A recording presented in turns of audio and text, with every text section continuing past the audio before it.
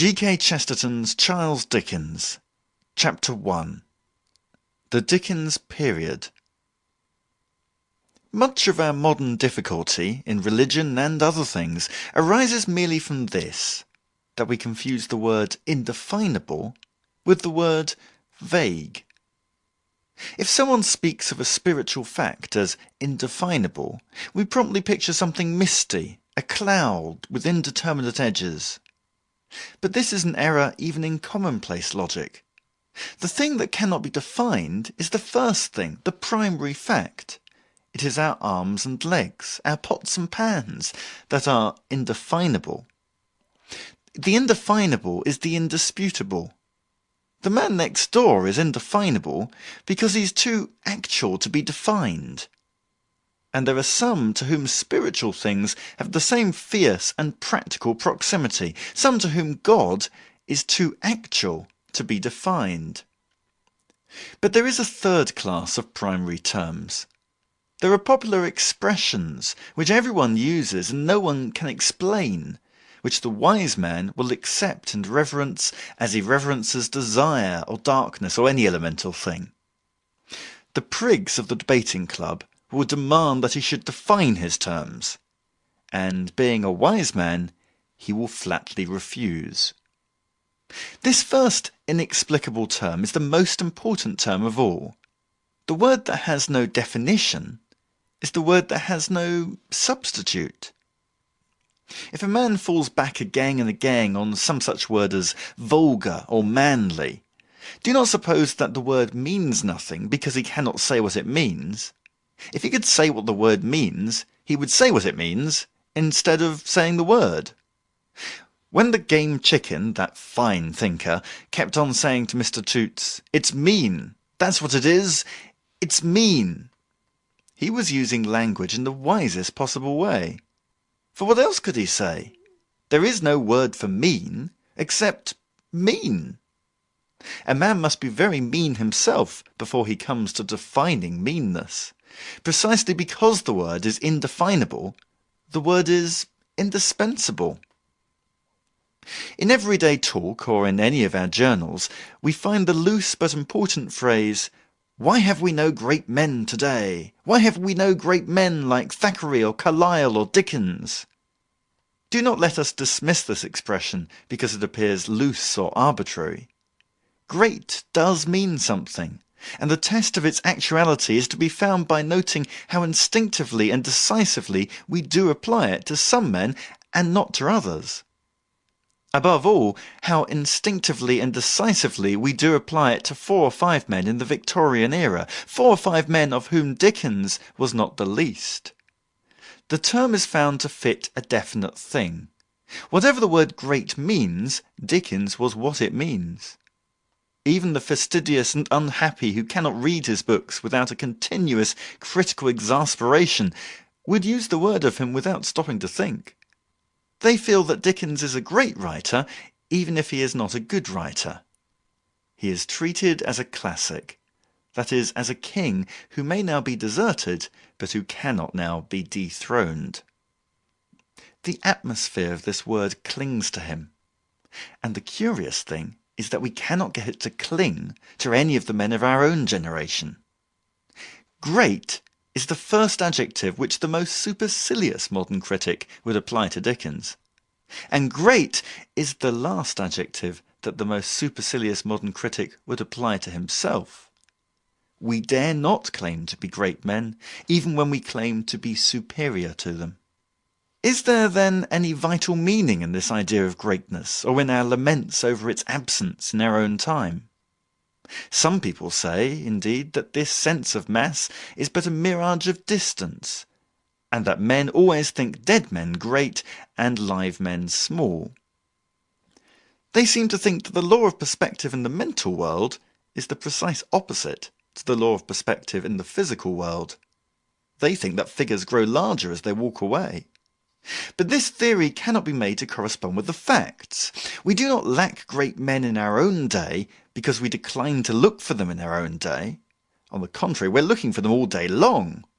We're not, as a matter of fact, mere examples of those who stone the prophets and leave it to their posterity to build their sepulchres. If the world would only produce our perfect prophet, solemn, searching, universal, nothing would give us keener pleasure than to build his sepulchre. In our eagerness we might even bury him alive. Nor is it true that the great men of the Victorian era were not called great in their own time. By many they were called great from the first. Charlotte Bronte held this heroic language about Thackeray. Ruskin held it about Carlyle. A definite school regarded Dickens as a great man from the first days of his fame. Dickens certainly belonged to this school. In reply to this question, why have we no great men today, many modern explanations are offered. Advertisement, cigarette smoking, the decay of religion, the decay of agriculture, too much humanitarianism, too little humanitarianism, the fact that people are educated insufficiently, the fact that they are educated at all these reasons are given. If I give my own explanation, it's not for its intrinsic value.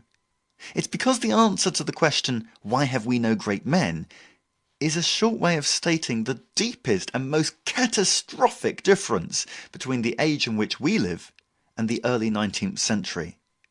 The age under the shadow of the French Revolution. The age in which Dickens was born. The soundest of the Dickens critics, a man of genius, Mr. George Gissing, opens his criticism by remarking that the world in which Dickens grew up was a hard and cruel world. He notes its gross feeding, its fierce sports, its fighting and foul humour, and all this he summarises in the words hard and cruel. It is curious how different are the impressions of men.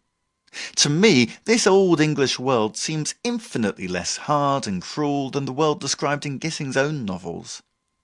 Coarse external customs are merely relative and easily assimilated. A man soon learnt to harden his hands and harden his head. Faced with the world of Gissing, he can do little but harden his heart. But the fundamental difference between the beginning of the 19th century and the end of it is a difference simple but enormous.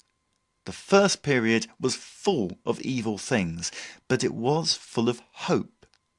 The second period, the fin de siècle, was even full, in some sense, of good things.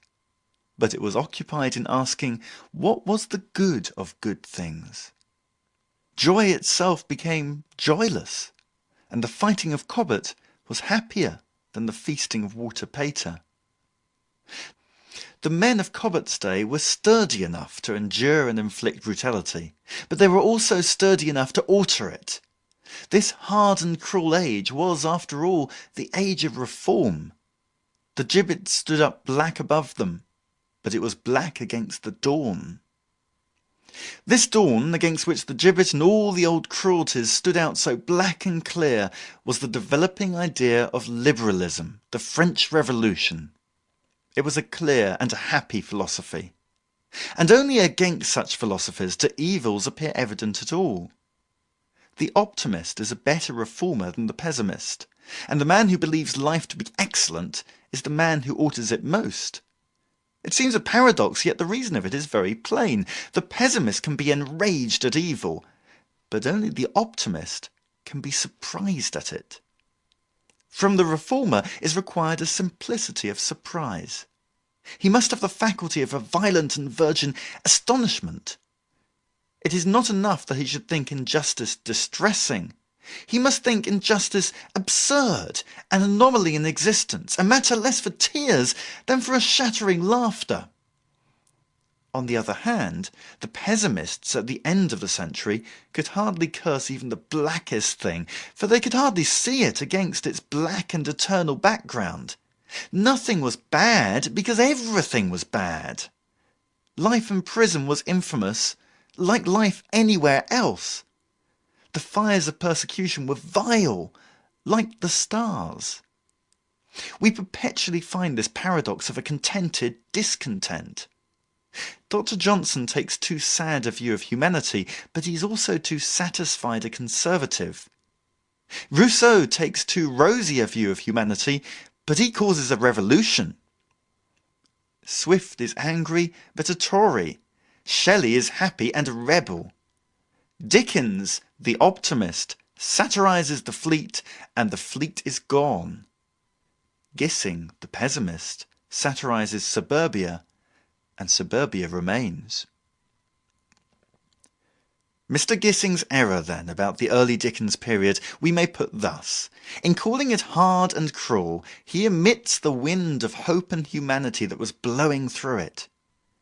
It may have been full of inhuman institutions, but it was full of humanitarian people. And this humanitarianism was very much the better, in my view, because it was a rough and even rowdy humanitarianism. It was free from all the faults that cling to the name. It was, if you will, a coarse humanitarianism. It was a shouting, fighting, drinking philanthropy, a noble thing. But in any case, this atmosphere was the atmosphere of the Revolution, and its main idea was the idea of human equality. I am not concerned here to defend the egalitarian idea against the solemn and babyish attacks made upon it by the rich and learned of today. I am merely concerned to state one of its practical consequences. One of the actual and certain consequences of the idea that all men are equal is immediately to produce very great men. I would say superior men, only that the hero thinks of himself as great, but not as superior. This has been hidden from us of late by a foolish worship of sinister and exceptional men. Men without comradeship or any infectious virtue. This type of Caesar does exist. There is a great man who makes every man feel small. But the real great man is the man who makes every man feel great. The spirit of the early century produced great men because it believed that men were great. It made strong men by encouraging weak men. Its education, its public habits, its rhetoric were all addressed towards encouraging the greatness in everybody. And by encouraging the greatness in everybody, it naturally encouraged superlative greatness in some. Superiority came out of the high rapture of equality. It is precisely in this sort of passionate unconsciousness and bewildering community of thought that men do become more than themselves. No man, by taking thought, can add 1 cubit to his stature, but a man may add many cubits to his stature by not taking thought. The best men of the Revolution were simply common men at their best. This is why our age can never understand Napoleon. Because he was something great and triumphant, we suppose that he must have been something extraordinary, something inhuman. Some say he was the devil. Some say he was the Superman.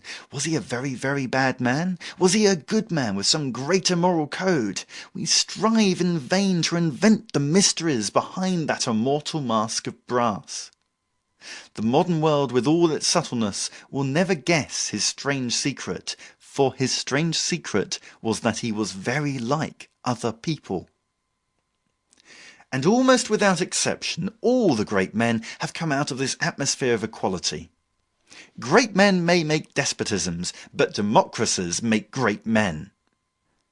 The other main factory of heroes besides a revolution is a religion, and a religion again is a thing which, by its nature, does not think of men as more or less valuable, but of men as all intensively and painfully valuable, a democracy of eternal danger. For religion, all men are equal, as all pennies are equal, because the only value in any of them is that they bear the image of the king. This fact has been quite insufficiently observed in the study of religious heroes. Piety produces intellectual greatness, precisely because piety in itself is quite indifferent to intellectual greatness. The strength of Cromwell was that he cared for religion. But the strength of religion was that it did not care for Cromwell, did not care for him, that is, any more than for anybody else. He and his footmen were equally welcome to warm places in the hospitality of hell. It has often been said, very truly, that religion is the thing that makes the ordinary man feel extraordinary. But it is an equally important truth that religion is the thing that makes the extraordinary man feel ordinary. Carlyle killed the heroes. There have been none since his time.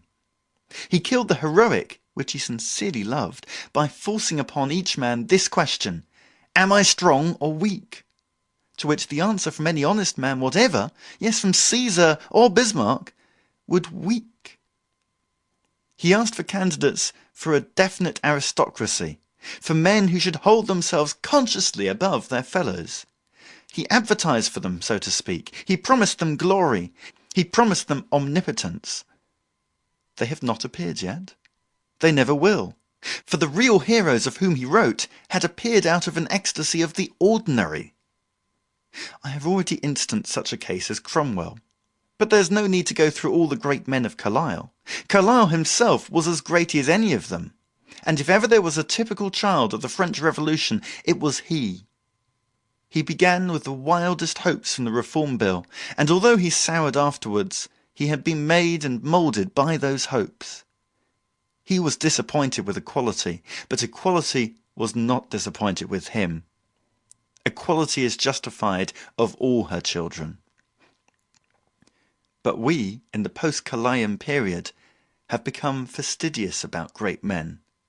Every man examines himself, every man examines his neighbours, to see whether they or he quite come up to the exact line of greatness. The answer is naturally no.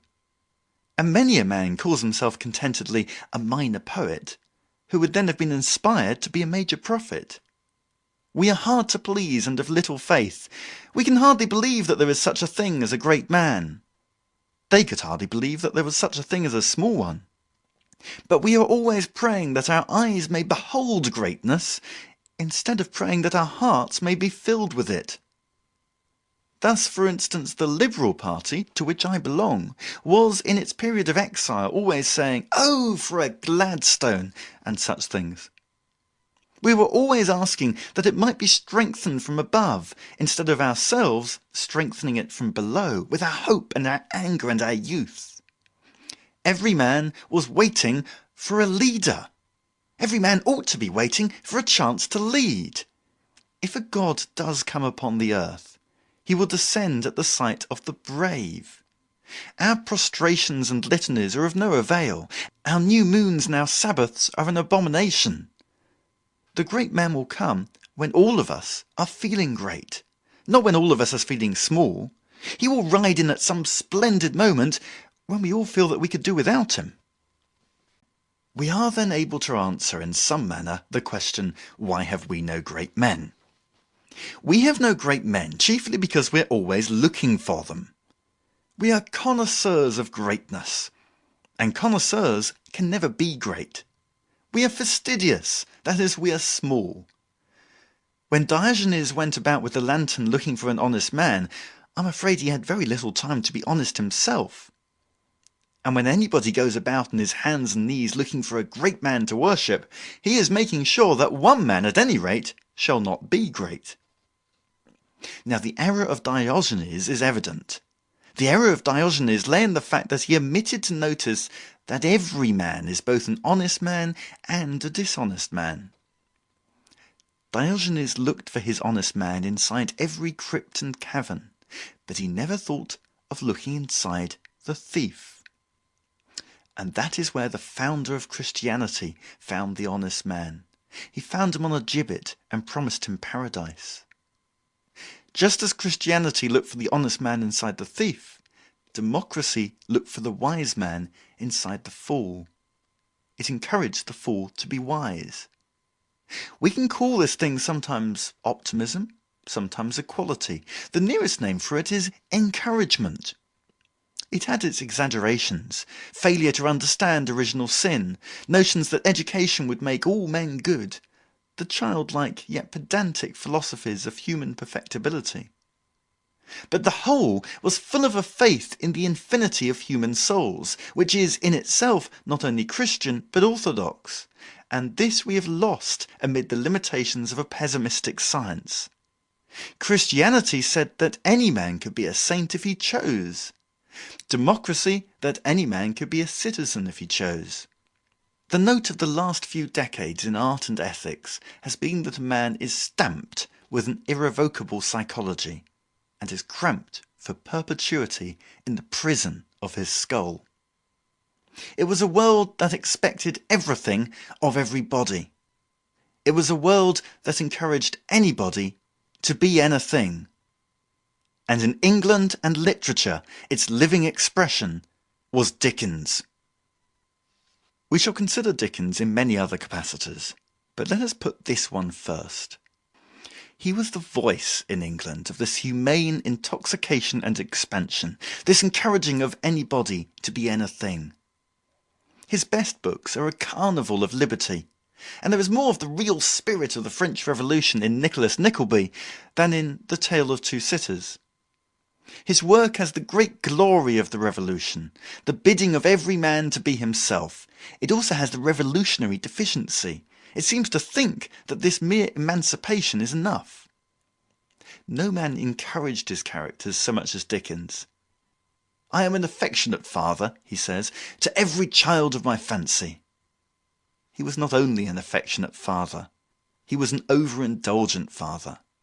The children of his fancy are spoilt children. They shake the house like heavy and shouting schoolboys. They smash the story to pieces like so much furniture.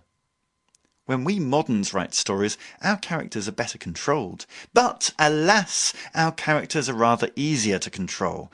We are in no danger from the gigantic gambols of creatures like Mantalini and Micawber. We are in no danger of giving our readers too much Weller or Wegg. We've not got it to give. When we experience the ungovernable sense of life which goes along with the old Dickens sense of liberty, we experience the best of the Revolution. We're filled with the first of all democratic doctrines, that all men are interesting. Dickens tried to make some of his people appear dull people, but he couldn't keep them dull. He could not make a monotonous man. The bores in his books are brighter than the wits in other books. I've put this position first for a defined reason. It is useless for us to attempt to imagine Dickens and his life unless we are able at least to imagine this old atmosphere of a democratic optimism, a confidence in common men. Dickens depends upon such a comprehension in a rather unusual manner, a manner worth explanation, or at least remark. The disadvantage under which Dickens has fallen, both as an artist and a moralist, is very plain. His misfortune is that neither of the two last movements in literary criticism has done him any good. He has suffered alike from his enemies and from the enemies of his enemies. The facts to which I refer are familiar. When the world first awoke from the mere hypnotism of Dickens, from the direct tyranny of his temperament, there was, of course, a reaction. At the head of it came the realists, with their documents like Miss Flight. They declared that scenes and types in Dickens were wholly impossible, in which they were perfectly right, and on this rather paradoxical ground objected to them as literature. They were not like life, and there, they thought, was an end of the matter. The realist for a time prevailed. But realists did not enjoy their victory, if they enjoyed anything, very long. A more symbolic school of criticism soon arose. Men saw that it was necessary to give a much deeper and more delicate meaning to the expression like life. Streets are not life. Cities and civilizations are not life. Faces and even voices are not life itself. Life is within, and no man hath seen it at any time. As for our meals and our manners and our daily dress, these are things exactly like sonnets. They are random symbols of the soul. One man tries to express himself in books, another in boots. Both probably fail. Our solid houses and square meals are in the strict sense fiction. They are things made up to typify our thoughts. The coat a man wears may be wholly fictitious. The movement of his hands may be quite unlike life. This much the intelligence of man soon perceived, and by this much Dickens' fame should have greatly profited. For Dickens is like life in the truer sense, in the sense that he is akin to the living principle in us and in the universe. He is like life, at least in this detail, that he is alive. His art is like life, because, like life, it cares for nothing outside itself, and goes on its way rejoicing. Both produce monsters, with a kind of carelessness, like enormous byproducts, life producing the rhinoceros, and art Mr. Bunsby. Art indeed copies life in not copying life, for life copies nothing. Dickens' art is like life because, like life, it is irresponsible, because, like life, it is incredible. Yet the return of this realization has not greatly profited Dickens. The return of romance has been almost useless to this great romantic. He has gained as little from the fall of the realists as from their triumph. There has been a revolution, there has been a counter-revolution, there has been no restoration. And the reason of this brings us back to that atmosphere of popular optimism of which I spoke. And the shortest way of expressing the more recent neglect of Dickens is to say that, for our time and taste, he exaggerates the wrong thing. Exaggeration is the definition of art. That both Dickens and the moderns understood. Art is, in its inmost nature, fantastic. Time brings queer revengers, and while the realists were yet living, the art of Dickens was justified by Aubrey Beardsley. But men like Aubrey Beardsley were allowed to be fantastic, because the mood which they overstrained and overstated was a mood which their period understood. Dickens overstrains and overstates a mood our period does not understand. The truth he exaggerates is exactly this old revolution sense of infinite opportunity and boisterous brotherhood, and we resent his undue sense of it, because we ourselves have not even a due sense of it. We feel troubled with too much where we have too little. We wish he would keep it within bounds. For we are all exact and scientific on the subjects we do not care about. We all immediately detect exaggeration in an exposition of Mormonism or patriotic speech from Paraguay. We all require sobriety on the subject of the sea serpent. But the moment we begin to believe a thing ourselves, that moment we begin easily to overstate it. And the moment our souls become serious, our words become a little wild. And certain moderns are thus placed towards exaggeration. They permit any writer to emphasize doubts, for instance, for doubts are their religion, but they permit no man to emphasize dogmas. If a man be the mildest Christian, they smell cant.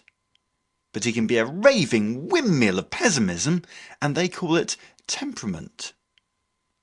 If a moralist paints a wild picture of immorality, they doubt its truth. They say that devils are not as black as they are painted. But if a pessimist paints a wild picture of melancholy, they accept the whole horrible psychology, and they never ask if devils are as blue as they are painted. It is evident, in short, why even those who admire exaggeration do not admire Dickens. He is exaggerating the wrong thing. They know what it is to feel a sadness so strange and deep that only impossible characters can express it. They do not know what it is to feel a joy so vital and violent that only impossible characters can express that. They know that the soul can be so sad as to dream naturally of the blue faces of the corpses of Baudelaire. They do not know that the soul can be so cheerful as to dream naturally of the blue face of Major Bagstock. They know that there is a point of depression at which one believes in Tantasil. They do not know that there is a point of exhilaration at which one believes in Mr. Wegg. To them the impossibilities of Dickens seem much more impossible than they really are, because they're already attuned to the opposite impossibilities of Maeterlinck. For every mood there is an appropriate impossibility, a decent and tactful impossibility fitted to the frame of mind. Every train of thought may end in an ecstasy, and all roads lead to Elfland. But few now walk far enough along the street of Dickens to find the place where the Cockney villas grow so comic that they become poetical. People do not know how far mere good spirits will go. For instance, we never think, as the old folklore did, of good spirits reaching to the spiritual world. We see this in the complete absence from modern popular supernaturalism of the old popular mirth.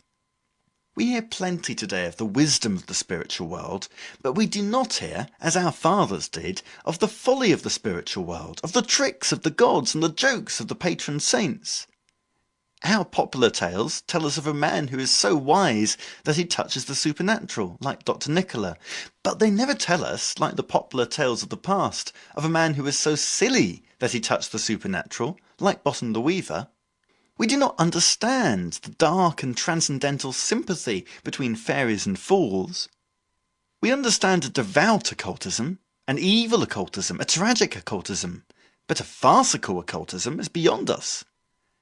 Yet a farcical occultism is the very essence of the Midsummer Night's Dream. It is also the right and credible essence of the Christmas Carol.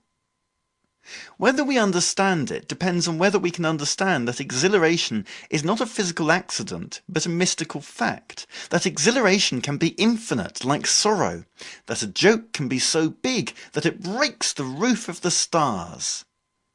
By simply going on being absurd, a thing can become godlike. There is but one step from the ridiculous to the sublime. Dickens was great because he was immoderately possessed with all this. If we are to understand him at all, we must also be moderately possessed with it. We must understand this old limitless hilarity and human confidence at least enough to be able to endure it when it is pushed a great deal too far. For Dickens did push it too far. He did push the hilarity to the point of incredible character drawing. He did push the human confidence to the point of an unconvincing sentimentalism. You can trace, if you will, the revolutionary joy till it reaches the incredible sapsy epitaph. You can trace the revolutionary hope till it reaches the repentance of Dombey. There is plenty to carp at in this man, if you are inclined to carp.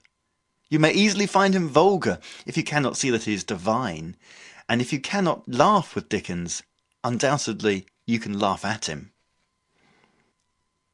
I believe myself that this braver world of his will certainly return, for I believe that it is bound up with the realities, like morning and the spring. But for those who beyond remedy regard it as an error, I put this appeal before any other observations on Dickens. First let us sympathise, if only for an instant, with the hopes of the Dickens period, with that cheerful trouble of change. If democracy has disappointed you, do not think of it as a burst bubble, but at least as a broken heart, an old love affair. Do not sneer at the time when the creed of humanity was on its honeymoon. Treat it with the dreadful reverence that is due to youth. For you, perhaps, a drearier philosophy has covered and eclipsed the earth. The fierce poet of the Middle Ages wrote, "Abandon hope, all ye who enter here, over the gates of the lower world." The emancipated poets of today have written it across the gates of this world. But if we are to understand the story which follows, we must erase that apocalyptic writing, if only for an hour. We must recreate the faith of our fathers, if only as an artistic atmosphere. If, then, you are a pessimist in reading this story, forgo for a little the pleasures of pessimism. Dream for one mad moment that the grass is green. Unlearn that sinister learning that you think so clear. Deny that deadly knowledge that you think you know. Surrender the very flower of your culture. Give up the very jewel of your pride. Abandon hopelessness, all ye who enter here. End of Chapter 1. G.K. Chesterton's Charles Dickens. Chapter 2. The Boyhood of Dickens. Charles Dickens was born at Landport in Portsea on February 7, 1812. His father was a clerk in the Navy Pay Office, and was temporarily on duty in the neighborhood. Very soon after the birth of Charles Dickens, however, the family moved for a short period to Norfolk Street, Bloomsbury, and then for a long period to Chatham, which thus became the real home, and for all serious purposes the native place of Dickens. The whole story of his life moves like a Canterbury pilgrimage along the great roads of Kent. John Dickens, his father, was, as stated, a clerk. But such mere terms of trade tell us little of the tone or status of a family. Browning's father, to take an instance at random, would also be described as a clerk and a man of the middle class. But the Browning family and the Dickens family have the color of two different civilizations. The difference cannot be conveyed merely by saying that Browning stood many strata above Dickens. It must also be conveyed that Browning belonged to that section of the middle class which tends, in the small social sense, to rise; the Dickenses to that section which tends in the same sense to fall. If Browning had not been a poet, he would have been a better clerk than his father, and his son probably a better and richer clerk than he. But if they had not been lifted in the air by the enormous accident of a man of genius, the Dickenses, I fancy, would have appeared in poorer and poorer places, as inventory clerks, as caretakers, as addressers of envelopes, until they melted into the masses of the poor. Yet at the time of Dickens's birth and childhood this weakness in their worldly destiny was in no way apparent. Especially it was not apparent to the little Charles himself. He was born and grew up in a paradise of small prosperity. He fell into the family, so to speak, during one of its comfortable periods. And he never in those early days thought of himself as anything but as a comfortable middle-class child, the son of a comfortable middle-class man. The father whom he found provided for him was one from whom comfort drew forth his most pleasant and reassuring qualities, though not perhaps his most interesting and peculiar. John Dickens seemed, most probably, a hearty and kindly character, a little florid of speech, a little careless of duty in some details, notably in the detail of education.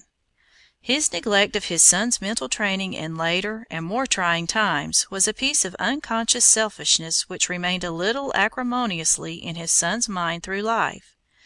But even in this earlier and easier period what records there are of John Dickens give out the air of a somewhat idle and irresponsible fatherhood.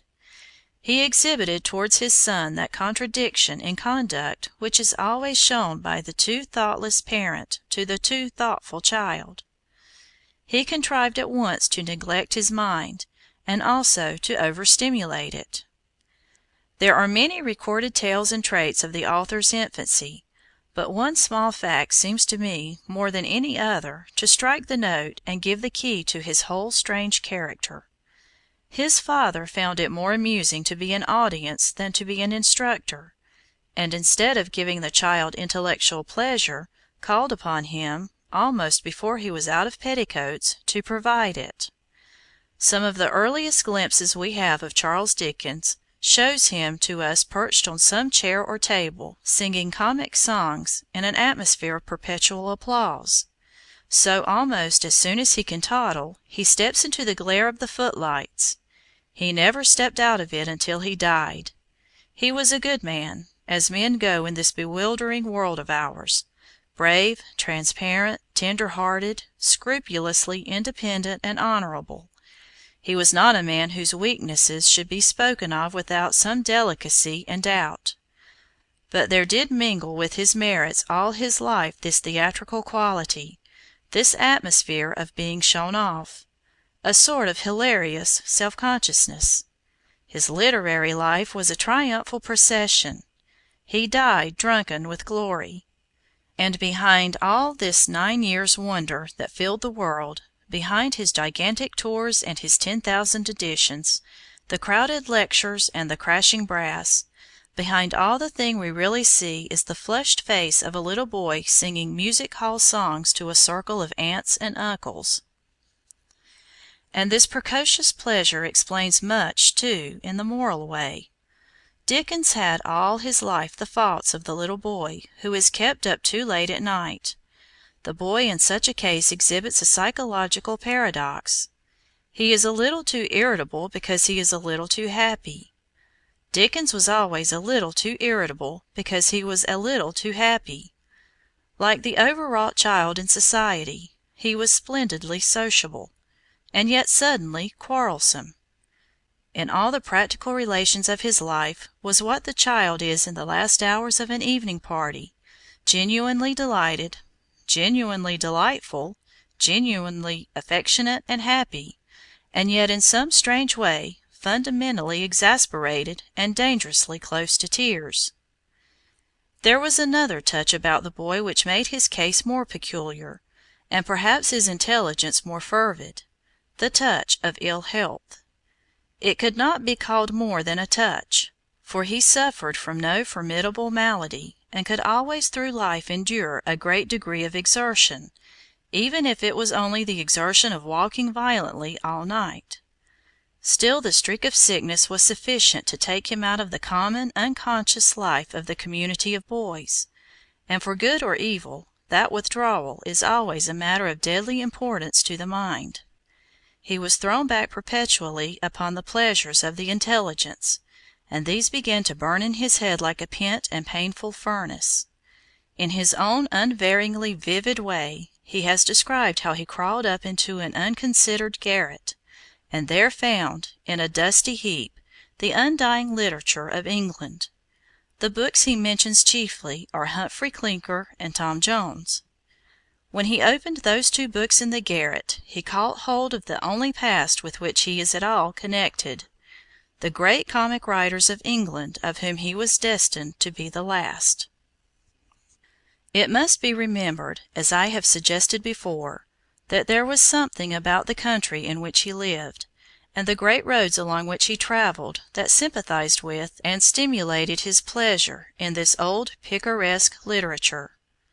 The groups that came along the road, that passed through his own town out of it, were of the motley, laughable type that tumbled into ditches or beat down the doors of taverns under the escort of Smollett and Fielding.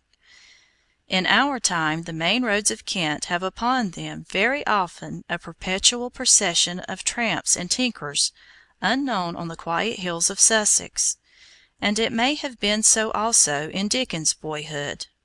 In his neighborhood were definite memorials of yet older and yet greater English comedy. From the height of Gad's Hill, at which he stared unceasingly, there looked down upon him the monstrous ghost of Falstaff, who might well have been the spiritual father of all Dickens's adorable knaves, Falstaff, the great mountain of English laughter and English sentimentalism, the great healthy, humane English humbug, not to be matched among the nations. At this eminence of Gad's Hill Dickens used to stare even as a boy, with the steady purpose of some day making it his own. It is characteristic of the consistency which underlies the superficially erratic career of Dickens that he actually did live to make it his own. The truth is that he was a precocious child, precocious not only on the more poetical, but on the more prosaic side of life. He was ambitious as well as enthusiastic. No one can ever know what visions they were that crowded into the head of the clever little brat as he ran about the streets of Chatham or stood glowering at Gad's Hill. But I think that quite mundane visions had a very considerable share in the matter. He longed to go to school, a strange wish, to go to college, to make a name. Nor did he merely aspire to these things. The great number of them he also expected. He regarded himself as a child of good position, just about to enter on a life of good luck.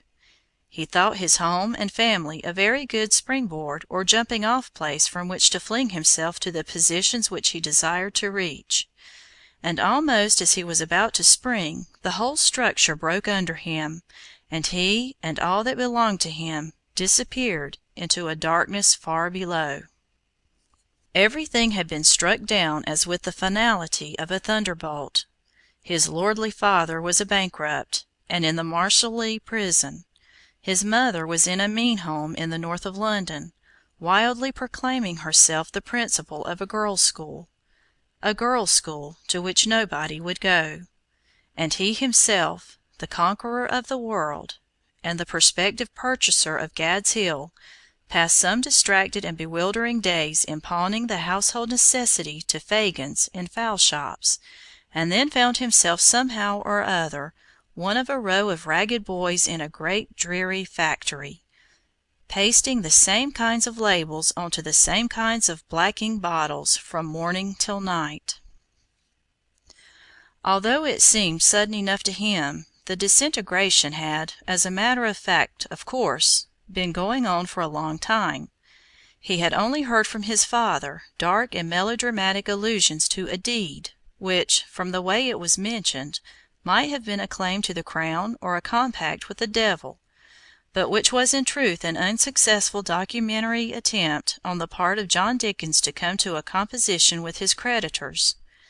And now, in the lurid light of his sunset, the character of John Dickens began to take on those purple colors which have made him under another name absurd and immortal. It required a tragedy to bring out this man's comedy. So long as John Dickens was in easy circumstances, he seemed only an easy man, a little long and luxuriant in his phrases, a little careless in his business routine. He seemed only a wordy man, who lived on bread and beef like his neighbors. But as bread and beef were successively taken away from him, it was discovered that he lived on words. For him to be involved in a calamity only meant to be cast for the first part in a tragedy. For him, blank ruin was only a subject for blank phrase. Henceforth we feel scarcely inclined to call him John Dickens at all. We feel inclined to call him by the name through which his son celebrated this preposterous and sublime victory of the human spirit over circumstances. Dickens, and David Copperfield called him Wilkins Micawber. In his personal correspondence he called him the prodigal father. Young Charles had been hurriedly flung into the factory by the more or less careless good nature of James Lamert, a relation of his mother's. It was a blacking factory, supposed to be run as a rival to Warren's by another and original Warren, both practically conducted by another of the Lamerts. It was situated near Hungerford Market. Dickens worked there drearily, like one stunned with disappointment. To a child excessively intellectualized, and at this time, I fear, excessively egotistical, the coarseness of the whole thing, the work, the rooms, the boys, the language, was a sort of bestial nightmare. Not only did he scarcely speak of it then, but he scarcely spoke of it afterwards. Years later, in the fullness of his fame, he heard from Forster that a man had spoken of knowing him. On hearing the name, he somewhat curtly acknowledged it, and spoke of having seen the man once. Forster, in his innocence, answered that the man said he had seen Dickens many times in a factory by Hungerford Market. Dickens was suddenly struck with a long and extraordinary silence. Then he invited Forster, as his best friend, to a particular interview, and with every appearance of difficulty and distress, told him the whole story for the first and the last time. A long while after that he told the world some part of the matter in the account of Murdstone and Grimby's in David Copperfield. He never spoke of the whole experience except once or twice, and he never spoke of it otherwise than as a man might speak of hell. It need not be suggested, I think, that this agony of the child was exaggerated by the man. It is true that he was not incapable of the vice of exaggeration, if it be a vice. There was about him much vanity, and a certain virulence in his version of many things. Upon the whole, indeed, it would hardly be too much to say that he would have exaggerated any sorrow he talked about. But this was a sorrow with a very strange position in Dickens' life. It was a sorrow he did not talk about. Upon this particular dark spot he kept a sort of deadly silence for 20 years. An accident revealed part of the truth to the dearest of all his friends. He then told the whole truth to the dearest of all his friends. He never told anybody else. I do not think that this arose from any social sense of disgrace. If he had it slightly at the time, he was far too self-satisfied a man to have taken it seriously in after life. I really think that his pain at this time was so real and ugly that the thought of it filled him with the sort of impersonal but unbearable shame with which we are filled, for instance, by the notion of physical torture, of something that humiliates humanity. He felt that such agony was something obscene. Moreover, there are two other good reasons for thinking that his sense of hopelessness was very genuine. First of all, this starless outlook is common in the calamities of boyhood. The bitterness of boyish distresses does not lie in the fact that they are large. It lies in the fact that we do not know that they are small. About any early disaster there is a dreadful finality. A lost child can suffer like a lost soul. It is currently said that hope goes with youth, and lends to youth its wings of a butterfly. But I fancy that hope is the last gift given to man, and the only gift not given to youth.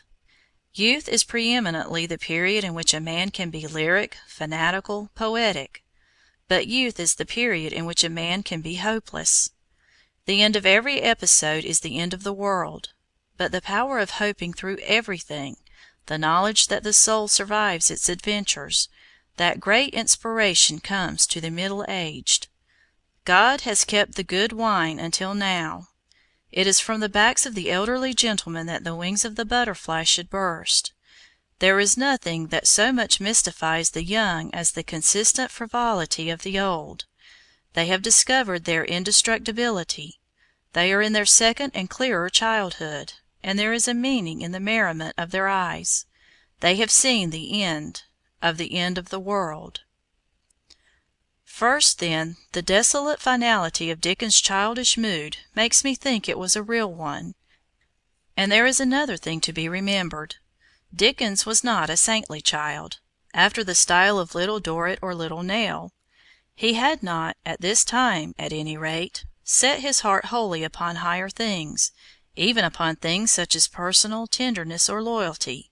He had been, and was, unless I am very much mistaken, sincerely, stubbornly, bitterly ambitious.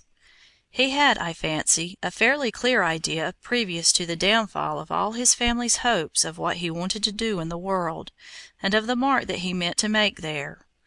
If no dishonorable sense, but still, in a definite sense, he might, in early life, be called worldly, and the children of this world are in their generation infinitely more sensitive than the children of light.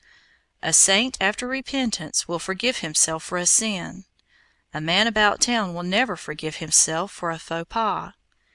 There are ways of getting absolved for murder. There are no ways of getting absolved for upsetting the soup. This thin-skinned quality in all very mundane people is a thing too little remembered, and it must not be wholly forgotten in connection with a clever, restless lad who dreamed of a destiny. That part of his distress which concerned himself and his social standing was among the other parts of it the least noble, but perhaps it was the most painful. For pride is not only, as the modern world fails to understand, a sin to be condemned.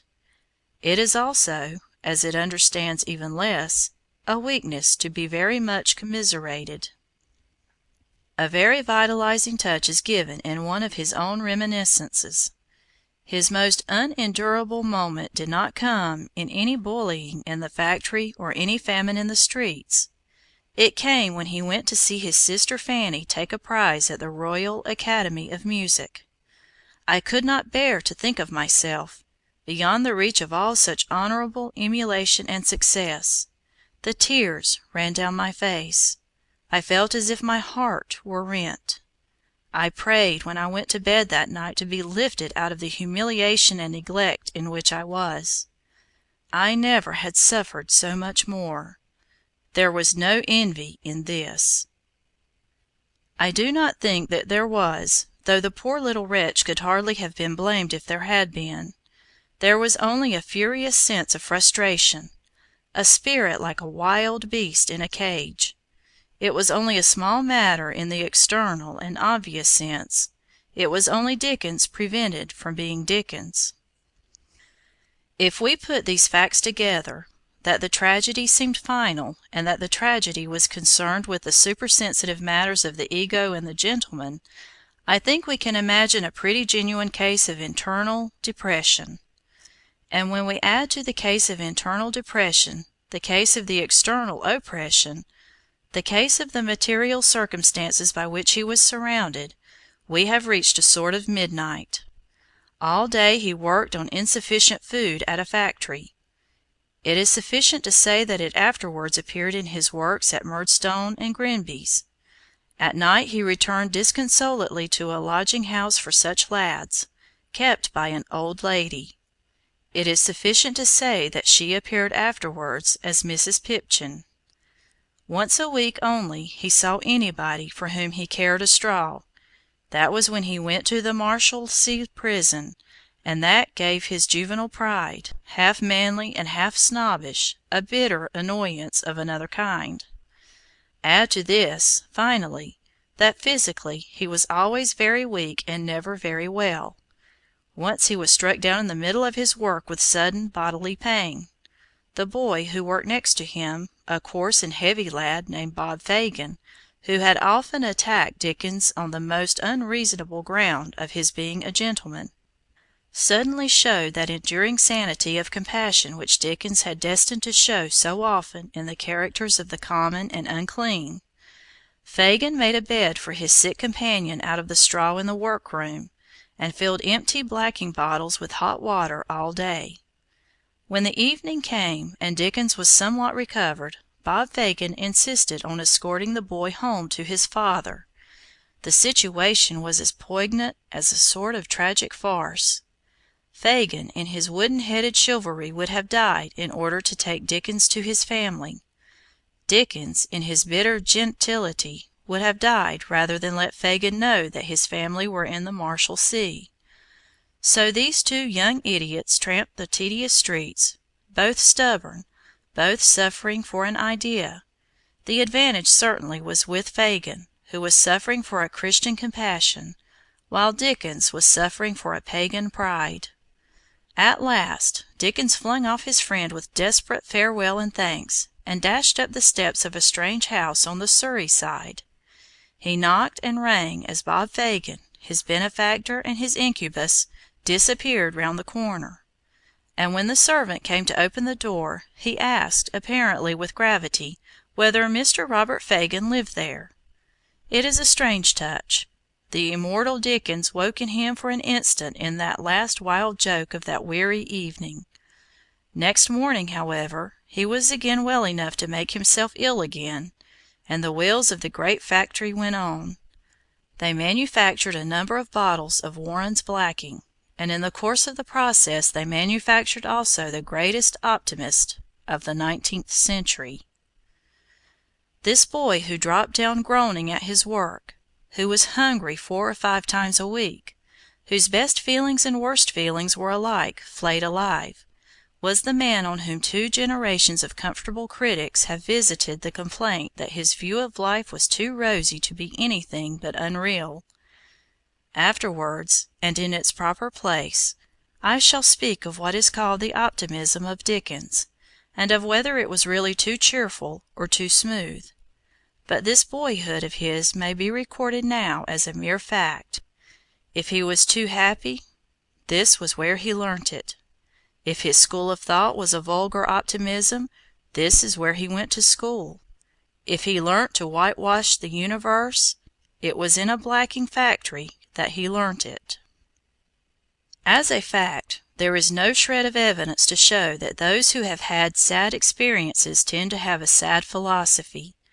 There are numberless points upon which Dickens is spiritually at one with the poor, that is, with the great mass of mankind.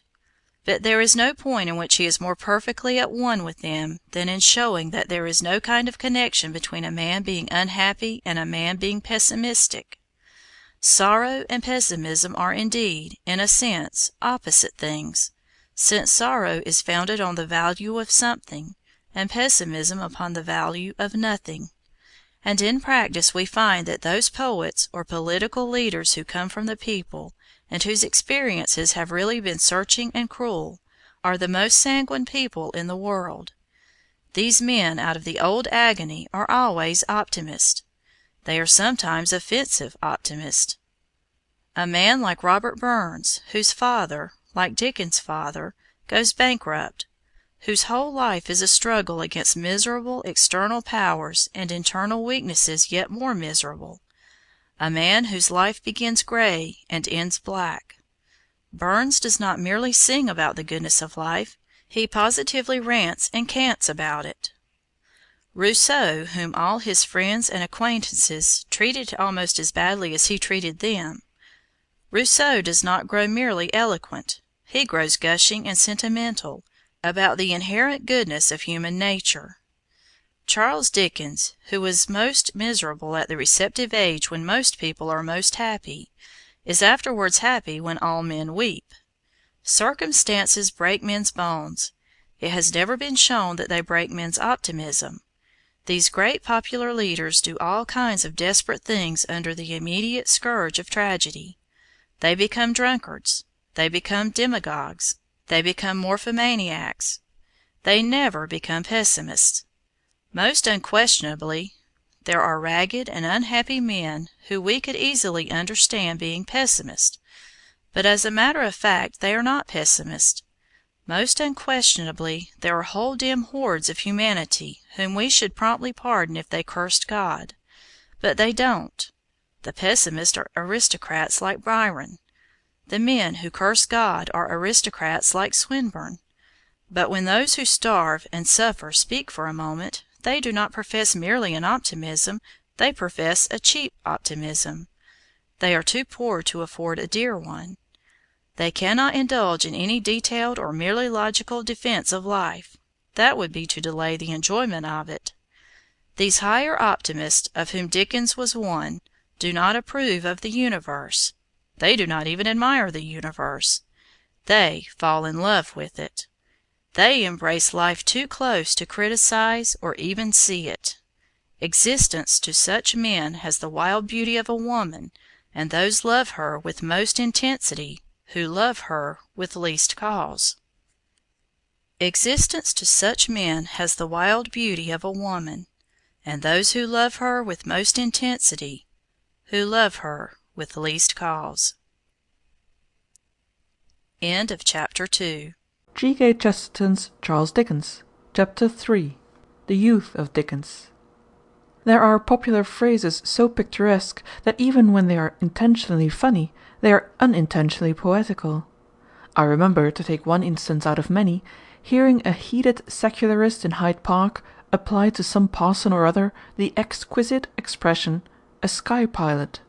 Subsequent inquiry has taught me that the term is intended to be comic and even contemptuous, but in the first freshness of it I went home repeating it to myself like a new poem. Few of the pious legends have conceived so strange and yet celestial a picture as this of a pilot in the sky, leaning on his helm above the empty heavens, and carrying his cargo of souls higher than the loneliest cloud. The phrase is like a lyric of Shelley. Or, to take another instance from another language, the French have an incomparable idiom for a boy playing truant. Il fait l'école buissonnière. He goes to the bushy school, or the school among the bushes. How admirably this accidental expression, the bushy school, not to be lightly confounded with the art school at Bushey, how admirably this bushy school expresses half the modern notions of a more natural education. The two words express the whole poetry of Wordsworth, the whole philosophy of Thoreau, and are quite as good literature as either. Now, among a million of such scraps of inspired slang there is one which describes a certain side of Dickens better than pages of explanation. The phrase, appropriately enough, occurs at least once in his works, and that on a fitting occasion. When Job Trotter is sent by Sam on a wild chase after Mr. Perker, the solicitor, Mr. Perker's clerk condoles with Job upon the lateness of the hour, and the fact that all habitable places are shut up. "My friend," said Mr. Perker's clerk, "you've got the key of the street." Mr. Perker's clerk, who was a flippant and scornful young man, may perhaps be pardoned if he used this expression in a flippant and scornful sense, but let us hope that Dickens did not. Let us hope that Dickens saw the strange yet satisfying imaginative justice of the words. For Dickens himself had, in the most sacred and serious sense of the term, the key of the street. When we shut out anything, we are shut out of that thing. When we shut out the street, we are shut out of the street.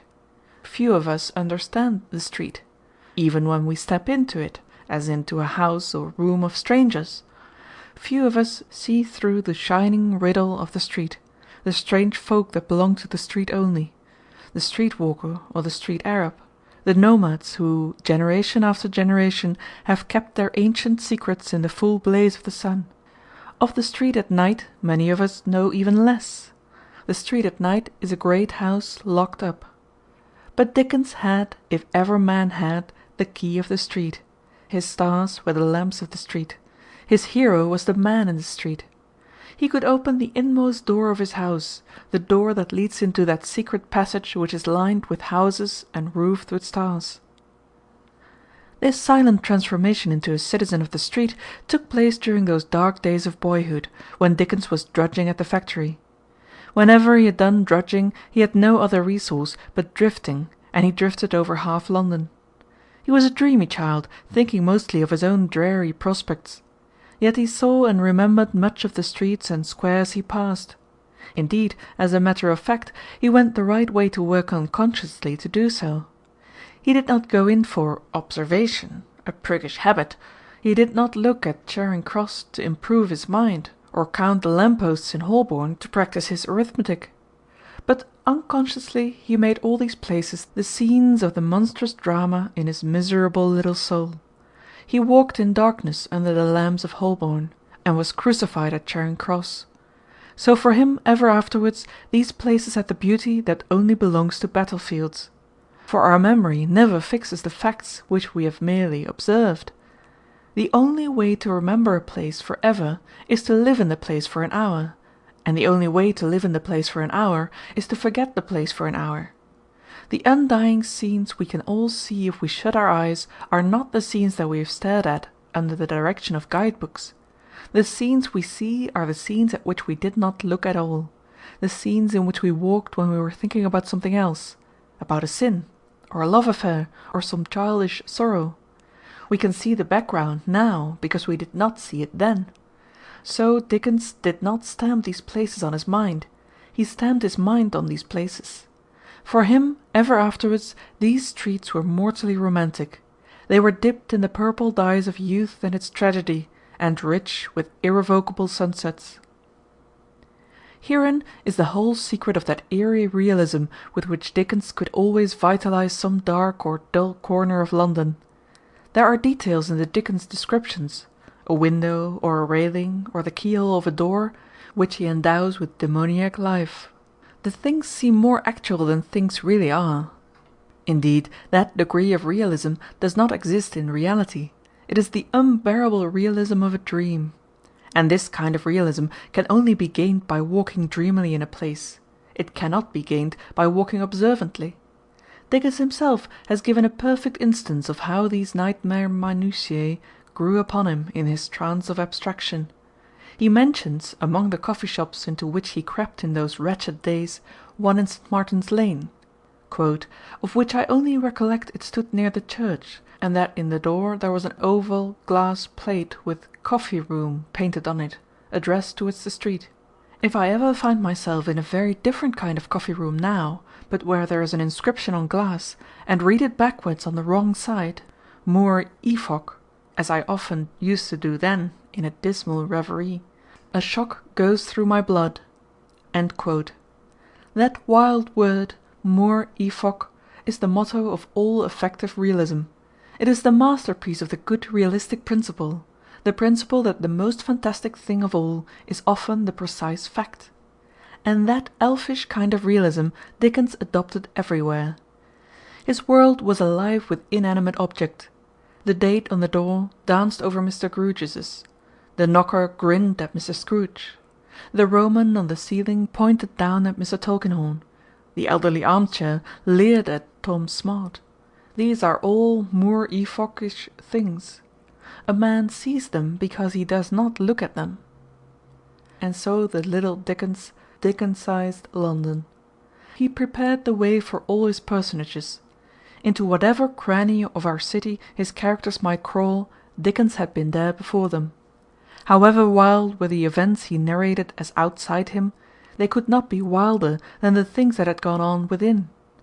However queer a character of Dickens might be, he could hardly be queerer than Dickens was. The whole secret of his after writings is sealed up in those silent years of which no written word remains.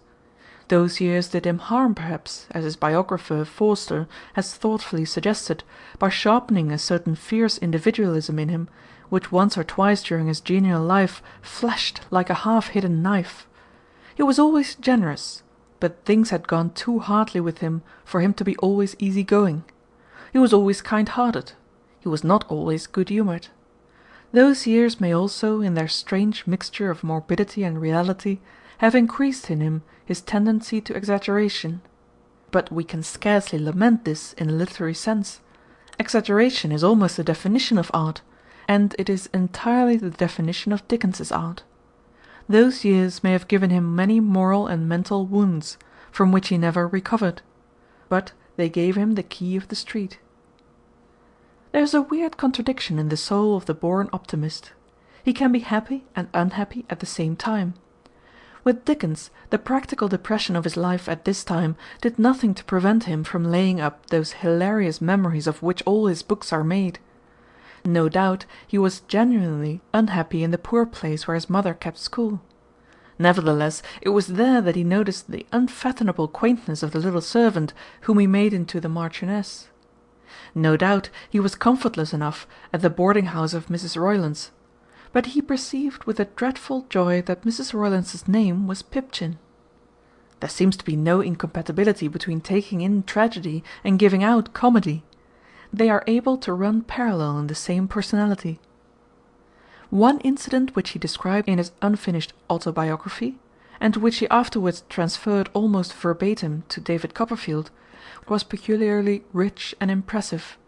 It was the inauguration of a petition to the King for a bounty, drawn up by a committee of the prisoners in the Marshalsea, a committee of which Dickens's father was the president, no doubt in virtue of his oratory, and also the scribe, no doubt in virtue of his genuine love of literary flights.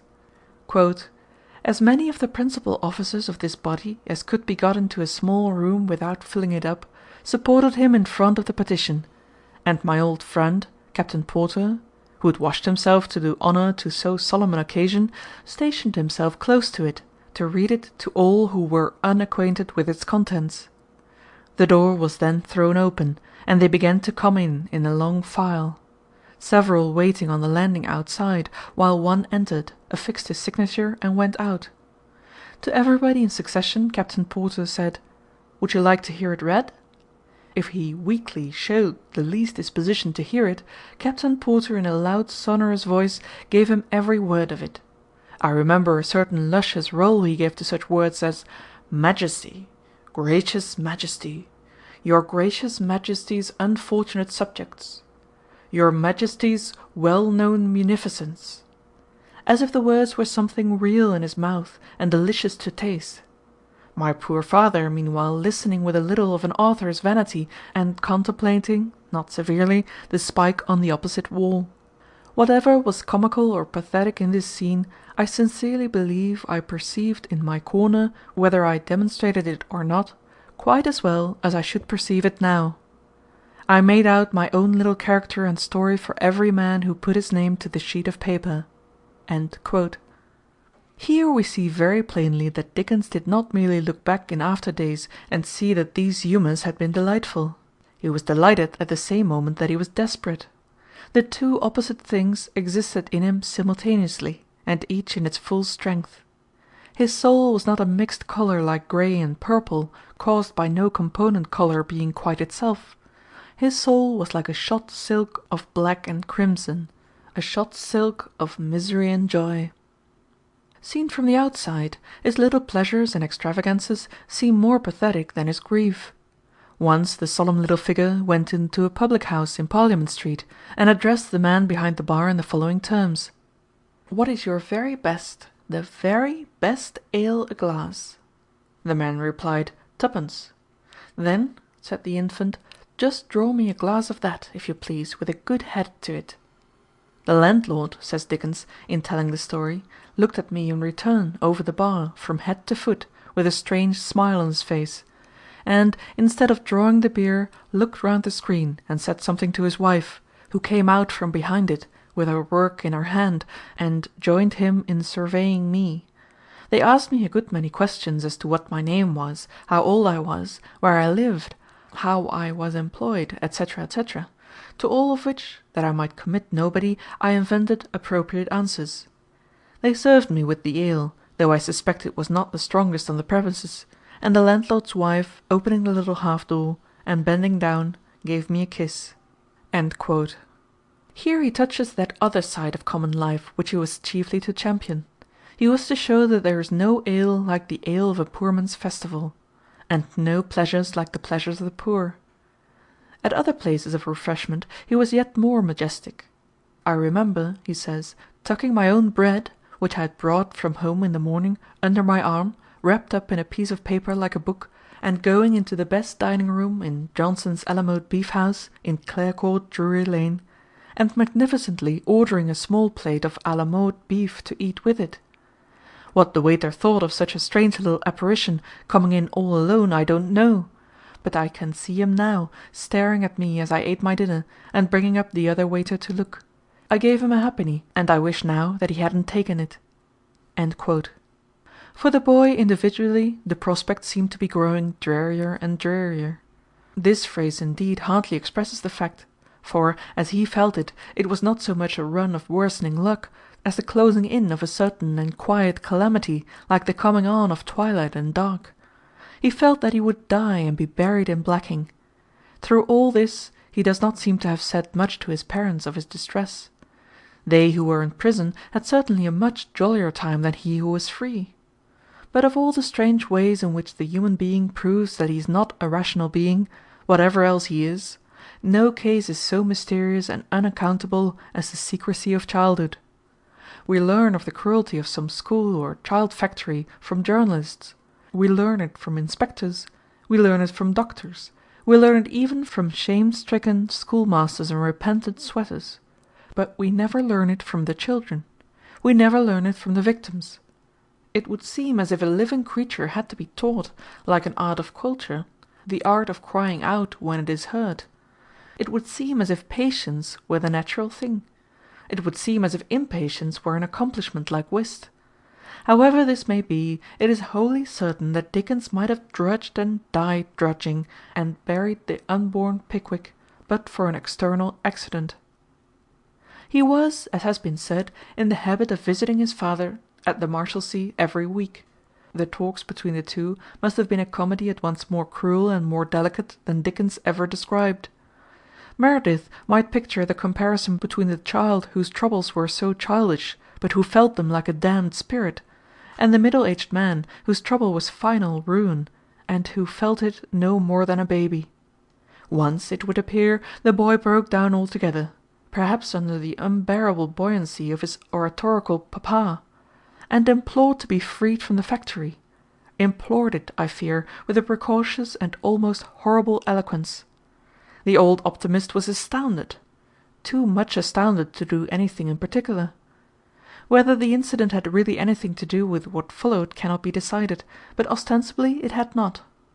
Ostensibly the cause of Charles's ultimate liberation was a quarrel between his father and Lammert, the head of the factory. Dickens the elder, who had at last left the Marshalsea, could, no doubt, conduct a quarrel with the magnificence of a Micawber. The result of this talent, at any rate, was to leave Mr. Lammert in a towering rage. He had a stormy interview with Charles, in which he tried to be good-tempered to the boy, but could hardly master his tongue about the boy's father. Finally he told him he must go, and with every observance the little creature was solemnly expelled from hell. His mother, with a touch of strange harshness, was for patching up the quarrel and sending him back. Perhaps, with the fierce feminine responsibility, she felt that the first necessity was to keep the family out of debt. But old John Dickens put his foot down here, put his foot down with that ringing but very rare decision with which, Once in 10 years, and often on some trivial matter, the weakest man will overwhelm the strongest woman. The boy was miserable. The boy was clever. The boy should go to school. The boy went to school. He went to the Wellington House Academy, Mornington Place. It was an odd experience for anyone to go from the world to a school instead of going from school to the world. Dickens, we may say, had his boyhood after his youth. He had seen life at its coarsest before he began his training for it, and knew the worst words in the English language probably before the best. This odd chronology, it will be remembered, he retained in his semi-autobiographical account of the adventures of David Copperfield, who went into the business of Murdstone and Grimby's before he went to the school kept by Dr. Strong. David Copperfield also went to be carefully prepared for a world that he had seen already. Outside David Copperfield, the records of Dickens at this time reduced themselves to a few glimpses provided by accidental companions of his school days, and little can be deduced from them about his personality beyond a general impression of sharpness and perhaps of bravado, of bright eyes and bright speeches. Probably the young creature was recuperating himself for his misfortunes, was making the most of his liberty, was flapping the wings of that wild spirit that had just not been broken. We hear of things that sound suddenly juvenile after his maturer troubles, of a secret language sounding like mere gibberish, and of a small theatre with paint and red fire, such as that which Stevenson loved. It was not an accident that Dickens and Stevenson loved it. It is a stage unsuited for psychological realism. The cardboard characters cannot analyze each other with any effect. But it is a stage almost divinely suited for making surroundings, for making that situation and background which belongs peculiarly to romance. A toy theatre, in fact, is the opposite of private theatricals. In the latter you can do anything with the people if you do not ask much from the scenery. In the former you can do anything in scenery if you do not ask much from the people. In a toy theatre you could hardly manage a modern dialogue on marriage, but the Day of Judgment would be quite easy. After leaving school, Dickens found employment as a clerk to Mr. Blackmore, a solicitor, as one of those inconspicuous underclerks whom he afterwards turned to many grotesque uses. Here no doubt he met Loughton and Swiveller, Chuckster and Wobbler, in so far as such sacred creatures ever had embodiments on this lower earth. But it is typical of him that he had no fancy at all to remain a solicitor's clerk. The resolution to rise which had glowed in him even as a dawdling boy when he gazed at Gad's Hill, which had been darkened but not quite destroyed by his fall into the factory routine, which had been released again by his return to normal boyhood and the boundaries of school, was not likely to content itself now with the copying out of agreements. He set to work, without any advice or help, to learn to be a reporter. He worked all day at law and all night at shorthand. It is an art which can only be effected by time, and he had to effect it by overtime.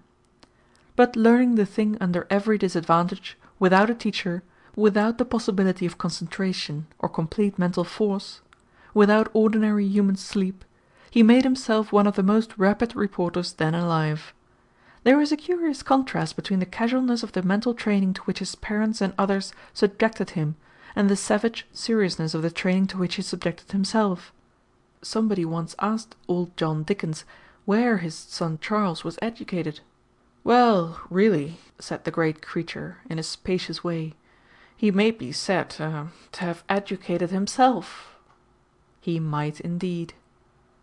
This practical intensity of Dickens is worth our dwelling on, because it illustrates an elementary antithesis in his character, or what appears as an antithesis in our modern popular psychology.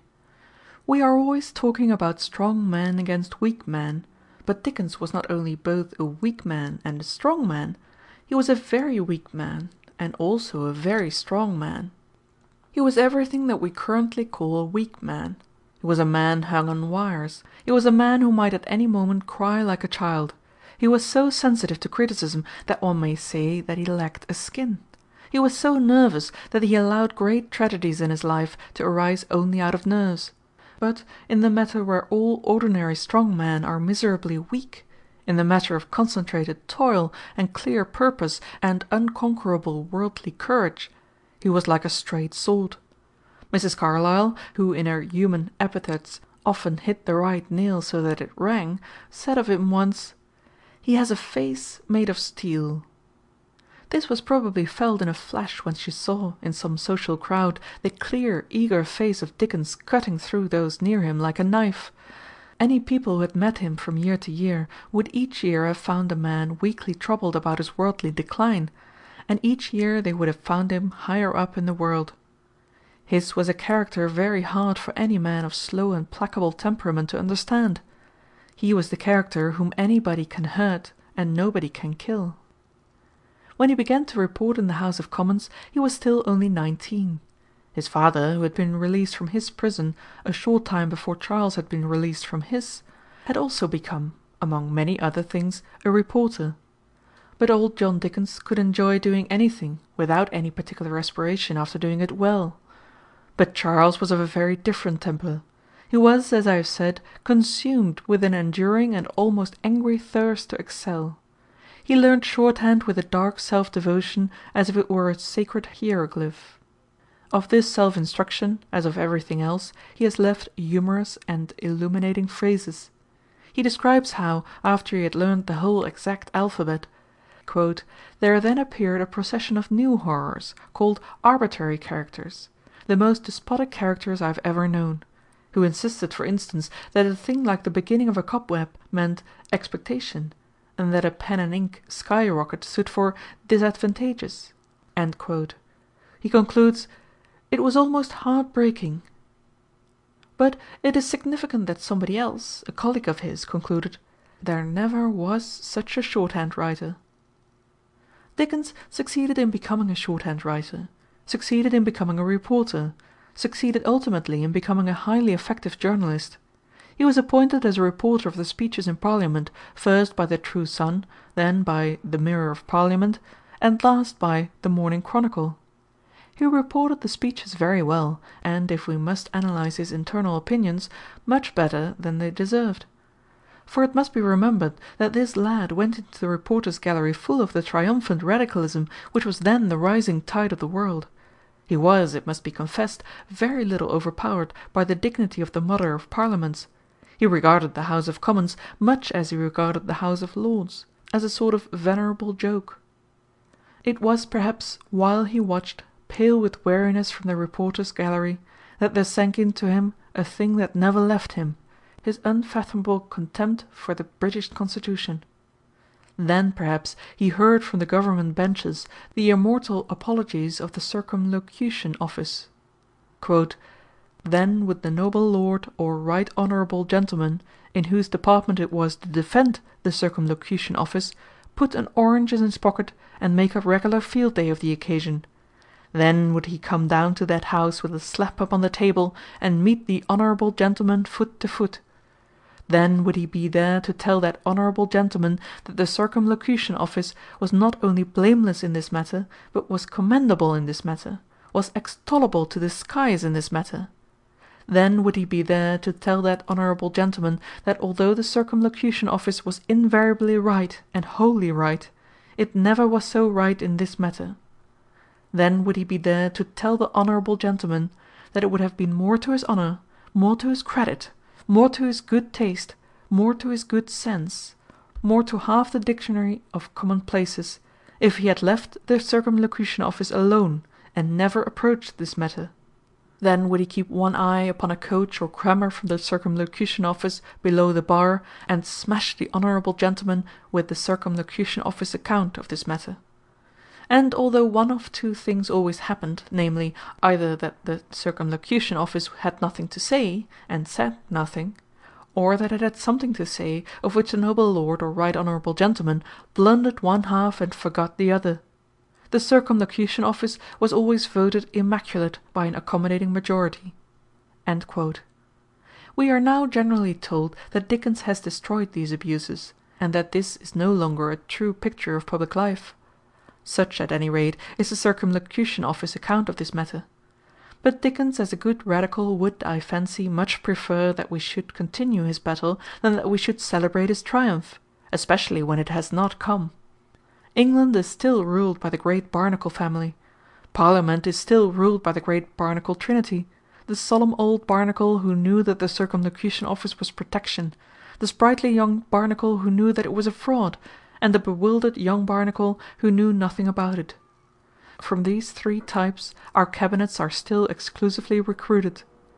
People talk of the tyrannies and anomalies which Dickens denounced as things of the past, like the Star Chamber. They believe that the days of the old stupid optimism and the old brutal indifference are gone forever. In truth, this very belief is only the countenance of the old stupid optimism and the old brutal indifference. We believe in a free England and a pure England, because we still believe in the Circumlocution Office account of this matter. Undoubtedly our serenity is widespread. We believe that England is really reformed. We believe that England is really democratic. We believe that English politics are free from corruption. But this general satisfaction of ours does not show that Dickens has beaten the barnacles. It only shows that the barnacles have beaten Dickens. It cannot be too often said, then, that we must read into young Dickens and his works this old radical tone towards institutions.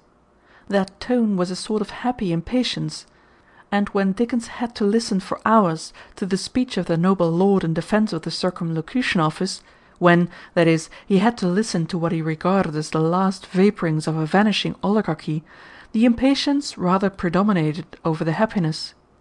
His incurably restless nature found more pleasure in the wandering side of journalism. He went about wildly in post-chaises to report political meetings for the Morning Chronicle. And what gentlemen they were to serve, he exclaimed, in such things at the old Morning Chronicle, great or small it did not matter. I've had to charge for 6 breakdowns in 6 times as many miles. I've had to charge for the damage of a great coat from the drippings of a blazing wax candle in riding through the smallest hours of the night in a swift flying carriage and pair."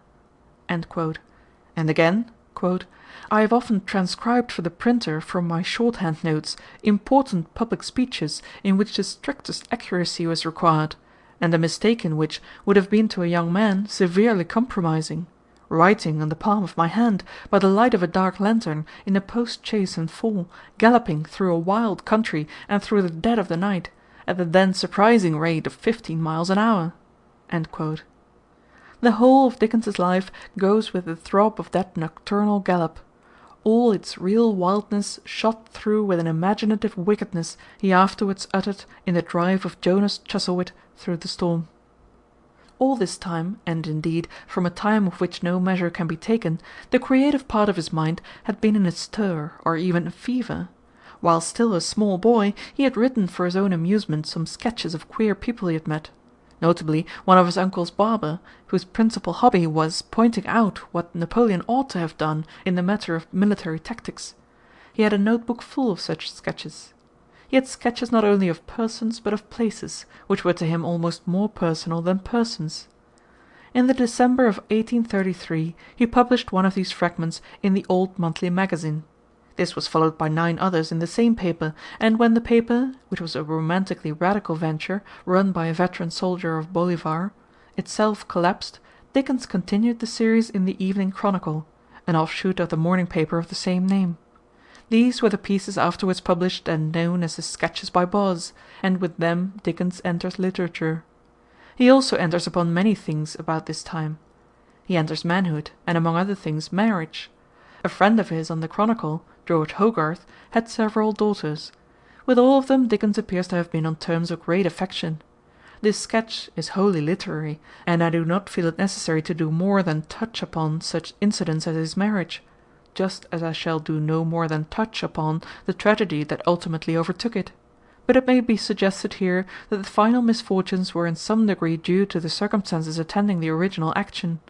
A very young man fighting his way, and excessively poor, with no memories for years past that were not monotonous and mean, and with his strongest and most personal memories quite ignominious and unendurable, was suddenly thrown into the society of a whole family of girls. I think it does not overstate his weakness, and I think it partly constitutes his excuse, to say that he fell in love with a chance of love. As sometimes happens in the undeveloped youth, an abstract femininity simply intoxicated him. In what came afterwards, he was enormously to blame. but I do not think that his was a case of cold division from a woman whom he had once seriously and singly loved. He had been bewildered in a burning haze, I will not say even of first love, but of first flirtations. The whole family stimulated him before he fell in love with one of them, and it continued to stimulate him long after he had quarrelled with her for causes that did not even destroy his affection for her. This view is strikingly supported by all the details of his attitude towards all the other members of the sacred house of Hogarth. One of the sisters remained, of course, his dearest friend till death. Another, who had died, he worshipped like a saint, and he always asked to be buried in her grave. He was married on April 2nd, 1836. Forster remarks that a few days before the announcement of their marriage in the Times, the same paper contained another announcement, that on the 31st would be published the first number of a work called The Posthumous Papers of the Pickwick Club. It is the beginning of his career. The sketches, apart from splendid splashes of humour here and there, are not manifestations of the man of genius. We might almost say that this book is one of the few books by Dickens which would not, standing alone, have made his fame. And yet standing alone it did make his fame. His contemporaries could see a new spirit in it, where we, familiar with the larger fruits of that spirit, can only see a continuation of the prosaic and almost wooden wit of the comic books of that day. But, in any case, we should hardly look in that man's first book for the fullness of his contribution to letters. Youth is almost everything else, but it is hardly ever original. We read of young men bursting on the old world with a new message, but youth and actual experience is the period of imitation, and even of obedience. Subjectively, its emotions may be furious and headlong, but its only external outcome is a furious imitation and a headlong obedience. As we grow older we learn the special thing we have to do. As a man goes on towards the grave he discovers gradually a philosophy he can really call fresh, a style he can really call his own, and as he becomes an older man he becomes a new writer. Ibsen, in his youth, wrote almost classic plays about Vikings. It was in his old age that he began to break windows and throw fireworks. The only fault, it was said, of Browning's first poems was that they had too much beauty of imagery, and too little wealth of thought. The only fault, that is, of Browning's first poems, was that they were not Browning's. In one way, however, the sketches by Boz do stand out very symbolically in the life of Dickens.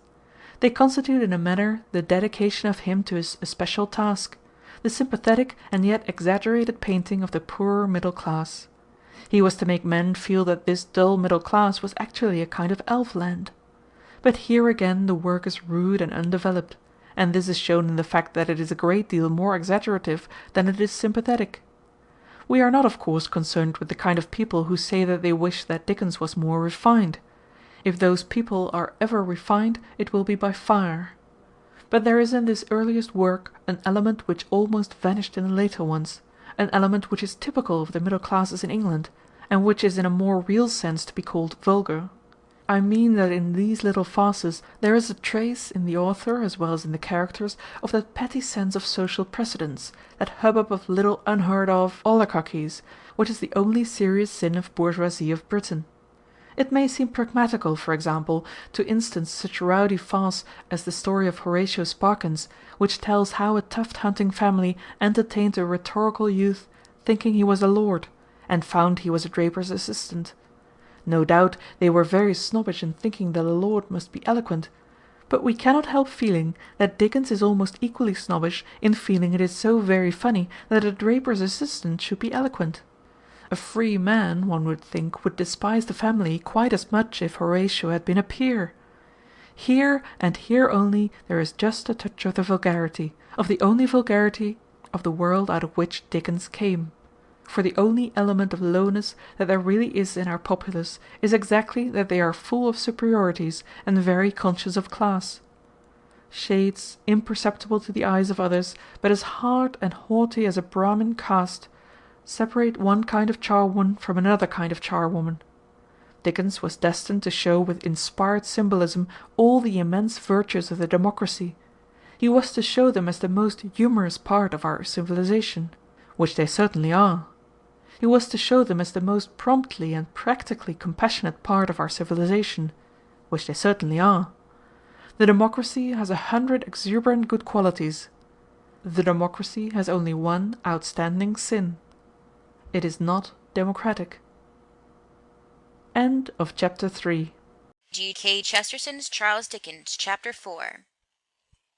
The Pickwick Papers. Round the birth of Pickwick broke one of those literary quarrels that were too common in the life of Dickens. Such quarrels indeed generally arose from some definite mistake or misdemeanor on the part of somebody else, but they were also made possible by an indefinite touchiness and susceptibility in Dickens himself. He was so sensitive on points of personal authorship that even his sacred sense of humor deserted him. He turned people into mortal enemies whom he might have turned very easily into immortal jokes. It was not that he was lawless. In a sense it was that he was too legal, but he did not understand the principle of de minimis non curat lex. Anybody could draw him, any fool could make a fool of him. Any obscure madman who chose to say that he had written the whole of Martin Chuzzlewit's, any penny a liner who chose to say that Dickens wore no shirt collar, could call forth the most passionate and public denials, as of a man pleading not guilty to witchcraft or high treason. Hence the letters of Dickens are filled with a certain singular type of quarrels and complaints in which one cannot say that he was on the wrong side, but that merely even in being on the right side he was in the wrong place. He was not only a generous man, he was even a just man. To have made against anybody a charge or claim which was unfair would have been unsupportable to him. His weakness was that he found the unfair claim or charge, however small, equally unsupportable when brought against himself. No one can say of him that he was often wrong. We can only say of him, as of many pugnacious people, that he was too often right. The incidents attending the inauguration of the Pickwick Papers are not, perhaps, a perfect example of this trait, because Dickens was here a hand-to-mouth journalist, and the blow might possibly have been more disabling than those struck at him in his days of triumph. But all through those days of triumph, and to the end of his death, Dickens took this old tea-cup tempest with the most terrible gravity, drew up declarations, called witnesses, preserved pulverizing documents, and handed on to his children the forgotten folly as if it had been a Highland feud. Yet the unjust claim made on him was so much more ridiculous even than it was unjust, that it seems strange that he should have remembered it for a month except for his amusement. The facts are simple and familiar to most people. The publishers, Chapman and Hall, wished to produce some kind of serial with comic illustrations by a popular caricaturist named Seymour. This artist was chiefly famous for his running of the farcical side of sport, and to suit his specialty it was very vaguely suggested to Dickens by the publishers that he should write about a Nimrod Club, or some such thing, a club of amateur sportsmen foredoomed to perpetual ignominies. Dickens objected in substance upon two very sensible grounds. First, that sporting sketches were stale, and second, that he knew nothing about sport. He changed the idea to that of a general club for travel and investigation, the Pickwick Club, and only retained one fatal sportsman, Mr. Winkle, the melancholy remnant of the Nimrod Club that never was. The first 7 pictures appeared with the signature of Seymour and the letterpress of Dickens, and in them Winkle and his woes were fairly, but not extraordinarily prominent. Before the 8th picture appeared, Seymour had blown his brains out. After a brief interval of the employment of a man named Buss, Dickens obtained the assistance of Hablot K. Brown, whom he called Phiz, and may almost, in a certain sense, be said to have gone into partnership with him. They were as suited to each other, and to the common creation of a unique thing as Gilbert and Sullivan. No other illustrator ever created the true Dickens characters with the precise and correct quantum of exaggeration. No other illustrator ever breathed the true Dickens atmosphere, in which clerks are clerks, and yet at the same time elves. To the tame mind the above affair does not seem to offer anything very promising in the way of a row, but Seymour's widow managed to evolve it out of it the proposition that somehow or other her husband had written Pickwick, or at least had been responsible for the genius and success of it. It does not appear that she had anything at all resembling a reason for this opinion, except the unquestionable fact that the publishers had started with the idea of employing Seymour. This was quite true, and Dickens, who over and above his honesty was far too quarrelsome a man not to try and keep in the right, and who showed a sort of fierce carefulness in telling the truth in such cases, never denied it or attempted to conceal it. It was quite true that at the beginning, instead of Seymour being employed to illustrate Dickens, Dickens may have said to have been employed to illustrate Seymour, but that Seymour invented anything in the letterpress, large or small, that he invented either the outline of Mr. Pickwick's character or the number of Mr. Pickwick's cabman, that he invented either the story or so much as a semicolon in the story, was not only never proved, but was never very lucidly alleged. Dickens fills his letters with all that there is to be said against Mrs. Seymour's idea. It is not very clear whether there was anything definitely said for it. Upon the mere superficial fact and law of the affair, Dickens ought to have been superior to this silly business. But in a much deeper and a much more real sense, he ought to have been superior to it. It did not really touch him or his greatness at all, even as an abstract allegation. If Seymour had started the story, had provided Dickens with his puppets, Tupman or Jingle, Dickens would still have been Dickens and Seymour only Seymour. As a matter of fact, it happened to be a contemptible lie, but it would have been an equally contemptible truth. For the fact is that the greatness of Dickens, and especially the greatness of Pickwick, is not of a kind that could be affected by somebody else suggesting the first idea. It could not be affected by somebody else writing the first chapter. If it could be shown that another man had suggested to Hawthorne, let us say, the primary conception of the Scarlet Letter, Hawthorne, who worked it out, would still be an exquisite workman, but he would be by so much less a creator. But in a case like Pickwick, there is a simple test. If Seymour gave Dickens the main idea of Pickwick, what was it? There is no primary conception of Pickwick for anyone to suggest. Dickens not only did not get the general plan from Seymour, he did not get it at all. In Pickwick, and indeed in Dickens, generally it is in the details that the author is creative. It is in the details that he is vast. The power of the book lies in the perceptual torrent of ingenious and inventive treatment. The theme, at least at the beginning, simply does not exist. The idea of Tupman, the fat lady killer, is in itself quite dreary and vulgar. It is the detailed Tupman, as he is developed, who is unexpectedly amusing. The idea of Winkle, the clumsy sportsman, is in itself quite stale. It is as he goes on repeating himself that he becomes original. We hear of men whose imagination can touch with magic the dull facts of our life, but Dickens's yet more indomitable fancy could touch with magic even our dull fiction. Before we are halfway through the book, the stock characters of dead and damned forces astonish us like splendid strangers. Seymour's claim, then, viewed symbolically, was even a compliment. It was true in spirit that Dickens obtained, or might have obtained, the start of Pickwick from somebody else, from anybody else. For he had a more gigantic energy than the energy of the intense artist, the energy which is prepared to write something. He had the energy which is prepared to write anything. He could have finished any man's tale. He could have breathed a mad life into any man's characters. If it had been true that Seymour had planned out Pickwick, if Seymour had fixed the chapters and named and numbered the characters, his slave would have shown even in these shackles such a freedom as would have shaken the world. If Dickens had been forced to make his incidents out of a chapter in a child's reading book, or the names in a scrap of newspaper, he would have turned them in 10 pages into creatures of his own. Seymour, as I say, was in a manner right in spirit. Dickens would at this time get his materials from anywhere, in the sense that he cared little what materials they were. He would not have stolen, but if he had stolen, he would never have imitated.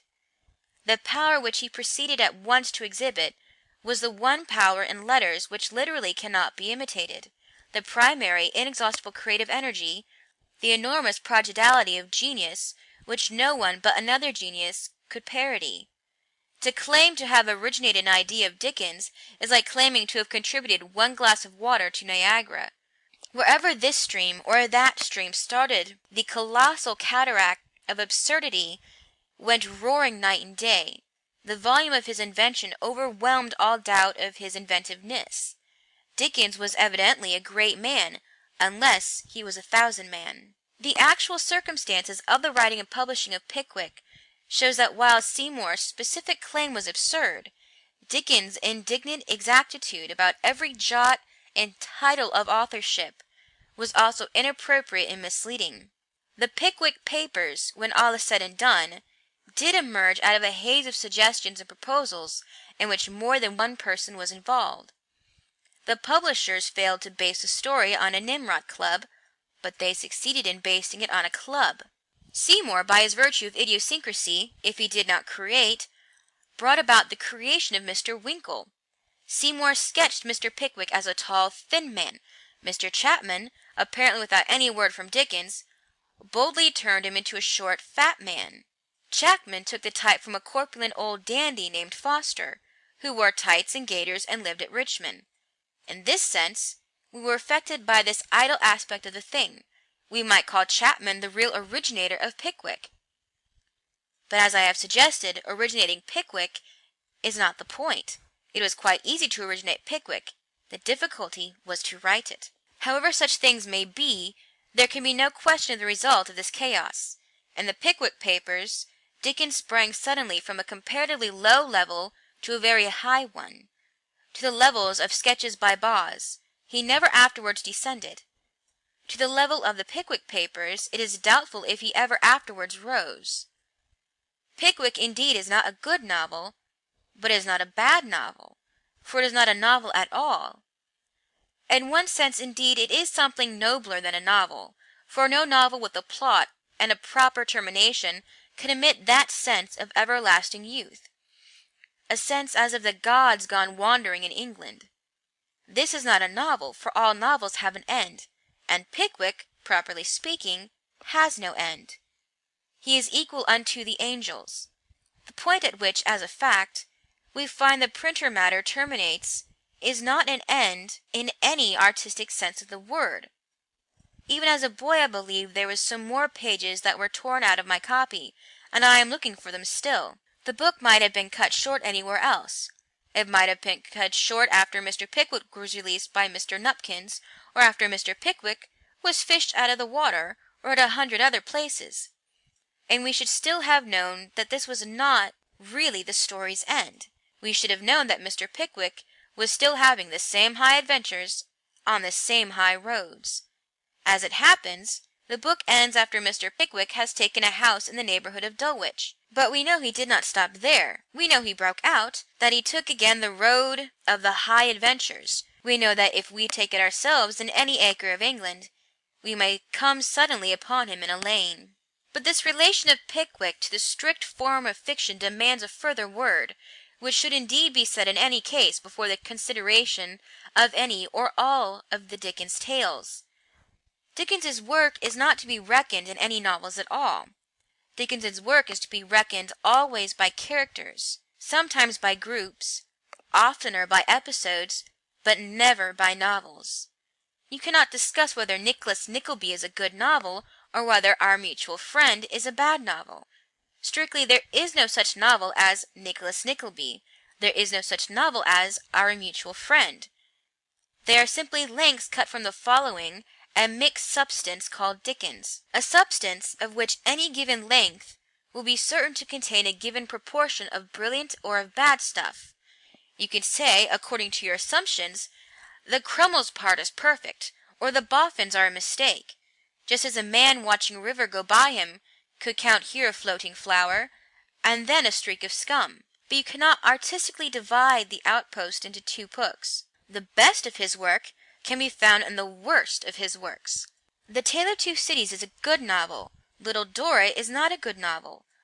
But the description of the Circumlocution Office in Little Dorrit is quite as good as the description of Tellson's Bank in The Tale of Two Cities. The Old Curiosity Shop is not so good as David Copperfield, but Swiveller is quite as good as Micawber. Nor is there any reason why the superb creatures, as a general rule, should be in one novel any more than the other. There is no reason why Sam Weller, in the course of his wanderings, should not wander into Nicholas Nickleby. There is no reason why Major Bagstock, in his brisk way, should not walk straight out of Dombey and Son and straight into Martin Chuzzlewit. To this generalization some modification should be added. Pickwick stands by itself, and has even a sort of unity and not pretending to unity. David Copperfield, in a less degree, stands by itself, as being the only book in which Dickens wrote of himself, and The Tale of Two Cities stands by itself as being the only book in which Dickens slightly altered himself. But as a whole, this should be firmly grasped that the units of Dickens, the primary elements, are not the stories, but the characters who affect the stories, or more often still, the characters who do not affect the stories. This is a plain matter, but, unless it be stated and felt, Dickens may be greatly misunderstood and greatly underrated. For not only is his whole machinery directed to facilitating the self-display of certain characters, but something more deep and more unmodern still is also true of him. It is also true that all the moving machinery exists only to display entirely static character. Things in the Dickens story shift and change only in order to give us glimpses of great characters that do not change at all. If we had a sequel of Pickwick 10 years afterwards, Pickwick would be exactly the same age. We know he would not have fallen into that strange and beautiful second childhood which soothed and simplified the end of Colonel Newcome. Newcome, throughout the book, is in an atmosphere of time. Pickwick, throughout the book, is not. This will probably be taken by most modern people as praise of Thackeray and dispraise of Dickens. But this only shows how few modern people understand Dickens. It also shows how few understand the faiths and the fables of mankind. The matter can only be roughly stated in one way. Dickens did not strictly make a literature, he made a mythology. For a few years our corner of Western Europe has had a fancy for this thing we call fiction, that is, for writing down our own lives or similar lives in order to look at them. But though we call it fiction, it differs from older literatures chiefly in being less fictitious. It imitates not only life, but the limitations of life, and not only reproduces life, it reproduces death. But outside us, in every other country, in every other age, there has been going on from the beginning a more fictitious kind of fiction. I mean the kind now called folklore, the literature of the people. Our modern novels, which deal with men as they are chiefly produced by a small and educated section of society. But this other literature deals with men greater than they are, with demigods and heroes, and that is far too important a matter to be trusted to the educated classes. The fashioning of these portents is a popular trade, like ploughing or bricklaying. The men who made hedges, the men who made ditches, were the men who made deities. Men could not elect their kings, but they could elect their gods. So we find ourselves faced with a fundamental contrast between what is called fiction and what is called folklore. The one exhibits an abnormal degree of dexterity operating within our daily limitations. The other exhibits quite normal desires extended beyond those limitations. Fiction means the common things are seen by the uncommon people. Fairy tales mean the uncommon things as seen by the common people. As our world advances through history towards its present epoch, it becomes more specialist, less democratic, and folklore turns gradually into fiction. But it is only slowly that the old elfin fire fades into the light of common realism. For ages after our characters have dressed up in the clothes of mortals, they betray the blood of the gods. Even our phraseology is full of relics of this. When a modern novel is devoted to the bewilderments of a weak young clerk who cannot decide which woman he wants to marry, or which new religion he believes in, we still give this knock-kneed cad the name of the hero, the name which is the crown of Achilles. The popular preference for a story with a happy ending is not, or at least was not, a mere sweet-stuff optimism. It is the remains of the old idea of the triumph of the dragon-slayer, the ultimate hypothesis of the man beloved of heaven.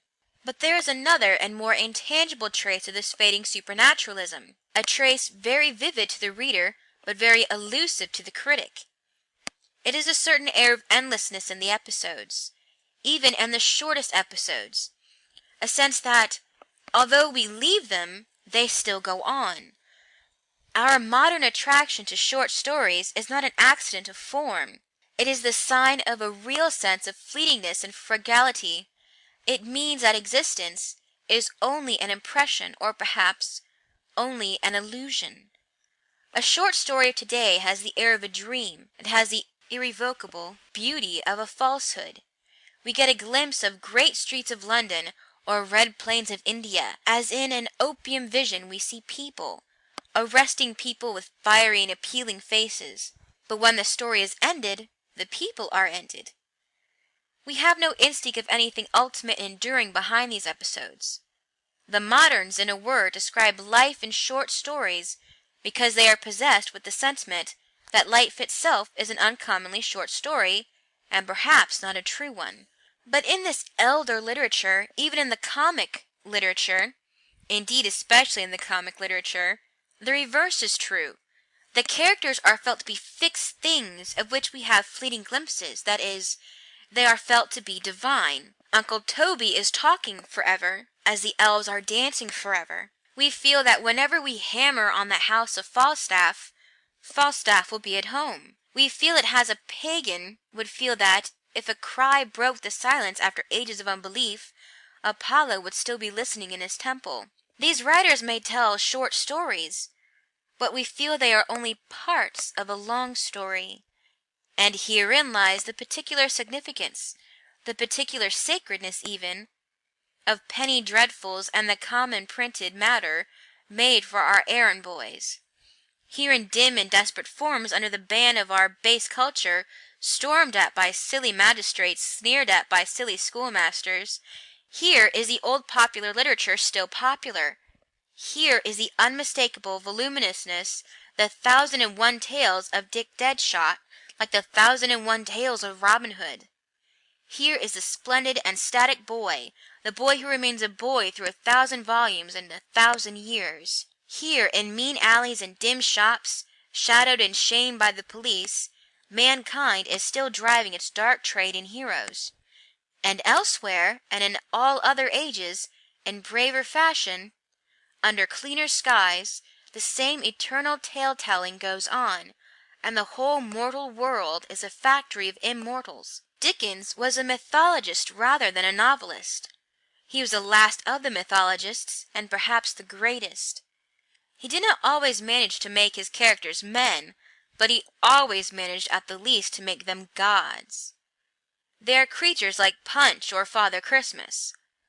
They live statically in a perpetual summer of being themselves. It is not the aim of Dickens to show the effect of the time and circumstance upon a character. It is not even his aim to show the effect of a character on time and circumstance. It is worth remark in passing that whenever he tried to describe change in a character, he made a mess of it, as in the repentance of Dombey or the apparent deterioration of Boffin. It was his aim to show character hung in a kind of happy void, in a world apart from time. Yes, and essentially apart from circumstance, though the phrase may seem odd in connection with the godlike horseplay of Pickwick, but all the Pickwickian events, wild as they often are, were only designed to display the greater wildness of souls, or sometimes merely to bring the reader within touch, so to speak, of that wildness. The author would have fired Mr. Pickwick out of a cannon to get him to Wardle's by Christmas. He would have taken the roof off to drop him into Bob Sawyer's party. But once Pickwick at Wardle's, with his punch and a group of gorgeous personalities, and nothing will move him from his chair. Once he is at Sawyer's party, he forgets how he got there. He forgets Mrs. Bartle and all his story. For the story was but an incantation to call up a god, and the god, Mr. Jack Hopkins, is present in divine power. Once the great characters are face to face, the ladder by which they climb is forgotten and falls down. The structure of the story drops to pieces. The plot is abandoned, the other characters deserted at every kind of crisis.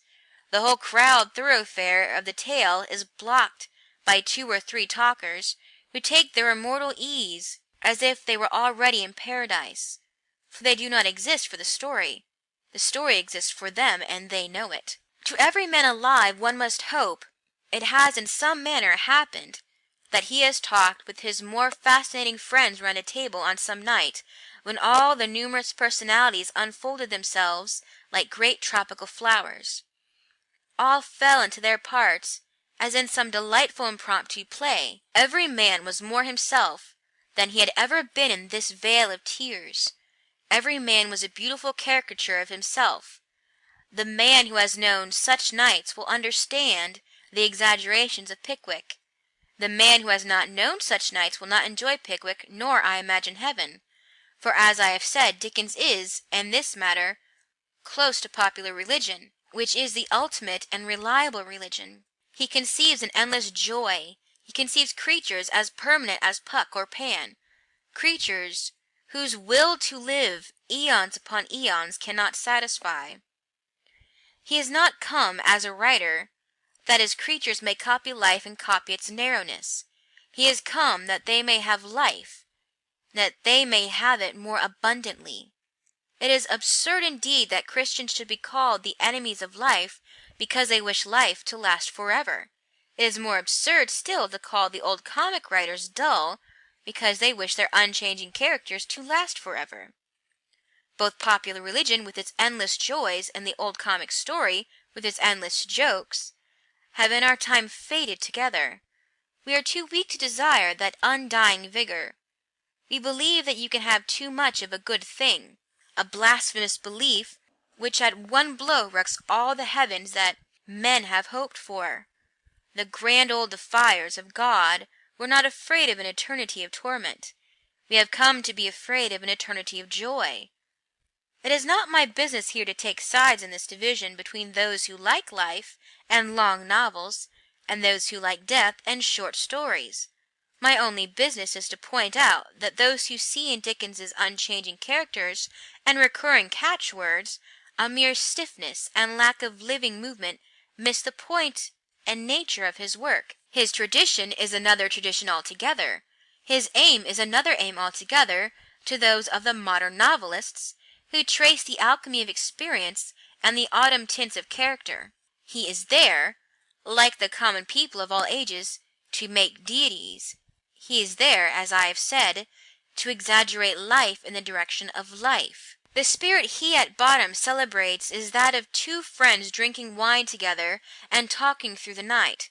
But for him they are two deathless friends talking through an endless night and pouring wine from an inexhaustible bottle. This, then, is the first firm fact to grasp about Pickwick. About Pickwick more than about any of the other stories. It is, first and foremost, a supernatural story. Mr. Pickwick was a fairy. So was old Mr. Weller. This does not imply that they were suited to swing in a trapeze of gossamer. It merely implies that if they had fallen out of it on their heads, they would not have died. But to speak more strictly, Mr. Samuel Pickwick is not the fairy. He is the fairy prince. That is to say, he is the abstract wanderer and wonderer, the Ulysses of comedy, the half-human and half-elven creature, human enough to wander, human enough to wonder, but still sustained with that merry fatalism that is natural to immortal beings, sustained by that hint of divinity which tells him in the darkest hour that he is doomed to live happily ever afterwards. He has set out walking to the end of the world, but he knows he will find an end there. And this brings us to the best and boldest element of originality in Pickwick.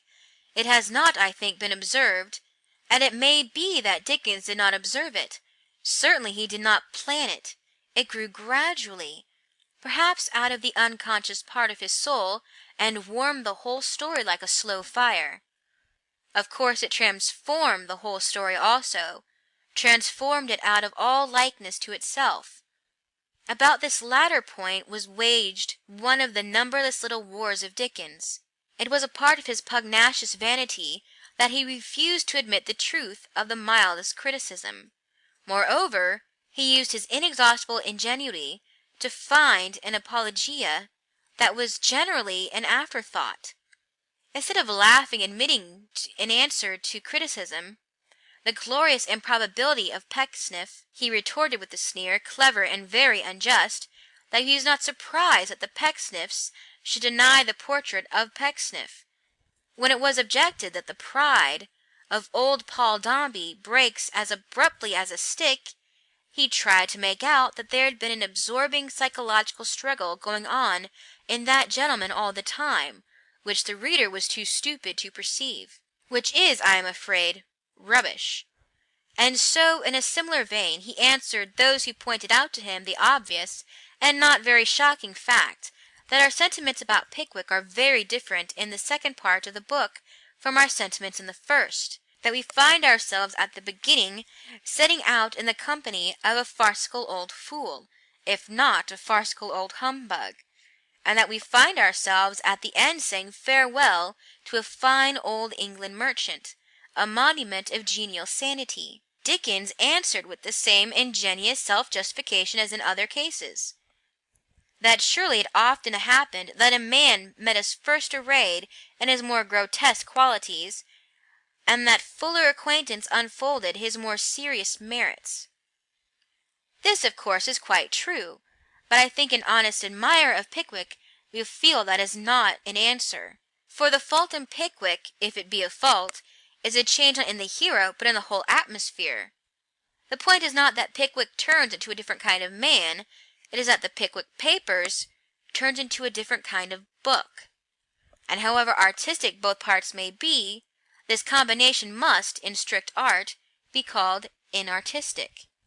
A man is quite artistically justified in writing a tale in which a man as cowardly as Bob Acres becomes a man as brave as Hector. A man is quite artistically justified in writing a tale in which a man as cowardly as Bob Acres becomes a man as brave as Hector.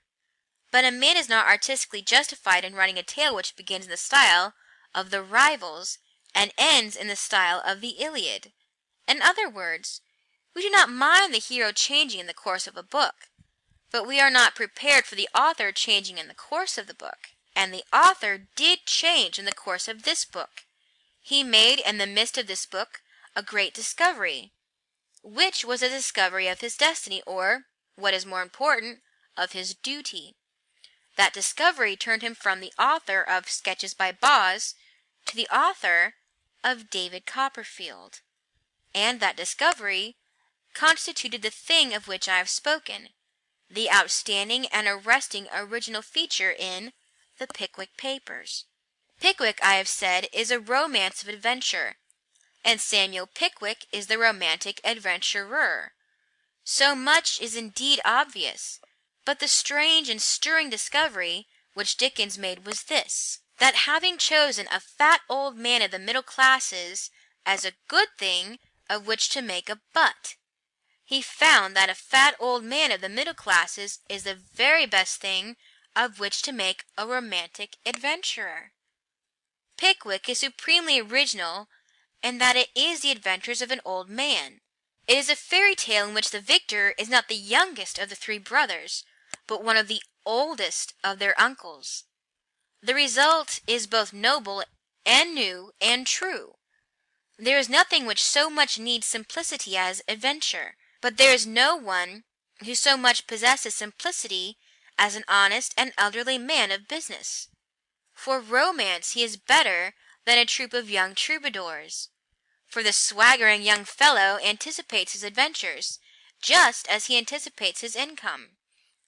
Hence, both the adventures and the income, when he comes up to them, are not there. But a man in late middle age has grown used to the plain necessities, and his first holiday is a second youth. A good man, as Thackeray said, with such thorough and searching truth, grows simpler as he grows older.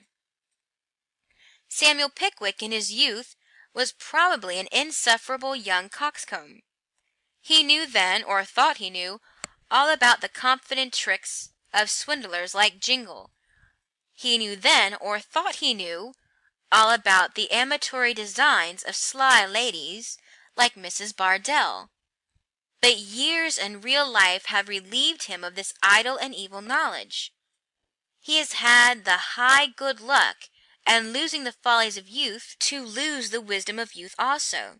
Dickens has caught, in a manner at once wild and convincing, this queer innocence of the afternoon of life. The round moonlight face, the round moonlight spectacles of Samuel Pickwick move through the tale as emblems of a certain spherical simplicity. They are fixed in that grave surprise that may be seen in babies, that grave surprise which is the only real happiness that is possible to man. Pickwick's round face is like a round and honorable mirror, in which are reflected all the fantasies of earthly existence. For surprise is, strictly speaking, the only kind of reflection. All this grew gradually on Dickens. It is odd to recall to our minds the original plan, the plan of the Nimrod Club, and the author who was to be wholly occupied in playing practical jokes on his characters. He had chosen, or somebody else had chosen, that corpulent old simpleton as a person peculiarly fitted to fall down trap-doors, to shoot over butter slides, to struggle with apple pie beds, to be tipped out of carts and dipped into horse-ponds. But Dickens, and Dickens only, discovered as he went on how fitted that fat old man was to rescue ladies, to defy tyrants, to dance, to leap, to experiment with life, to be a deux et machina, and even a knight-errant. Dickens made this discovery. Dickens went into the Pickwick Club to scoff, and Dickens remained to pray. Molière and his Marquis are very much amused when Monsieur Jourdain, the fat old middle-class fellow, discovers with delight that he has been talking prose all his life. I have often wondered whether Molière saw how, in this fact, Monsieur Jourdain towers above them all, and touches the stars. He has the freshness to enjoy a fresh fact, the freshness to enjoy even an old one. He can feel that the common thing prose is an accomplishment like verse, and it is an accomplishment like verse, it is the miracle of language. He can feel the subtle taste of water, and roll it on his tongue like wine. His simple vanity and veracity, his innocent love of living, his ignorant love of learning, are things far fuller of romance than the weariness and foppishness of the sniggering cavaliers. When he consciously speaks prose, he unconsciously thinks poetry. It would be better for us all if we were as conscious that supper is supper, or that life is life, as this true romantic was that prose is actually prose. Monsieur Jourdain is here the type. Mr. Pickwick is elsewhere the type of this true and neglected thing, the romance of the middle classes. It is the custom in our little epoch to sneer at the middle classes. Cockney artists profess to find the bourgeoisie dull, as if artists had any business to find anything dull. Decadents talk contemptuously of its conventions and its set tasks. It never occurs to them that conventions and set tasks are the very way to keep the greenness in the grass and the redness in the roses, which they have lost forever. Stevenson, in his incomparable Lantern Bearers, describes the ecstasy of a schoolboy in the mere fact of buttoning a dark lantern under a dark greatcoat. If you wish for that ecstasy of the schoolboy, you must have the boy, but you must also have the school. Strict opportunities and defined hours are the very outline of that enjoyment. A man like Mr. Pickwick has been at school all of his life, and when he comes out he astonishes the youngsters. His heart, as that acute psychologist Mr. Weller points out, had been born later than his body. It will be remembered that Mr. Pickwick also, when on the escapade of Winkle and Miss Ellen, took immoderate pleasure in the performances of a dark lantern, which was not dark enough, and was nothing but a nuisance to everybody. His soul also was with Stevenson's boys on the grey sands of Haddington, talking in the dark by the sea. He was also of the League of the Lantern Bearers. Stevenson, I remember, says that in the shops of that town they could purchase penny Pickwicks, that remarkable cigar. Let us hope they smoked them, and that the rotund ghost of Pickwick hovered over the rings of smoke. Pickwick goes through life with that godlike gullibility which is the key to all adventures. The greenhorn is the ultimate victor in everything. It is he that gets the most out of life, because Pickwick is led away by Jingle.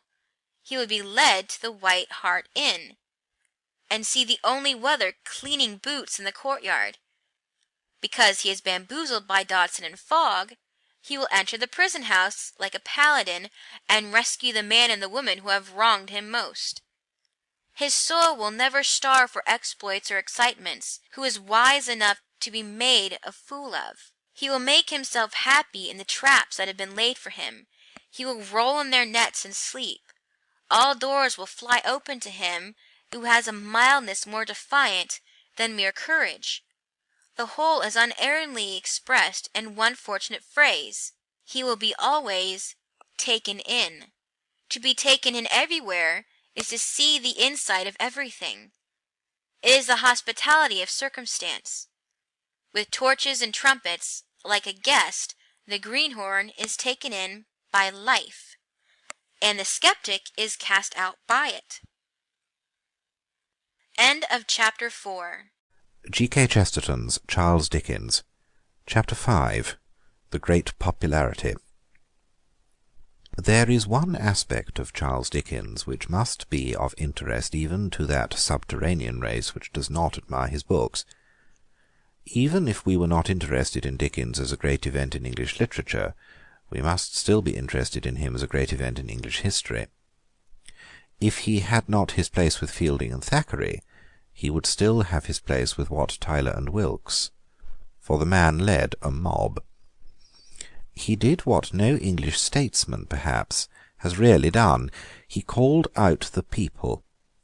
He was popular in a sense of which we moderns have not even a notion. In that sense there is no popularity now. There are no popular authors today. We call such authors as Mr. Guy Boothby or Mr. William Le Queux popular authors, but this is popularity altogether in a weaker sense, not only in quantity but in quality. The old popularity was positive, the new is negative. There is a great deal of difference between the eager man who wants to read a book and the tired man who wants a book to read. A man reading a Le Queux mystery wants to get to the end of it. A man reading the Dickens novel wished that it might never end. Men read a Dickens story 6 times because they knew it so well. If a man can read a Le Queux story 6 times, it's only because he can forget it 6 times. In short, the Dickens novel was popular not because it was an unreal world, but because it was a real world, a world in which the soul could live. The modern shocker at its very best is an interlude in life, but in the days when Dickens's work was coming out in serial, people talked as if real life were itself the interlude between one issue of Pickwick and another. In reaching the period of the publication of Pickwick, we reach this sudden apotheosis of Dickens. Henceforward he filled the literary world in a way hard to imagine. Fragments of that huge fashion remain in our daily language. In the talk of every trade or public question are embedded the wrecks of that enormous religion. Men give out the airs of Dickens without even opening his books, just as Catholics can live in a tradition of Christianity without having looked at the New Testament. The man in the street has more memories of Dickens, whom he has not read, than of Marie Corelli, whom he has. There is nothing in any way parallel to the omnipresence and vitality in the great comic characters of Boz. There are no modern Bumbles or Pecksniffs, no modern Gamps and Micawbers. Mr. Rudyard Kipling, to take an author of a higher type than those before mentioned, is called, and called justly, a popular author. That is to say, he is widely read, greatly enjoyed, and highly remunerated. He has achieved the paradox of at once making poetry and making money. But let anyone who wishes to see the difference try the experiment of assuming the Kipling characters to be common property like the Dickens characters. Let any one go into an average parlour and allude to Strickland, as he would allude to Mr. Bumble the Beadle. Let any one say that anybody is a perfect Leroyd, as he would say a perfect Pecksniff. Let any one write a comic paragraph for a halfpenny paper, and allude to Mrs. Hawksby instead of Mrs. Gamp. He will soon discover that the modern world has forgotten its own fiercest booms more completely than it has forgotten this formless tradition from its fathers. The mere dregs of it come to more than any contemporary excitement. The gleaning of the grapes of Pickwick is more than the whole vintage of Soldiers 3. There is one instance, and I think only one, of an exception to this generalisation. There is one figure in our popular literature which would really be recognised by the populace. Ordinary men would understand you if you referred currently to Sherlock Holmes. Sir Arthur Conan Doyle would no doubt be justified in rearing his head to the stars, remembering that Sherlock Holmes is the only really familiar figure in modern fiction. But let him droop that head again with a gentle sadness, remembering that if Sherlock Holmes is the only familiar figure in modern fiction, Sherlock Holmes is also the only familiar figure in the Sherlock Holmes tales. Not many people could say offhand what was the name of the owner of Silver Blaze, or whether Mrs. Watson was dark or fair, but if Dickens had written the Sherlock Holmes stories, every character in them would have been equally arresting and memorable.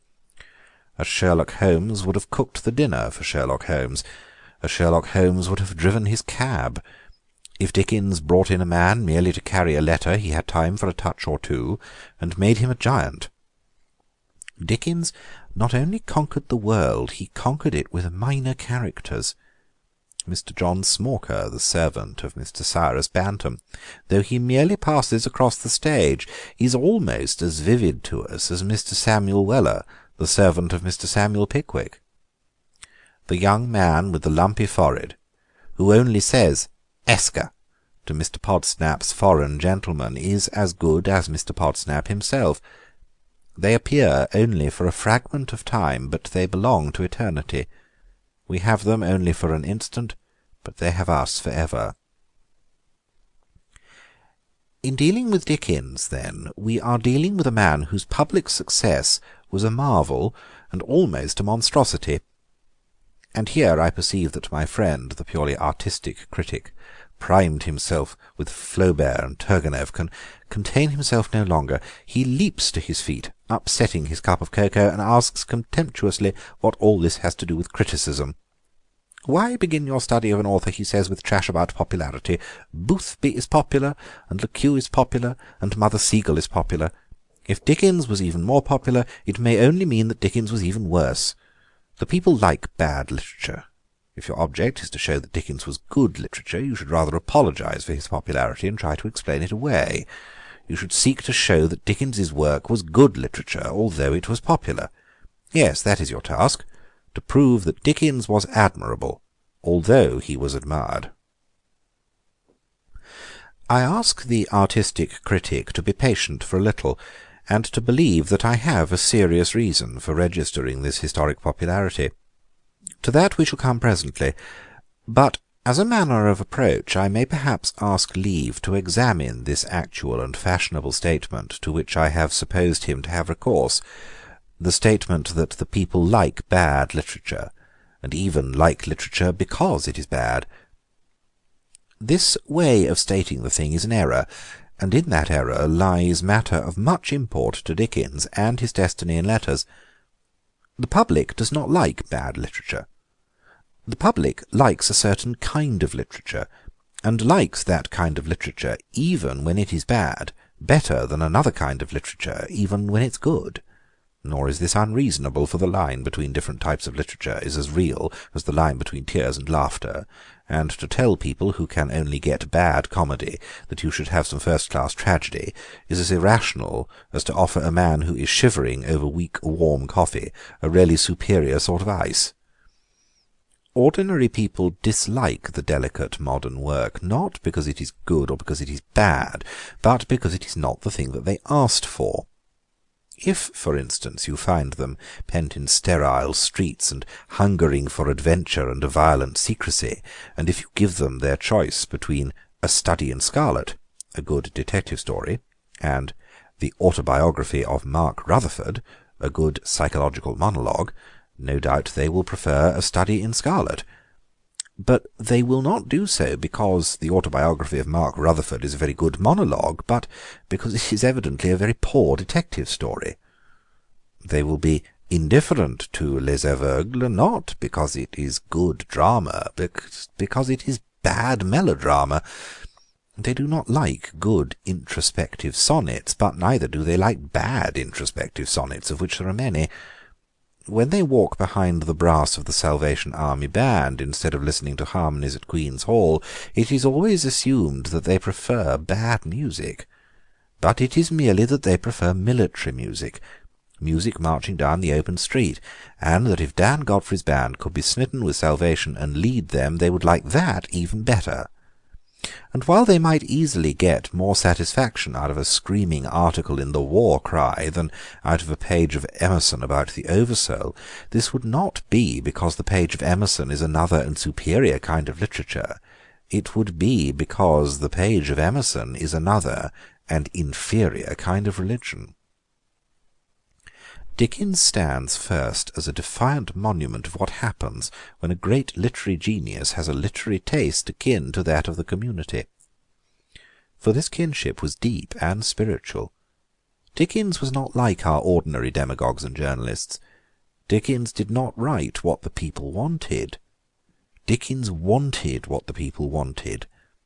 And with this was connected the other fact, which must never be forgotten, and which I have more than once insisted on, that Dickens and his school had a hilarious faith in democracy, and thought of the service of it as a sacred priesthood. Hence there was this vital point in his popularism, that there was no condescension in it. The belief that the rabble will only read rubbish can be read between the lines of all our contemporary writers, even of those writers whose rubbish the rabble reads. Mr. Fergus Hume has no more respect for the populace than Mr. George Moore. The only difference lies between those writers who will consent to talk down to the people and those writers who will not consent to talk down to the people.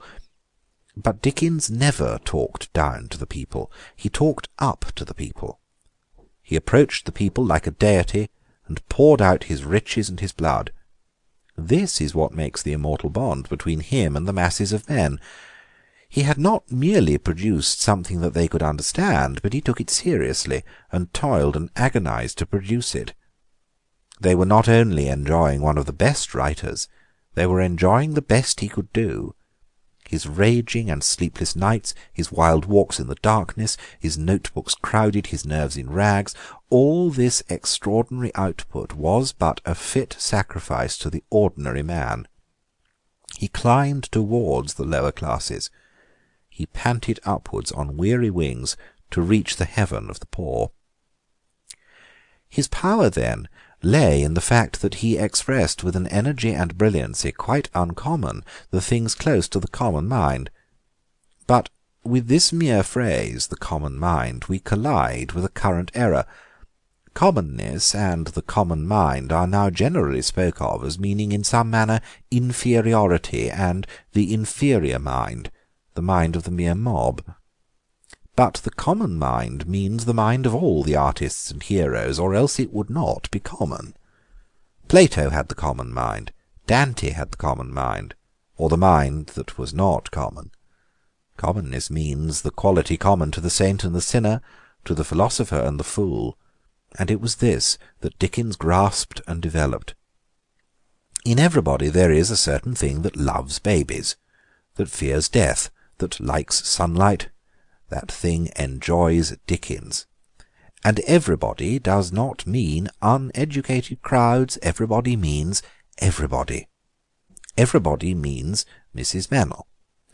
This lady, a cloistered and fastidious writer, has written one of the best eulogies of Dickens that exist, an essay in praise of his pungent perfection of epithet. And when I say that everybody understands Dickens, I do not mean that he is suited to the untaught intelligence. I mean that he is so plain that even scholars can understand him. The best expression of the fact, however, is to be found in noting the two things in which he is most triumphant. In order of artistic value, next after his humour comes his horror. And both his humour and his horror are of a kind strictly to be called human. That is, they belong to the basic part of us, below the lowest roots of our variety. His horror, for instance, is a healthy churchyard horror, a fear of the grotesque deformation called death, and this every man has, even if he also has the more delicate and depraved fears that come of an evil spiritual outlook.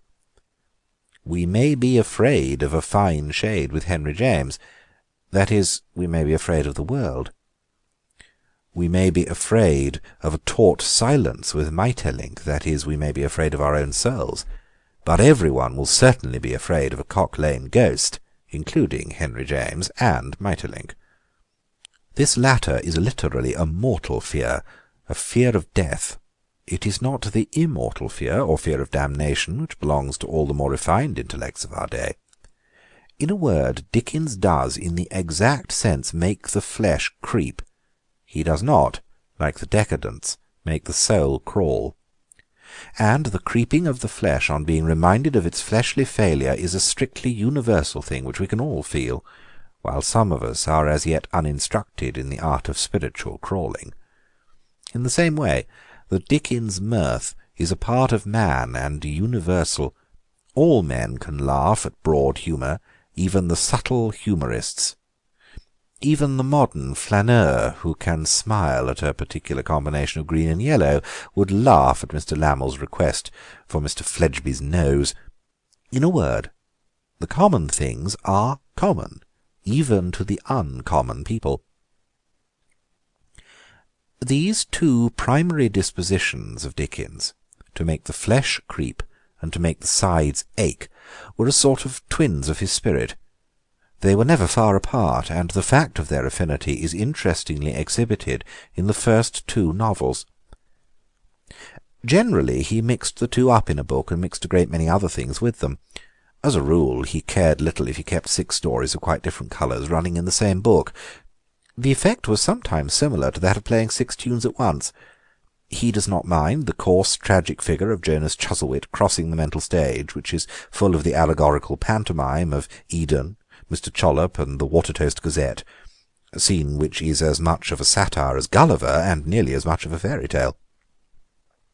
He does not mind binding up a rather pompous sketch of prostitution in the same book with an adorable impossibility like Bunsby.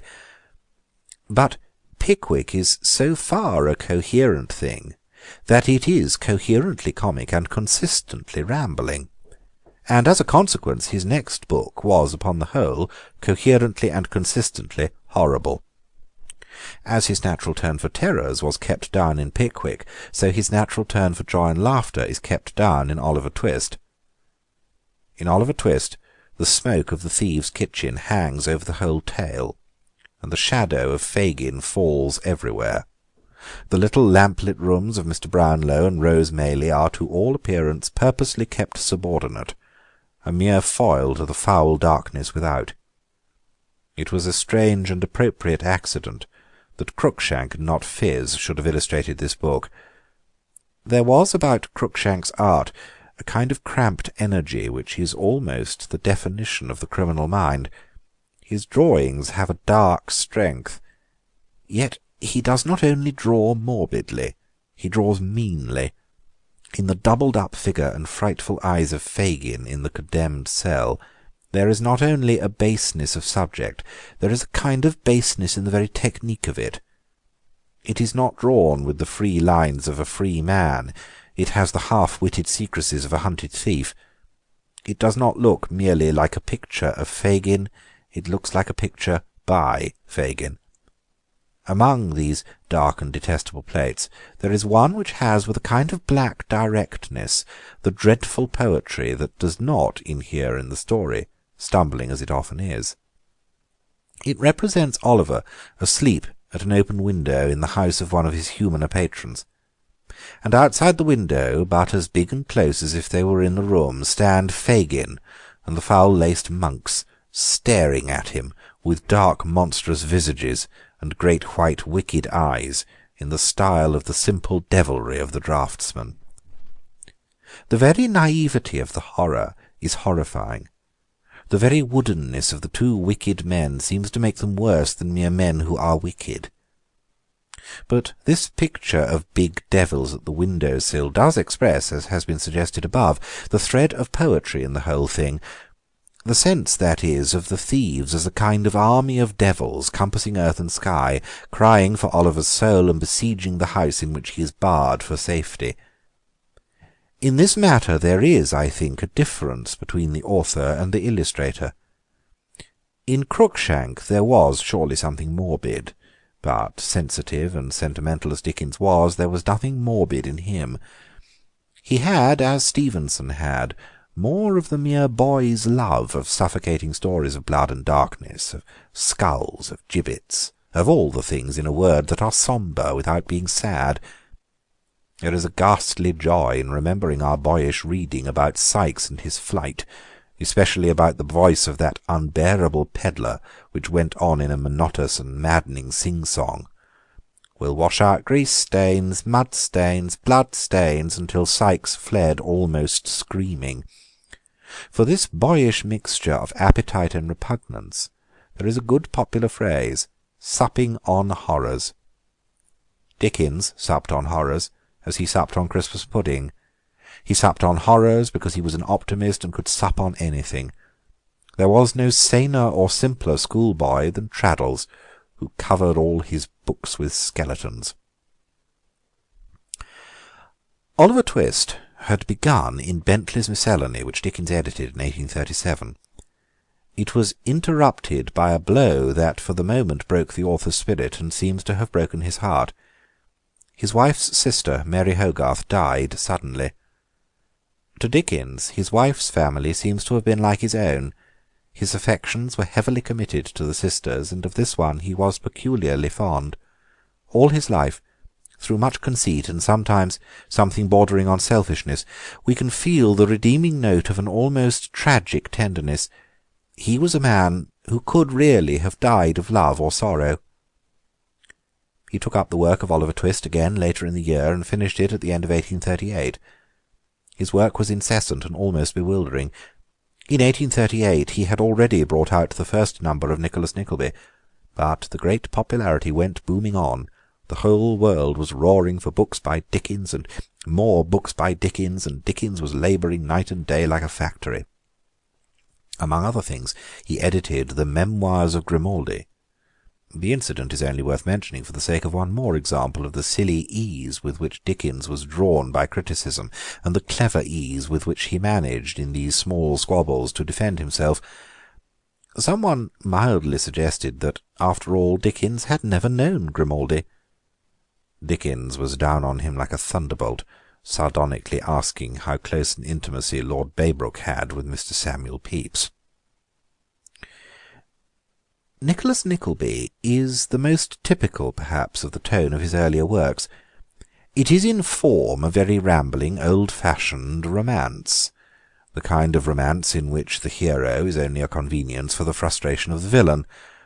Nicholas is what is called in theatricals a stick, but any stick is good enough to beat a squeers with.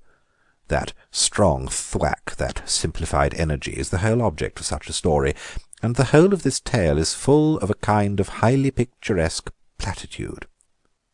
The wicked aristocrats, Sir Mulberry Hawk, Lord Verisopht, and the rest, are inadequate versions of the fashionable profligate. But this is not, as some suppose, because Dickens in his vulgarity could not comprehend the refinement of patrician vice. There is no idea more vulgar or more ignorant than the notion that a gentleman is generally what is called refined. The error of the Hawke conception is that, if anything, he is too refined. Real aristocratic blackguards do not swagger and rant so well. A real fast baronet would not have defied Nicholas in the tavern with so much oratorical dignity. A real fast baronet would probably have been choked with apoplectic embarrassment and said nothing at all. But Dickens read into this aristocracy a grandiloquence and a natural poetry which, like all melodrama, is really the precious jewel of the poor. But the book contains something which is much more Dickensian.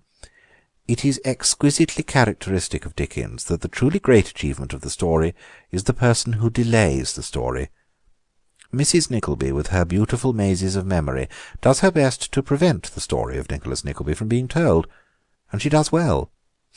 There is no particular necessity that we should know what happens to Madeline Bray. There is a desperate and crying necessity that we should know Mrs. Nickleby once had a footboy who had a wart on his nose and a driver who had a green shade over his left eye. If Mrs. Nickleby is a fool, she is one of those fools who are wiser than the world. She stands for a great truth that we must not forget, the truth that experience is not in real life a saddening thing at all. The people who have had misfortunes are generally the people who love to talk about them. Experience is really one of the gaieties of old age, one of its dissipations. Mere memory becomes a kind of debauch. Experience may be disheartening to those who are foolish enough to try and coordinate it, and to draw deductions from it, but to those happy souls like Mrs. Nickleby, to whom relevancy is nothing, the whole of their past life is like an inexhaustible fairyland. Just as we take a rambling walk because we know that a whole district is beautiful, so they indulge a rambling mind because they know that a whole existence is interesting. A boy does not plunge into his future more romantically and at random than they plunge into their past. Another gleam in this book is Mr. Mantalini. Of him, as of all the really great comic characters of Dickens, it is impossible to speak with any critical adequacy. Perfect absurdity is a direct thing, like physical pain or a strong smell. A joke is a fact. However indefensible it is, it cannot be attacked. However defensible it is, it cannot be defended. That Mr. Mantalini should say in praising the outline of his wife, "The two countesses had no outlines, and the dowager's was a damned outline," this can only be called an unanswerable absurdity. You may try to analyse it, as Charles Lamb did the indefensible joke about the hair. You may dwell for a moment on the dark distinctions between the negative disqualification of the countess and the positive disqualification of the dowager, but you will not capture the violent beauty of it in any way. She will be a lovely widow, I shall be a body. Some handsome women will cry, she will laugh damnably. This vision of demoniac heartlessness has the same defiant finality. I mention the matter here, but it has to be remembered, in connection with all the comic masterpieces of Dickens. Dickens has greatly suffered with the critics precisely through this stunning simplicity in his best work. The critic is called upon to describe his sensations while enjoying Mantalini and Micawber, and he can no more describe them than he can describe a blow in the face. Thus Dickens, in this self-conscious, analytical, and descriptive age, loses both ways. He is doubly unfitted for the best modern criticism. His bad work is below that criticism. His good work is above it. But, gigantic as were Dickens's labours, gigantic as were the exactions from him, his own plans were more gigantic still. He had the type of mind that wishes to do every kind of work at once, to do everybody's work as well as its own. There floated before him a vision of a monstrous magazine entirely written by himself.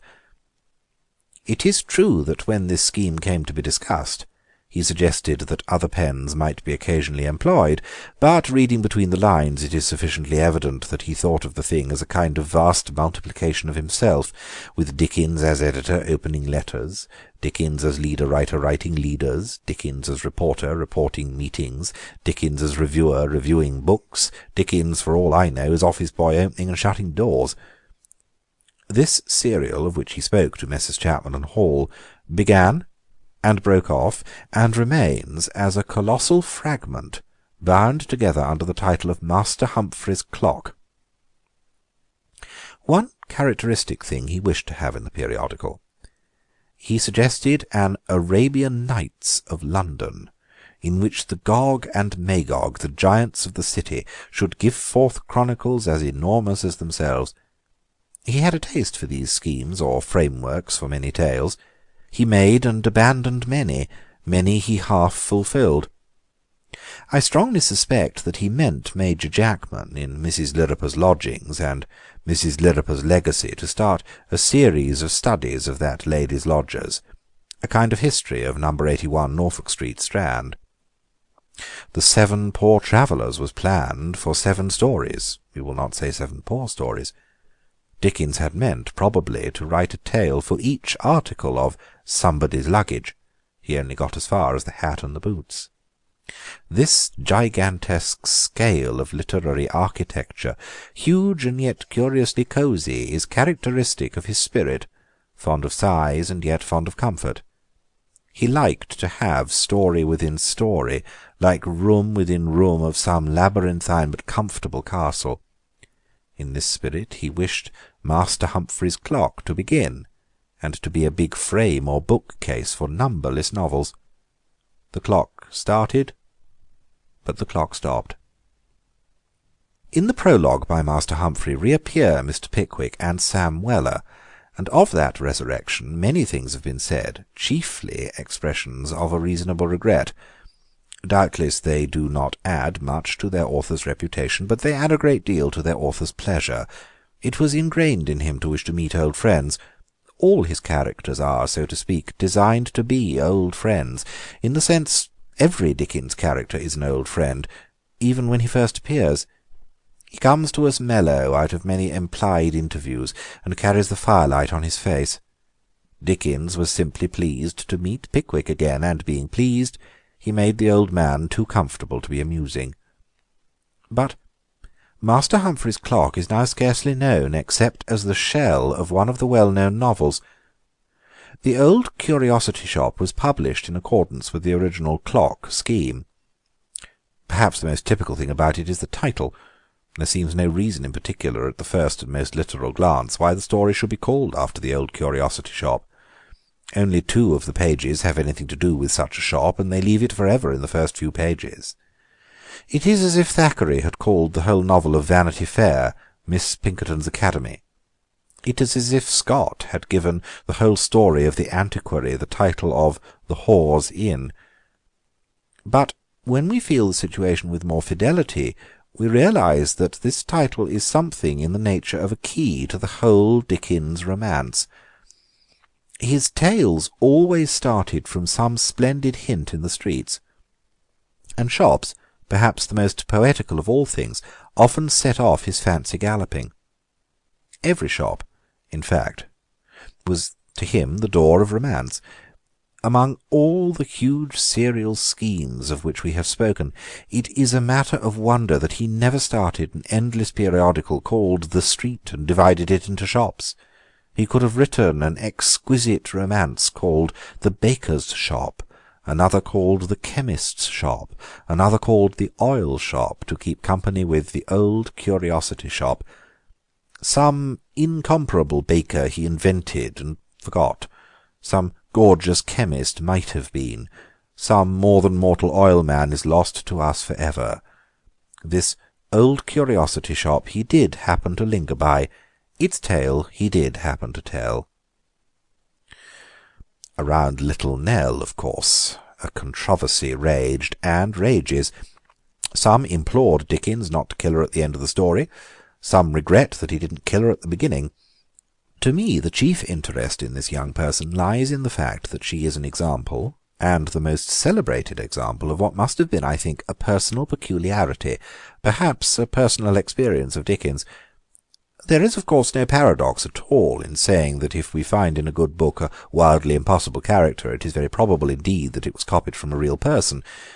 This is one of the commonplaces of good art criticism. For although people talk of the restraints of fact and the freedom of fiction, the case for most artistic purposes is quite the other way. Nature is as free as air. Art is forced to look probable. There may be a million things that do happen, yet only one thing that convinces us is likely to happen. Out of 1,000,000 possible things there may be only one appropriate thing. I fancy, therefore, that many stiff, unconvincing characters are copied from the wild freak show of real life. And in many parts of Dickens's work there is evidence of some peculiar affection on his part for a strange sort of little girl, a girl with a premature sense of responsibility and duty, a sort of saintly precocity. Did he know some little girl of this kind? Did she die, perhaps, and remain in his memory in colours too ethereal and pale? In any case, there are a great number of them in his works. Little Dorrit was one of them, and Florence Dombey with her brother, and even Agnes in infancy, and, of course, little Nell. And in any case, one thing is evident. Whatever charm these children may have, they have not the charm of childhood. They are not little children, they are little mothers. The beauty and divinity in a child lie in his not being worried, not being conscientious, not being like little Nell. Little Nell has never any of the sacred bewilderment of a baby. She never wears that face, beautiful but almost half-witted, with which a real child half understands that there is evil in the universe.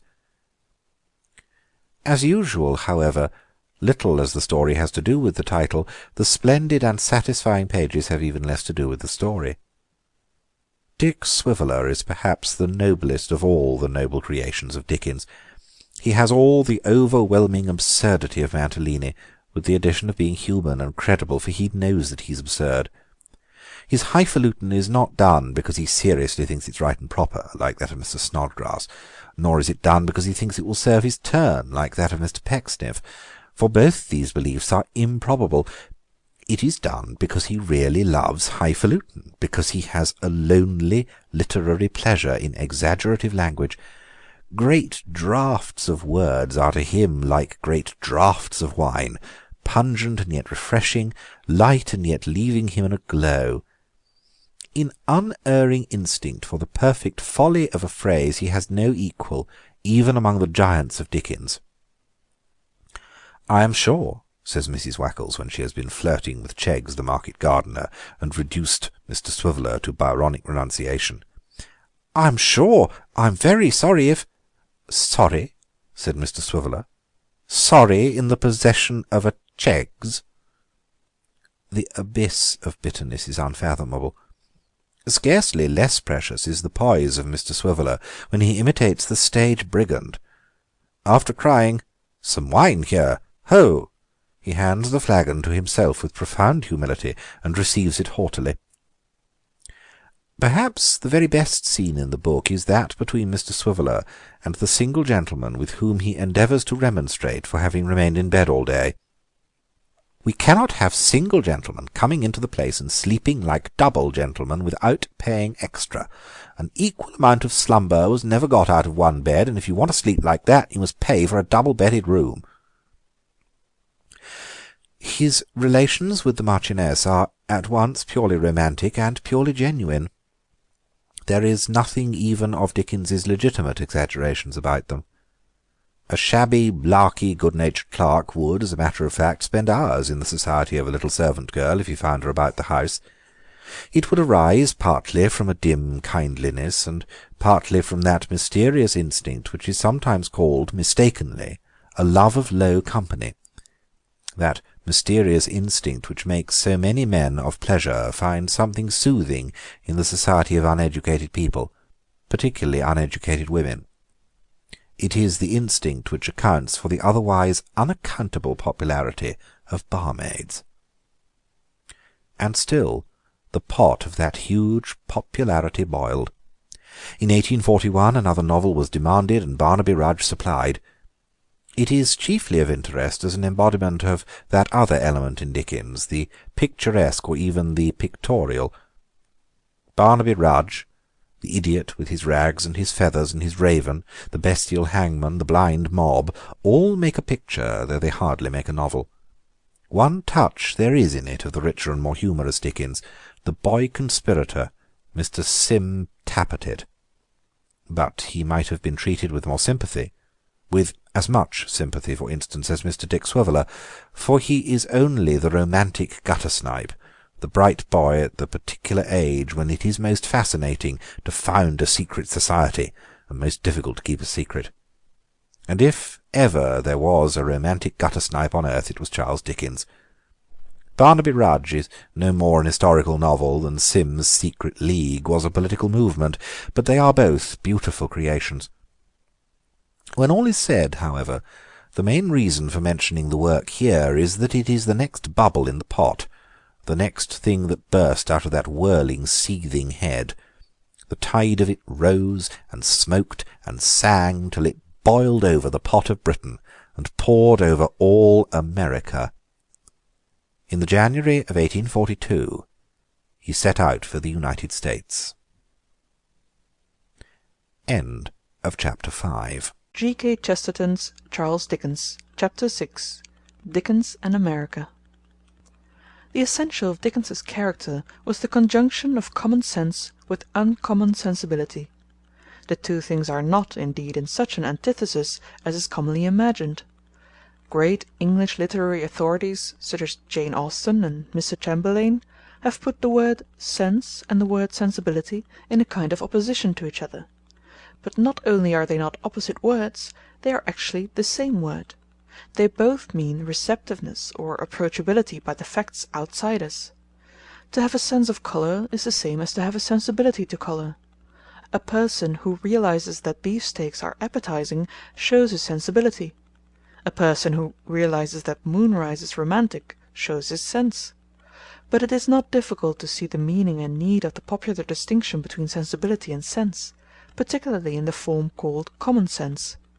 Common sense is a sensibility duly distributed in all normal directions. Sensibility has come to mean a specialized sensibility in one. This is unfortunate, for it is not the sensibility that is bad, but the specializing, that is, the lack of sensibility to everything else. A young lady who stays out all night to look at the stars should not be blamed for her sensibility to starlight, but for her insensibility to other people. A poet who recites his own verses from 10 to 5 with the tears rolling down his face should decidedly be rebuked for his lack of sensibility. His lack of sensibility to those grand rhythms of the social harmony crudely called manners. For all politeness is a long poem, since it is full of recurrences. This balance of all the sensibilities we call sense, and it is in this capacity that it becomes of great importance as an attribute of the character of Dickens. Dickens, I repeat, had common sense and uncommon sensibility. That is to say, the proportion of interests in him was about the same as that of an ordinary man, but he felt all of them more excitedly. This is a distinction not easy for us to keep in mind, because we hear today chiefly of two types: the dull man who likes ordinary things mildly, and the extraordinary man who likes extraordinary things wildly. But Dickens liked quiet ordinary things. He merely made an extraordinary fuss about them.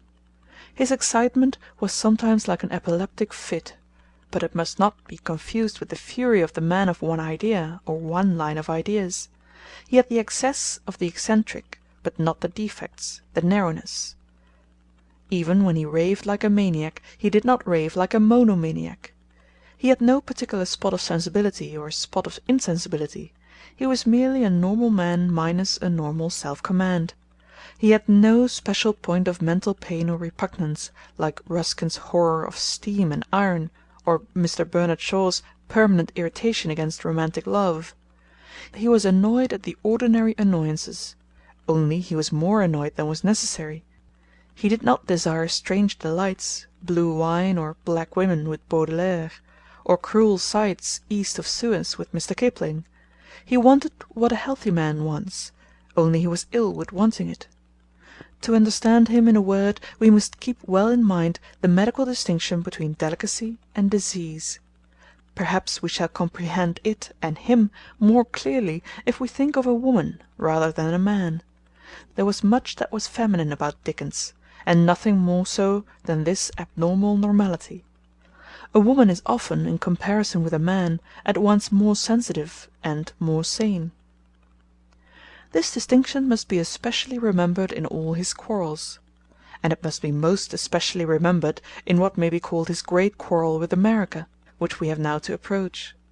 The whole incident is so typical of Dickens's attitude to everything and anything, and especially of Dickens's attitude to anything political, that I may ask permission to approach the matter by another, a somewhat long and curving avenue.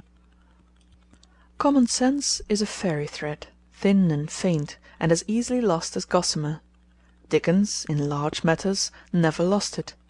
Take, as an example, his political tone, or drift throughout his life. His views, of course, may have been right or wrong, the reforms he supported may have been successful or otherwise, that is not a matter for this book. But if we compare him with the other man that wanted the same things, or the other man that wanted the other things, we feel a startling absence of cant, a startling sense of humanity as it is, and of eternal weakness. He was a fierce democrat, but in his best vein he laughed at the cocksure radical of common life, the red-faced man who said, "Prove it!" when anybody said anything.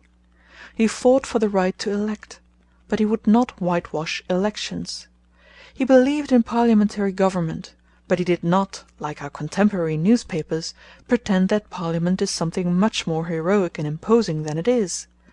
He fought for the rights of the grossly oppressed nonconformists, but he spat out of his mouth the unction of that too easy seriousness with which they oiled everything, and held up to them like a horrible mirror the foul fat face of Chadband. He saw that Mr. Podsnap thought too little of places outside England, but he saw that Mrs. Jellyby thought too much of them. In the last book he wrote he gives us, in Mr. Honeythunder, a hateful and wholesome picture of all the liberal catchwords pouring out of one illiberal man. But perhaps the best evidence of this steadiness and sanity is the fact that, dogmatic as he was, he never tied himself to any passing dogma. He never got into any cul-de-sac or civic or economic fanaticism. He went down the broad road of the Revolution. He never admitted that economically we must make hells of workhouses, any more than Rousseau would have admitted it. He never said the State had no right to teach children or to save their bones, any more than Danton would have said it. He was a fierce radical, but he was never a Manchester radical. He used the test of utility, but he was never a utilitarian.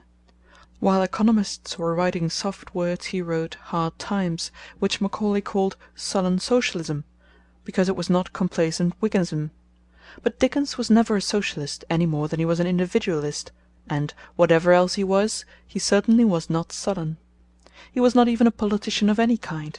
He was simply a man of very clear, airy judgment on things that did not inflame his private temper, and he perceived that any theory that tried to run the living state entirely on one force and motive was probably nonsense. Whenever the liberal philosophy had embedded in it something hard and heavy and lifeless, by an instinct he dropped it out. He was too romantic perhaps, but he would have to do only with real things. He may have cared too much about liberty, but he cared nothing about laissez-faire. Now, among many interests of his contact with America, this interest emerges as infinitely the largest and most striking, that it gave a final example of this queer, unexpected coolness and candour of his, this abrupt and sensational rationality. Apart altogether from any question of the accuracy of his picture of America, the American indignation was particularly natural and inevitable, for the large circumstances of the age must be taken into account. At the end of the previous epoch the whole of our Christian civilization had been startled from its sleep by trumpets to take sides in a bewildering Armageddon, often with eyes still misty. Germany and Austria found themselves on the side of the old order, France and America on the side of the new. England, as at the Reformation, took up eventually a dark middle position, maddeningly difficult to define. She created a democracy, but she kept an aristocracy. She reformed the House of Commons, but left the magistracy, as it is still, a mere league of gentlemen against the world. But underneath all this doubt and compromise there was in England a great and perhaps growing mass of dogmatic democracy. Certainly thousands, probably millions, expected a republic in 50 years. And for these the first instinct was obvious. The first instinct was to look across the Atlantic to where lay a part of ourselves already republican, the van of the advancing English on the road to liberty. Nearly all the great liberals of the 19th century enormously idealized America. On the other hand, to the Americans, fresh from their first epoch of arms, the defeated mother country, with its coronets and county magistrates, was only a broken feudal keep. So much is self-evident. But nearly half-way through the 19th century there came out of England the voice of a violent satirist. In its political quality it seemed like the half-choked cry of the frustrated republic. It had no patience with the pretence that England was already free, that we had gained all that was valuable from the Revolution. It poured a cataract of contempt on the so-called working compromises of England, on the oligarchic cabinets, on the two artificial parties, on the government offices, on the J.P.'s, on the vestries, on the voluntary charities. This satirist was Dickens, and it must be remembered that he was not only fierce, but uproariously readable. He really damaged the things he struck at, a very rare thing. He stepped up to the grave official of the vestry, really trusted by the rulers, really feared like a god by the poor, and he tied round his neck a name that choked him. Never again now can he be anything but Bumble. He confronted the fine old English gentleman who gives his patriotic services for nothing as a local magistrate, and he nailed him up as Nupkins, an owl in open day. For to this satire there is literally no answer. It cannot be denied that a man like Nupkins can be, and is, a magistrate, so long as we adopt the amazing method of letting the rich man of a district actually be the judge in it. We can only avoid the vision of the fact by shutting our eyes, and imagining the nicest rich man we can think of, and that, of course, is what we do. But Dickens, in this matter, was merely realistic. He merely asked us to look on Nupkins, on the wild, strange thing that we had made. Thus Dickens seemed to see England not at all as the country where freedom slowly broadened down from precedent to precedent, but as a rubbish heap of 17th century bad habits abandoned by everybody else. That is, he looked at England almost with the eyes of an American democrat. And so, when the voice, swelling in volume, reached America and the Americans said, "Here is a man who will hurry the old country along, and tip her kings and beadles into the sea. Let him come here, and we will show him a race of free men such as he dreams of, alive upon the ancient earth. Let him come here, and tell the English of the divine democracy towards which he drives them. There he has a monarchy and an oligarchy to make game of. Here is a republic for him to praise." It seemed indeed a very natural sequel that having denounced undemocratic England as the wilderness, he should announce democratic America as the promised land. Any ordinary person would have prophesied that as he had pushed his rage at the old order almost to the edge of rant, he would push his encomium of the new order almost to the edge of cant. Amid a roar of republican idealism, compliments, hope, and anticipatory gratitude, the great democrat entered the great democracy. He looked about him. He saw a complete America, unquestionably progressive, unquestionably self-governing. Then, with a more than American coolness, and a more than American impudence, he sat down and wrote Martin Chuzzlewit. That tricky and perverse sanity of his had mutinied again. Common sense is a wild thing, savage and beyond rules, and it had turned on them and rent them. The main course of action was as follows, and it is right to record it before we speak of the justice of it. When I speak of his sitting down and writing Martin Chuzzlewit, I use, of course, an elliptical expression. He wrote the notes of the American part of Martin Chuzzlewit while he was still in America. But it was a later decision, presumably, that such impressions should go into a book, and it was little better than an afterthought that they should go into Martin Chuzzlewit. Dickens had an uncommonly bad habit, artistically speaking, of altering a story in the middle, as he did in the case of our mutual friend. And it is on record that he only sent young Martin to America because he did not know what else to do with him, and because, to say truth, the sales were falling off. But the first action which Americans regarded as an equally hostile one was the publication of American Notes, the history of which should first be given. His notion of visiting America had come to him as a very vague notion even before the appearance of The Old Curiosity Shop. but it had grown in him through the whole ensuing period in the plaguing and persistent way that ideas did grow in him and live with him. He contended against the idea in a certain manner. He had much to induce him to contend against it. Dickens was by this time not only a husband, but the father of several children, and their existence made a difficulty in itself. His wife, he said, cried whenever the project was mentioned. But it was a point in him that he could never, with any satisfaction, part with a project. He had that restless optimism, that kind of nervous optimism which would always tend to say "yes," which is stricken with an immortal repentance if ever it says "no." The idea of seeing America might be doubtful, but the idea of not seeing America was dreadful. To miss this opportunity would be a sad thing, he says. God willing, I think it must be managed somehow. It was managed somehow. First of all, he wanted to take his children as well as his wife. Final obstacles to this fell upon him, but they did not frustrate him. A serious illness fell on him, but that did not frustrate him. He sailed for America in 1842. He landed in America and he liked it. As John Forster very truly says, it is due to him, as well as to the great country that welcomed him, that his first good impression should be recorded, and that it should be considered independently of any modification it afterwards underwent. But the modification it afterwards underwent was, as I have said above, simply a sudden kicking against cant, that is, against repetition. He was quite ready to believe that all Americans were free men.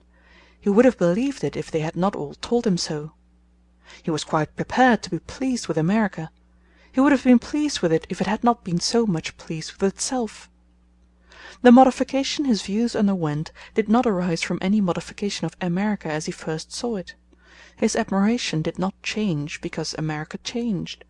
It changed because America did not change. The Yankees enraged him at last, not by saying different things, but by saying the same things. They were a republic. They were a new and vigorous nation. It seemed natural that they should say so to a famous foreigner first stepping on to their shore. But it seemed maddening that they should say so to each other in every car and drinking saloon from morning till night. It was not that the Americans in any way ceased from praising him. It was rather that they went on praising him.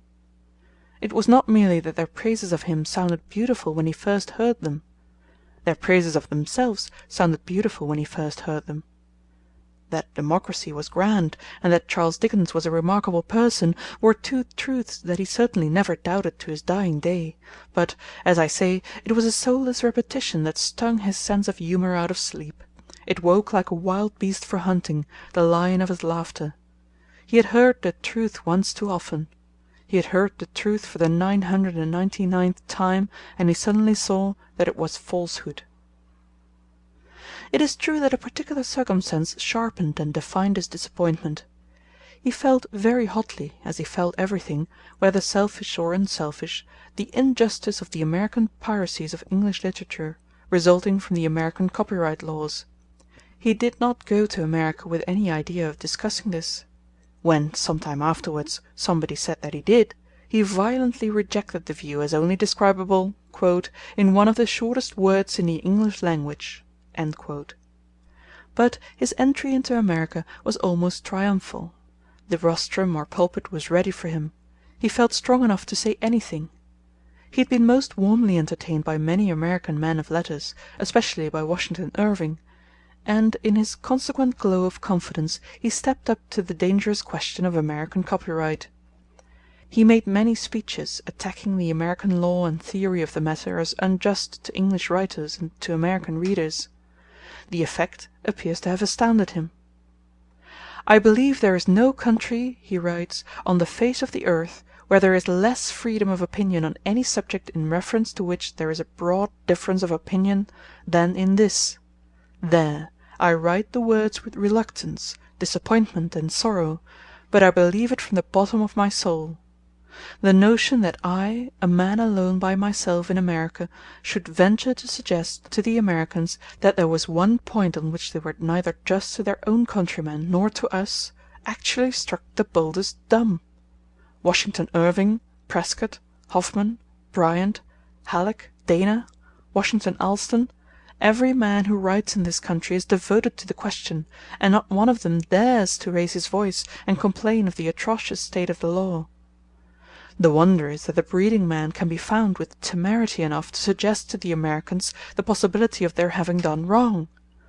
I wish you could have seen the faces that I saw down both sides of the table at Hartford when I began to talk about Scott. I wish you could have heard how I gave it out. My blood so boiled when I thought of the monstrous injustice that I felt as if I were 12 feet high when I thrust it down their throats. That is almost a portrait of Dickens. We can almost see the erect little figure, its face and hair like a flame. For such reasons, among others, Dickens was angry with America. But if America was angry with Dickens, there were also reasons for it. I do not think that the rage against his copyright speeches was, as he supposed, merely national insolence and self-satisfaction. America is a mystery to any good Englishman, but I think Dickens managed somehow to touch it on a queer nerve. There is one thing, at any rate, that must strike all Englishmen who have the good fortune to have American friends. That is, that while there is no materialism so crude or so material as American materialism, there is also no idealism so crude or so ideal as American idealism. America will always affect an Englishman as being soft in the wrong place and hard in the wrong place, coarse exactly where all civilized men are delicate, delicate exactly where all grown-up men are coarse. Some beautiful ideal runs through this people, but it runs aslant. The only existing picture in which the thing I mean has been embodied is in Stevenson's Wrecker, in the blundering delicacy of Jim Pinkerton. America has a new delicacy, a coarse, rank refinement. But there is another way of embodying the idea, and that is to say this, that nothing is more likely than that the Americans thought it very shocking in Dickens, the divine author, to talk about being done out of money. Nothing would be more American than to expect a genius to be too high-toned for trade. It is certain that they deplored his selfishness in the matter. It is probable that they deplored his indelicacy. A beautiful young dreamer with flowing brown hair ought not to be even conscious of his copyrights. For it is quite unjust to say that the Americans worship the dollar. They really do worship intellect, another of the passing superstitions of our time. If America had then this Pinkertonian propriety, this new raw sensibility, Dickens was the man to rasp it. He was its precise opposite in every way. The decencies he did respect were old-fashioned and fundamental. On top of these he had that lounging liberty and comfort which can only be had on the basis of very old conventions, like the carelessness of gentlemen and the deliberation of rustics. He had no fancy for being strung up to that taut and quivering ideality demanded by American patriots and public speakers. And there was something else also, connected especially with the question of copyright and his own pecuniary claims. Dickens was not in the least desirous of being thought too high-souled to want his wages, nor was he in the least ashamed of asking for them.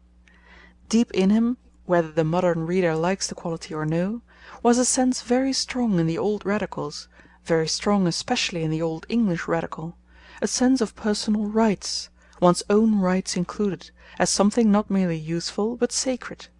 He did not think a claim any less just and solemn because it happened to be selfish.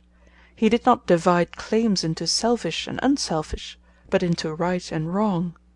It is significant that when he asked for his money he never asked for it with that shamefaced cynicism, that sort of embarrassed brutality with which the modern man of the world mutters something about business being business or looking after number one. He asked for his money in a valiant and ringing voice, like a man asking for his honor. While his American critics were moaning and sneering at his interested motives as a disqualification, he brandished his interested motives like a banner. "It is nothing to them," he cries in astonishment, "that, of all men living, I am the greatest loser by it" (the copyright law). "It is nothing that I have a claim to speak and be heard." The thing they set up as a barrier he actually presents as a passport. They think that he of all men ought not to speak because he is interested. He thinks that he of all men ought to speak because he is wronged. But this particular disappointment with America in the matter of the tyranny of its public opinion was not merely the expression of the fact that Dickens was a typical Englishman. that is, a man with a very sharp insistence upon individual freedom. It also worked back ultimately to that larger and vaguer disgust of which I have spoken, the disgust at the perpetual posturing of the people before a mirror. The tyranny was irritating, not so much because of the suffering it inflicted on the minority, but because of the awful glimpses that it gave of the huge and imbecile happiness of the majority. The very vastness of the vain race enraged him, its immensity, its unity, its peace. He was annoyed more with its contentment than with any of its discontents. The thought of that unthinkable mass of millions, every one of them saying that Washington was the greatest man on earth, and that the Queen lived in the Tower of London, rode his riotous fancy like a nightmare. But to the end he retained the outlines of his original republican ideal, and lamented over America not as being too liberal, but as not being liberal enough. Among others he used these somewhat remarkable words: "I tremble for a radical coming here, unless he is a radical on principle, by reason and reflection, and from the sense of right. I fear that if he were anything else he would return home a Tory. I say no more on that head for 2 months from this time, save that I do fear that the heaviest blow ever dealt at liberty will be dealt by this country, in the failure of its example on the earth." We are still waiting to see if that prediction has been fulfilled, but nobody can say that it has been falsified. He went west on the great canals. He went south and touched the region of slavery. He saw America superficially indeed, but as a whole. And the great mass of his experience was certainly pleasant, though he vibrated with anticipatory passion against slaveholders, though he swore he would accept no public tribute in the slave country, a resolve which he broke under the pressure of the politeness of the South. Yet his actual collisions with slavery and its upholders were few and brief. In these he bore himself with his accustomed vivacity and fire, but it would be a great mistake to convey the impression that his mental reaction against America was chiefly, or even largely, due to his horror at the Negro problem. Over and above the cant of which we have spoken, the weary rush of words, the chief complaint he made was a complaint against bad manners. And on a large view his anti-Americanism would seem to be more founded on spitting than on slavery. When, however, it did happen that the primary morality of man-owning came up for discussion, Dickens displayed an honourable impatience. One man, full of anti-abolitionist ardour, buttonholed him and bombarded him with a well-known argument in defence of slavery, that it was not to the financial interest of a slave-owner to damage or weaken his own slaves. Dickens, in telling the story of this interview, writes as follows: "I told him quietly that it was not a man's interest to get drunk, or to steal, or to game, or to indulge in any other vice, but he did indulge in it for all that. That cruelty and the abuse of irresponsible power were two of the bad passions of human nature, with the gratification of which considerations of interest or of ruin had nothing whatever to do." It is hardly possible to doubt that Dickens, in telling the man this, told him something sane and logical and unanswerable. But it is perhaps permissible to doubt whether he told it to him quietly. He returned home in the spring of 1842, and in the later part of the year his American Notes appeared, and the cry against him that had begun over copyright swelled into a roar in his rear. Yet when we read the Notes we can find little offence in them, and, to say truth, less interest than usual. They are no true picture of America, or even of his vision of America, and this for two reasons. First, that he deliberately excluded from them all mention of that copyright question which had really given him his glimpse of how tyrannical a democracy can be. Second, that here he chiefly criticizes America for faults which are not, after all, especially American. For example, he is indignant with the inadequate character of the prisons, and compares them unfavourably with those in England, controlled by Lieutenant Tracy and by Captain Chesterton at Coldbath Fields, two reformers of prison discipline for whom he had a high regard. But it was a mere accident that American jails were inferior to English. There was and is nothing in the American spirit to prevent their effecting all the reforms of Tracy and Chesterton, nothing to prevent their doing anything that money and energy and organization can do. America might have, for all I know does have, a prison system cleaner and more humane, and more efficient than any other in the world. And the evil genius of America might still remain. Everything might remain that makes Pogram or Trollope irritating or absurd. And against the evil genius of America Dickens was now to strike a second and a very different blow. In January 1843 appeared the first number of the novel called Martin Chuzzlewit. The earlier part of the book and the end, which have no connection with America or the American problem, in any case require a passing word. But except for the two gigantic grotesques on each side of the gateway of the tale, Pecksniff and Mrs. Gamp, Martin Chuzzlewit will be chiefly admired for its American excursion. It is a good satire embedded in an indifferent novel. Mrs. Gamp is, indeed, a sumptuous study, laid on in those rich, oily, almost greasy colours that go to make the English comic characters, that make the very diction of Falstaff fat, and quaking with jolly degradation. Pecksniff also is almost perfect, and much too good to be true. The only other thing to be noticed about him is that here, as almost everywhere else in the novels, the best figures are at their best when they have least to do. Dickens's characters are perfect as long as he can keep them out of his stories. Bumble is a divine, until a dark and practical secret is entrusted to him, as if anybody but a lunatic would entrust a secret to Bumble. Micawber is noble when he is doing nothing, but he is quite unconvincing when he is spying on Uriah Heep, for obviously neither Micawber nor anyone else would employ Micawber as a private detective.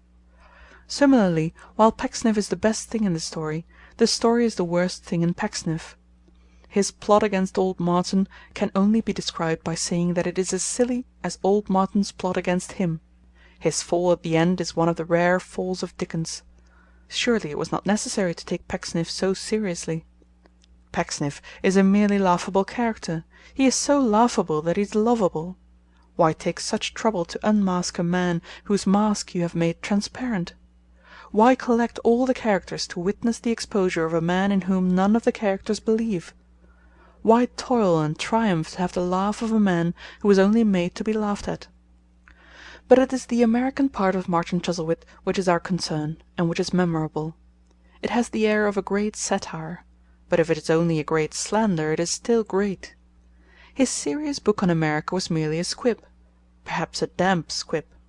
In any case, we all know that America will survive such serious books. But his fantastic book may survive America. It may survive America as The Knights has survived Athens. Martin Chuzzlewit has this quality of great satire, that the critic forgets to ask whether the portrait is true to the original, because the portrait is so much more important than the original. Who cares whether Aristophanes correctly described Cleon, who is dead, when he so perfectly describes the demagogue, who cannot die? Just as little, it may be, will some future age care whether the ancient civilization of the West, the lost cities of New York and St. Louis, were fairly depicted in the colossal monument of Elijah Pogram. For there is much more in the American episodes than their intoxicating absurdity. There is more than humour in the young man who made the speech about the British lion, and said, "I taunt that lion. Alone I dare him." Or in the other man who told Martin that when he said that Queen Victoria did not live in the Tower of London he fell into an error not uncommon among his countrymen. He has his finger on the nerve of an evil which was not only in his enemies but in himself. The great democrat has hold of one of the dangers of democracy. The great optimist confronts a horrible nightmare of optimism. Above all, the genuine Englishman attacks a sin that is not merely American, but English also. The eternal complacent iteration of patriotic half-truths, the perpetual buttering of oneself all over with the same stale butter, above all, the big defiances of small enemies, or the very urgent challenges to very distant enemies, the cowardice so habitual and unconscious that it wears the plumes of courage, all this is an English temptation as well as an American one. Martin Chuzzlewit may be a caricature of America. America may be a caricature of England. But in the gravest college, in the quietest country house of England, there is the seed of the same essential madness that fills Dickens's book, like an asylum, with brawling Trollops and raving Jefferson Briggs. that essential madness is the idea that the good patriot is the man who feels at ease about his country. This notion of patriotism was unknown in the little pagan republics where our European patriotism began. It was unknown in the Middle Ages. In the 18th century, in the making of modern politics, a patriot meant a discontented man. It was opposed to the word courtier, which meant an upholder of present conditions. In all other modern countries, especially in countries like France and Ireland, where real difficulties have been faced, the word patriot means something like a political pessimist. This view and these countries have exaggerations and dangers of their own, but the exaggeration and danger of England is the same as the exaggeration and danger of the Watertoast Gazette. The thing which is rather foolishly called the Anglo-Saxon civilization is at present soaked through with a weak pride. It uses great masses of men, not to procure discussion, but to procure the pleasure of unanimity. It uses masses like bolsters. It uses its organs of public opinion not to warn the public, but to soothe it.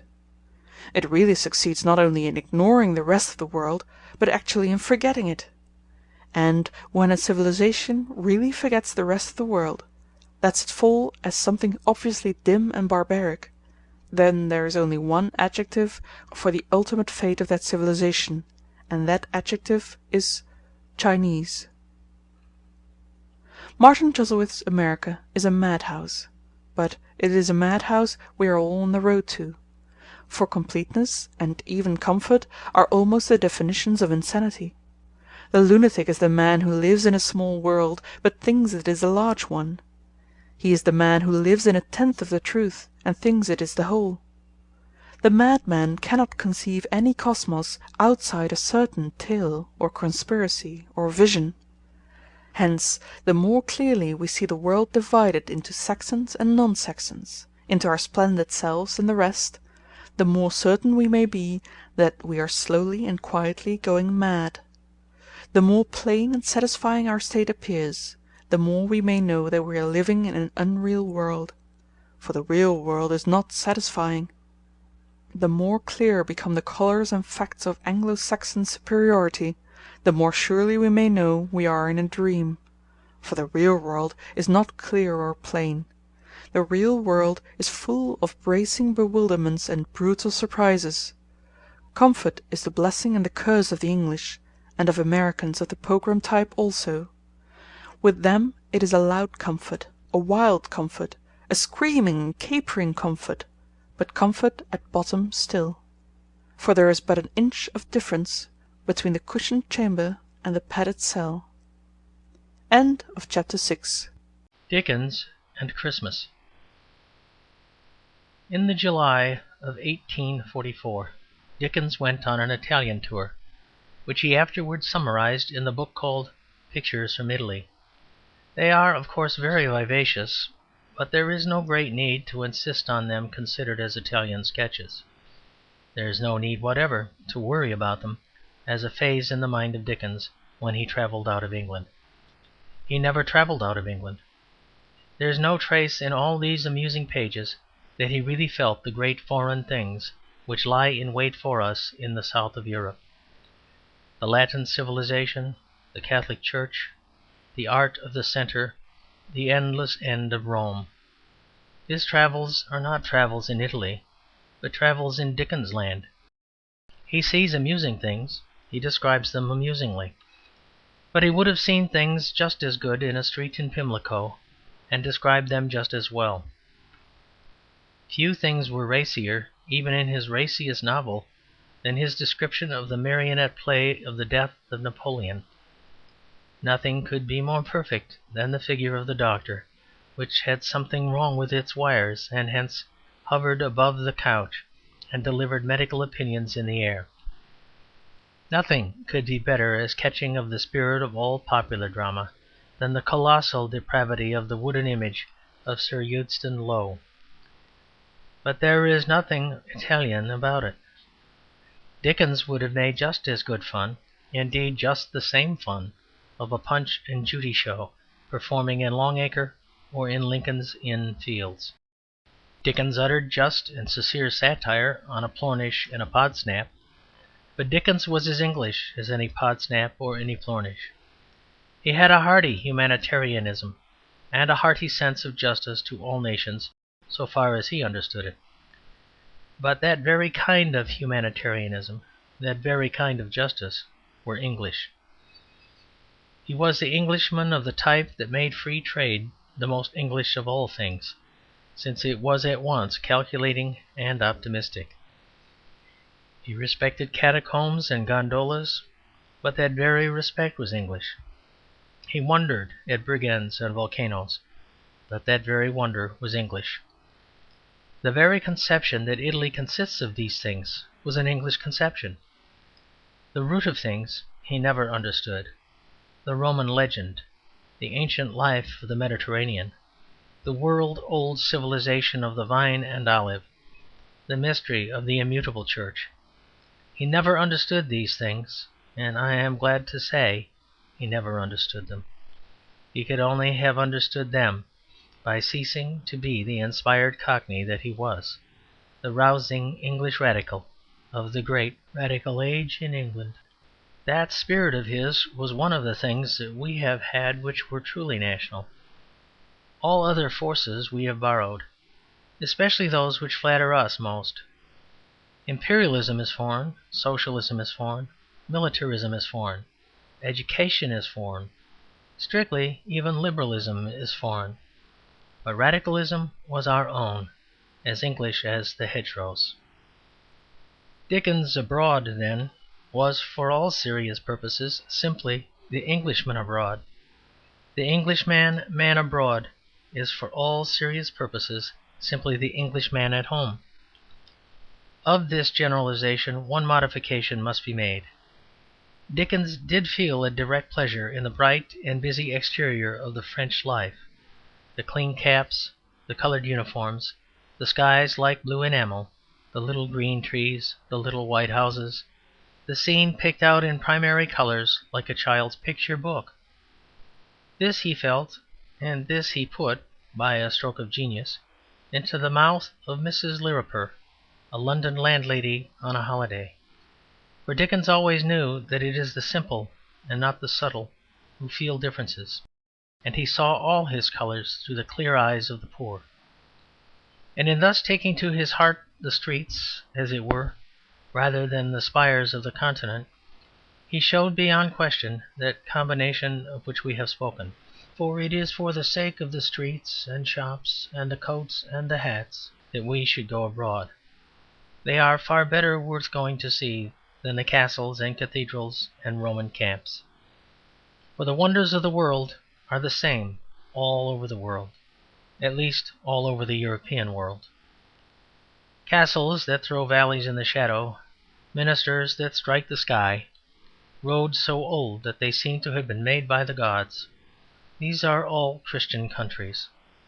The marvels of man are at all our doors. A labourer hoeing turnips in Sussex has no need to be ignorant that the bones of Europe are the Roman roads. A clerk living in Lambeth has no need not to know that there was a Christian art exuberant in the 13th century, for only across the river he can see the live stones of the Middle Ages surging together towards the stars. But exactly the things that do strike the traveller as extraordinary are the ordinary things. The food, the clothes, the vehicles, the strange things are cosmopolitan, the common things are national and peculiar. Cologne's spire is lifted on the same arches as Canterbury, but the thing you cannot see out of Germany is a German beer garden. There is no need for a Frenchman to go look at Westminster Abbey as a piece of English architecture. It is not, in the special sense, a piece of English architecture. But a hansom cab is a piece of English architecture, a thing produced by the peculiar poetry of our cities, the symbol of a certain reckless comfort which is really English, a thing to draw a pilgrimage of the nations.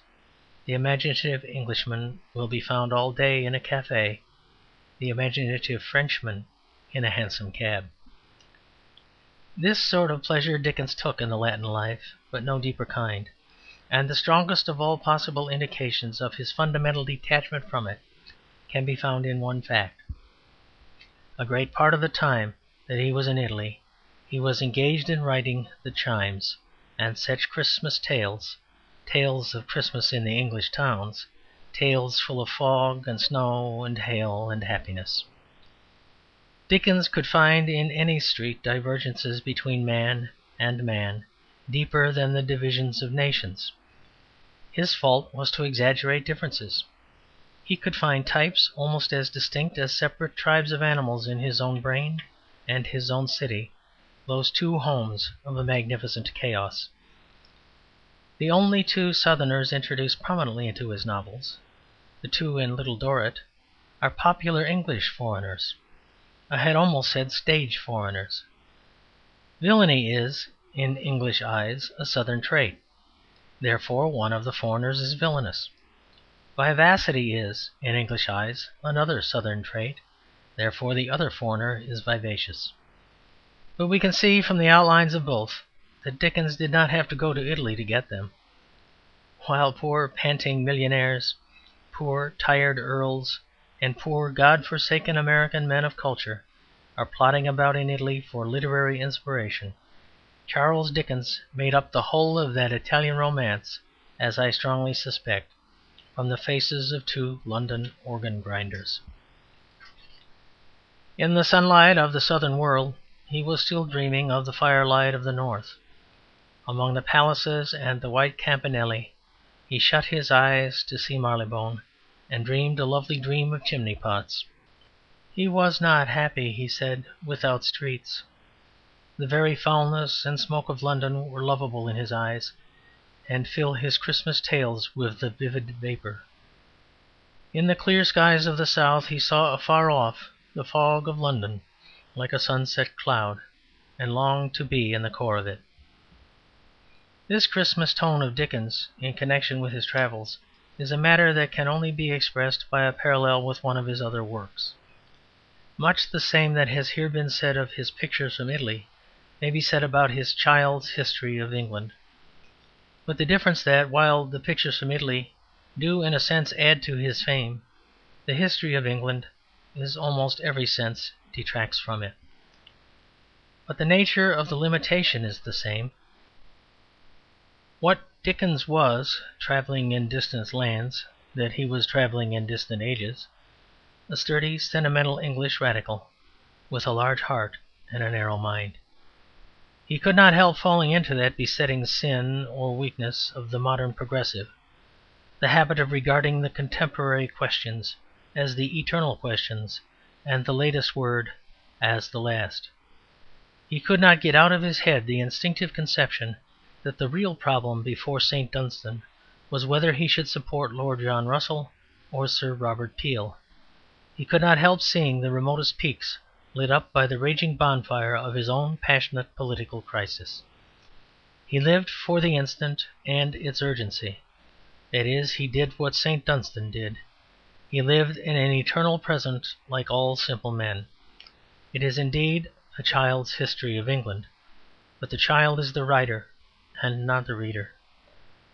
But Dickens, in his cheapest Cockney utilitarianism, was not only English, but unconsciously historic. Upon him descended the real tradition of Merry England, and not upon the pallid medievalists who thought they were reviving it. The pre-Raphaelites, the Gothicists, the admirers of Middle Ages, had in their subtlety and sadness the spirit of the present day. Dickens had in his buffoonery and bravery the spirit of the Middle Ages. He was much more mediaeval in his attacks on medievalism than they were in their defences of it. It was he who had the things of Chaucer, the love of large jokes and long stories and brown ale, and all the white roads of England. Like Chaucer, he loved story within story, every man telling a tale. Like Chaucer, he saw something openly comic in men's motley trades. Sam Weller would have been a great gain to the Canterbury Pilgrimage, and told an admirable story.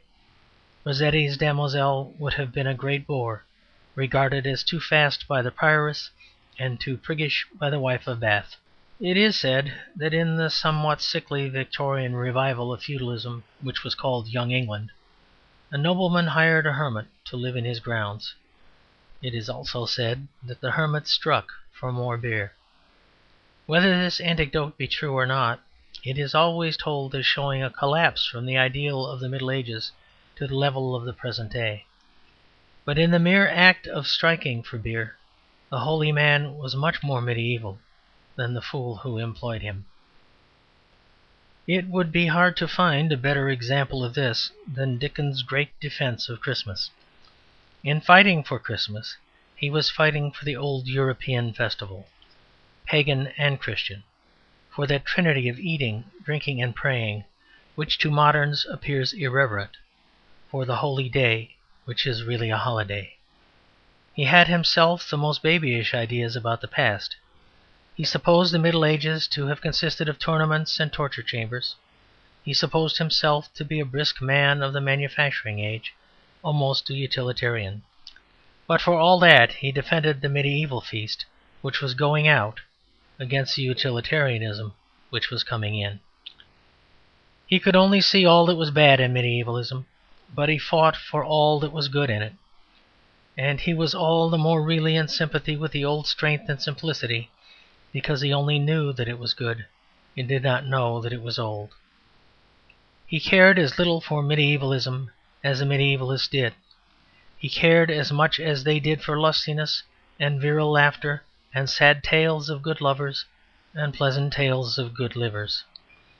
He would have been very much bored by Ruskin and Walter Pater if they had explained to him the strange sunset tints of Lippi and Botticelli.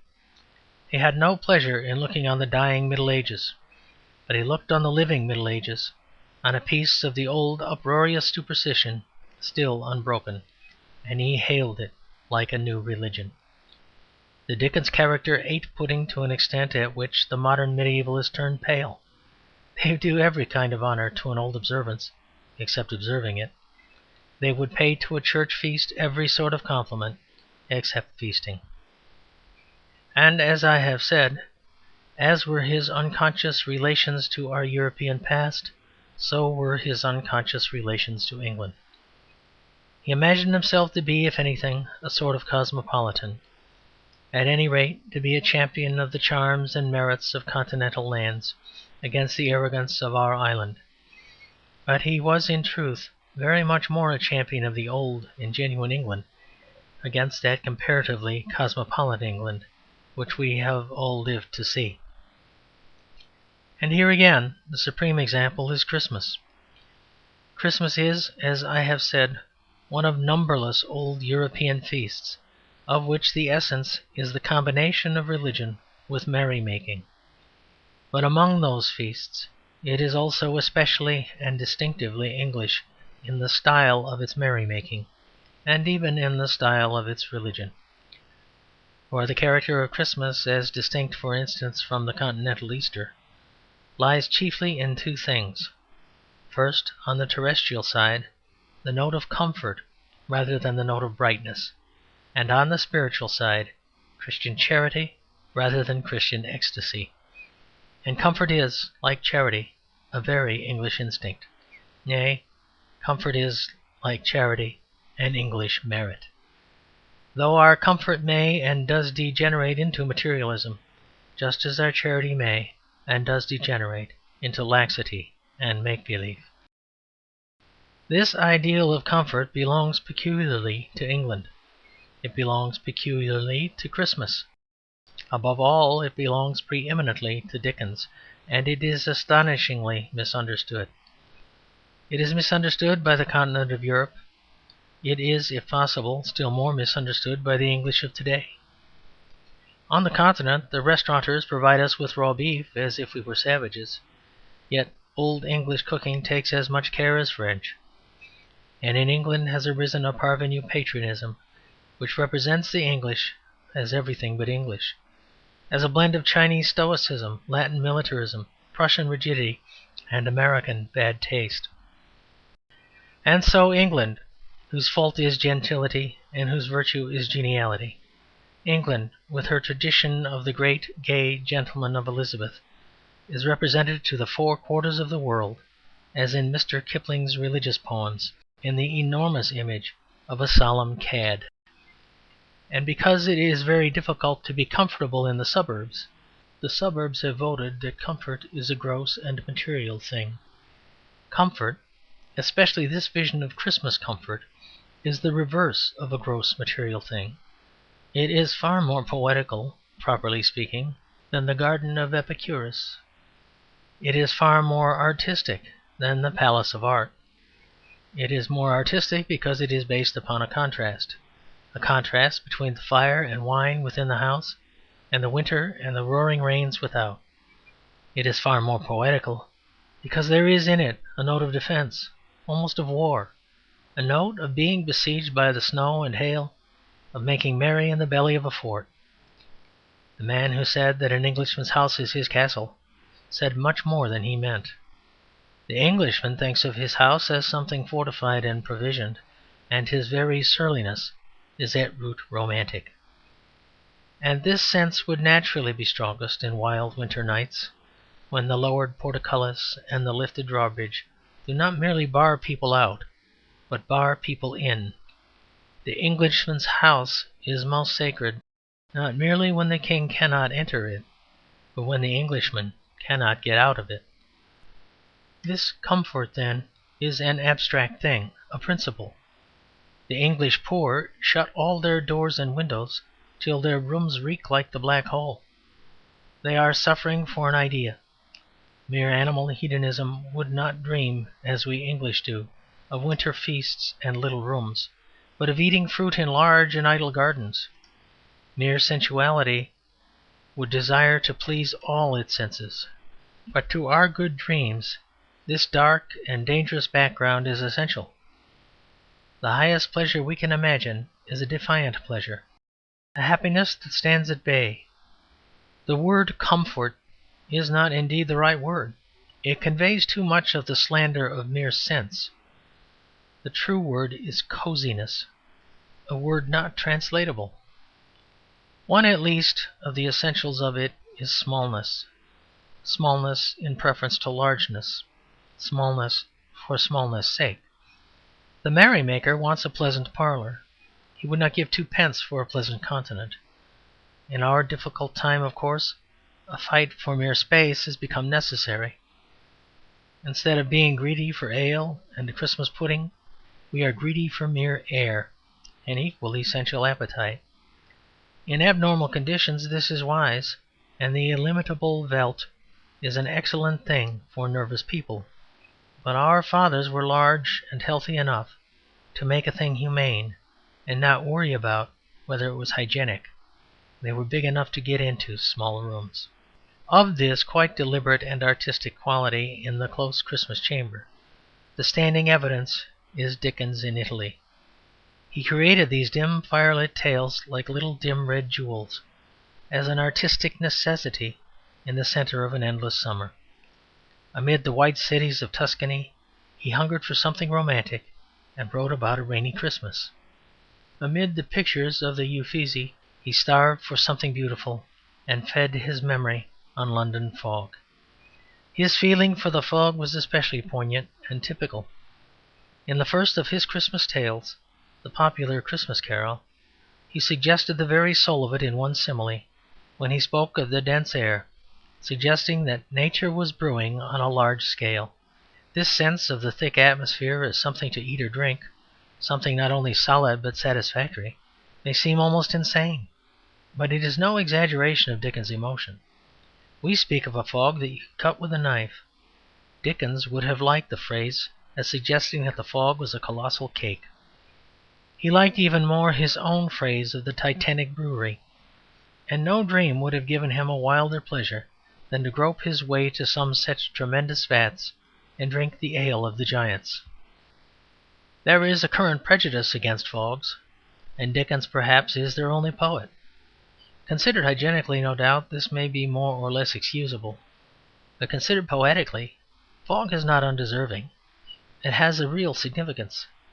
We have in our great cities abolished the clean and sane darkness of the country. We have outlawed night and sent her wandering in wild meadows. We have lit eternal watchfires against her return. We have made a new cosmos, and as a consequence our own sun and stars. And as a consequence also, and most justly, we have made our own darkness. Just as every lamp is a warm human moon, so every fog is a rich human nightfall. If it were not for this mystic accident we should never see darkness, and he who has never seen darkness has never seen the sun. Fog for us is the chief form of that outward pressure which compresses mere luxury into real comfort. It makes the world small, in the same spirit, in that common and happy cry that the world is small, meaning that it is full of friends.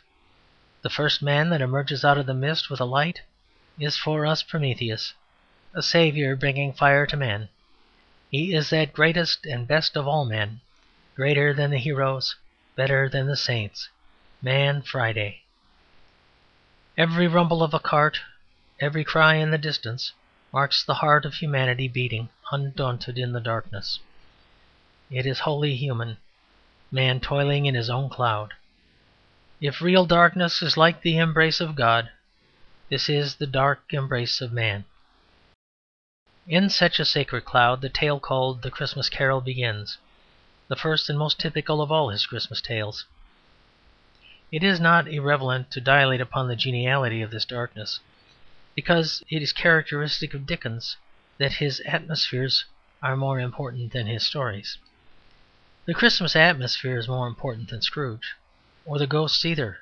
In a sense, the background is more important than the figures. The same thing may be noticed in his dealings with that other atmosphere, beside that of good humour, which he excelled in creating, an atmosphere of mystery and wrong, such as that which he gathers round Mrs. Clennam, rigid in her chair, or old Miss Havisham, ironically robed as a bride. Here again the atmosphere altogether eclipses the story, which often seems disappointing in comparison. The secrecy is sensational, the secret is tame. The surface of the thing seems more awful than the core of it. It seems almost as if these grisly figures, Mrs. Shadband and Mrs. Clennam, Miss Havisham and Miss Flite, Nemo and Sally Brass, were keeping something back from the author as well as from the reader. When the book closes we do not know their real secret. They soothe the optimistic Dickens with something less terrible than the truth. The dark house of Arthur Clennam's childhood really depresses us. It is a true glimpse into that quiet street in hell where lived the children of that unique dispensation which theologians call Calvinism and Christians devil worship. But some stranger crime had really been done there, some more monstrous blasphemy or human sacrifice than the suppression of some silly document advantageous to the silly Dorrits. Something worse than a common tale of jilting lay behind the masquerade and madness of the awful Miss Havisham. Something worse was whispered by the misshapen Quilp to the sinister Sally in that wild, wet summer house by the river. Something worse than the clumsy plot against the clumsy Kit. These dark pictures seemed almost as if they were literally visions, things, that is, that Dickens saw but did not understand. And as with his backgrounds of gloom, so with his backgrounds of goodwill in such tales as The Christmas Carol. The tone of the tale is kept throughout in a happy monotony, though the tale is everywhere irregular and in some places weak. It has the same kind of artistic unity that belongs to a dream. A dream may begin with the end of the world and end with a tea party, but either the end of the world will end as trivial as a tea party, or that tea party will be as terrible as the day of doom. The incidents change wildly. The story scarcely changes at all. The Christmas Carol is a kind of philanthropic dream, an enjoyable nightmare, in which the scenes shift bewilderingly and seem as miscellaneous as the pictures in a scrapbook, but in which there is one constant state of the soul, a state of rowdy benediction and a hunger for human faces. The beginning is about a winter day and a miser, yet the beginning is in no way bleak. The author starts with a kind of happy howl. He bangs on our door like a drunken carol singer. His style is festive and popular. He compares the snow and hail to philanthropists who come down handsomely. He compares the fog to unlimited beer.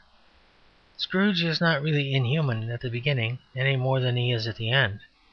There is a heartiness in his inhospitable sentiments that is akin to humour, and therefore to humanity. He is only a crusty old bachelor, and had, I strongly suspect, given away turkey secretly all his life. The beauty and the real blessing of the story do not lie in the mechanical plot of it. The repentance of Scrooge, probable or improbable, they lie in the great furnace of real happiness that glows through Scrooge and everything around him, that great furnace, the heart of Dickens. Whether the Christmas visions would or would not convert Scrooge, they convert us.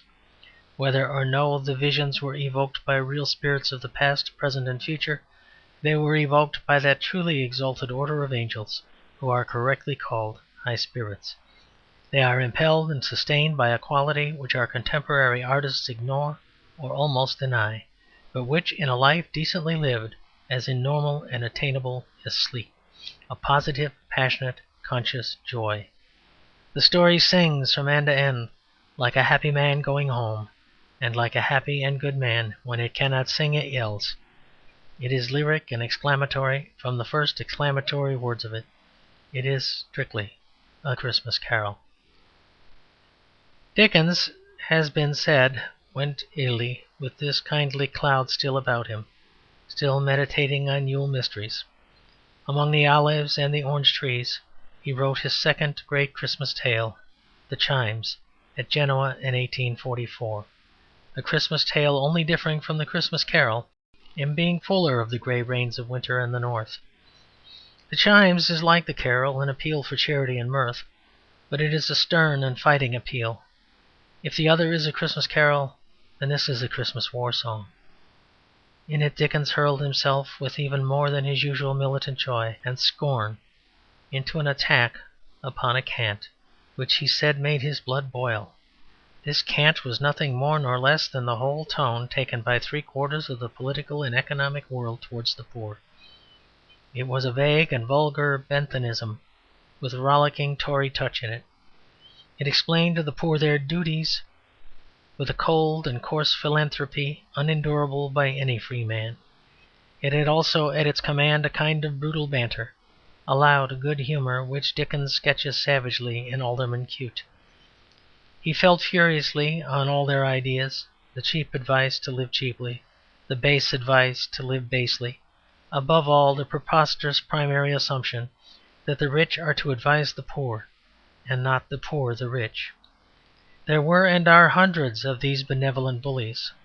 Some say that the poor should give up having children, which means that they should give up their great virtue of sexual sanity. Some say that they should give up treating each other, which means that they should give up all that remains to them of the virtue of hospitality. Against all of this Dickens thundered very thoroughly in The Chimes. It may be remarked in passing that this affords another instance of a confusion already referred to, the confusion whereby Dickens supposed himself to be exalting the present over the past, whereas he was really dealing deadly blows at things strictly peculiar to the present. Embedded in this book is a somewhat useless interview between Trotty Veck and the church bells, in which the latter lecture the former for having supposed, why I don't know, that they were expressing regret for the disappearance of the Middle Ages. There is no reason why Trotty Veck or anyone else should idealize the Middle Ages, but certainly he was the last man in the world to be asked to idealize the 19th century, seeing that the smug and stingy philosophy which poisons his life throughout the book was an exclusive creation of that century. But as I have said before, the fieriest medievalist may forgive Dickens for disliking the good things the Middle Ages took away, considering how he loved whatever good things the Middle Ages left behind. It matters very little that he hated old feudal castles when they were already old. It matters very much that he hated the new poor law while it was still new. The moral of this matter in The Chimes is essential. Dickens had sympathy with the poor in the Greek and literal sense. He suffered with them mentally, for the things that irritated them were the things that irritated him. He did not pity the people, or even champion the people, or even merely love the people.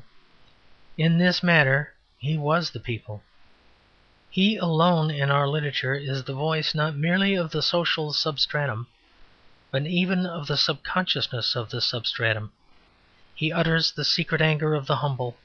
He says what the uneducated only think, or even only feel, about the educated. And in nothing is he so genuinely such a voice as in this fact of his fiercest mood being reserved for methods that are counted scientific and progressive.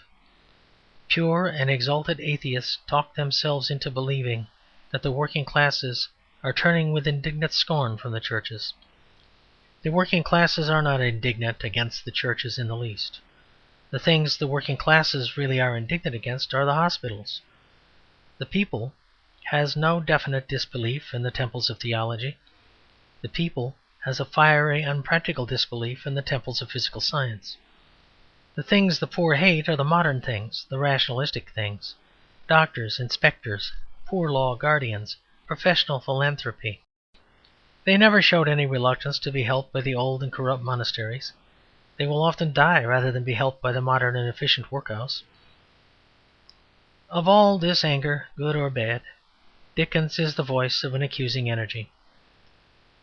When in The Christmas Carol Scrooge refers to the surplus population, the spirit tells him very justly not to speak until he knows what the surplus is and where it is. The implication is severe but sound.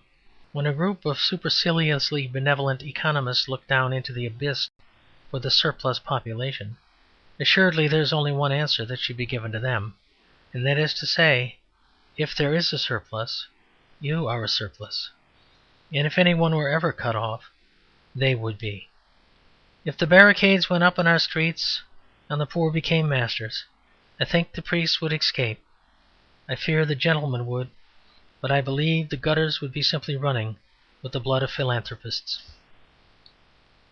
Lastly, he was at one with the poor in this chief matter of Christmas, in the matter that is of special festivity. There is nothing on which the poor are more criticized than on the point of spending large sums on small feasts, and though there are material difficulties, there is nothing in which they are more right. It is said that a Boston paradox monger said, "Give us the luxuries of life, and we will dispense with the necessities." But it is the whole human race that says it, from the first savage wearing feathers instead of clothes, to the last costermonger having a treat instead of 3 meals. The third of his Christmas stories, The Cricket on the Hearth, calls for no extensive comment, though it is very characteristic. It has all the qualities which we call dominant qualities in his Christmas sentiment. It has coziness, that is comfort, that depends upon a discomfort surrounding it. It has a sympathy with the poor, and especially with the extravagance of the poor, with what may be called the temporary wealth of the poor. It has the sentiment of the hearth, that is, the sentiment of the open fire being the red heart of the room. That open fire is a veritable flame of England, still kept burning in the midst of a mean civilization of stoves. But everything that is valuable in The Cricket on the Hearth is perhaps as well expressed in the title as it is in the story. The tale itself, in spite of some of those inimitable things that Dickens never failed to say, is a little too comfortable to be quite convincing. The Christmas Carol is the conversion of an anti-Christmas character. The Chimes is a slaughter of anti-Christmas characters. The Cricket perhaps fails for lack of this crusading note, for everything has its weak side, and when full justice has been done to this neglected note of poetic comfort, we must remember that it has its very real weak side. The defect of it in the work of Dickens was that he tended sometimes to pile up the cushions till none of the characters could move. He is so much interested in effecting his state of static happiness that he forgets to make a story at all. His princes at the start of the story begin to live happily ever afterwards. We feel this strongly in Master Humphrey's Clock, and we feel it sometimes in these Christmas stories.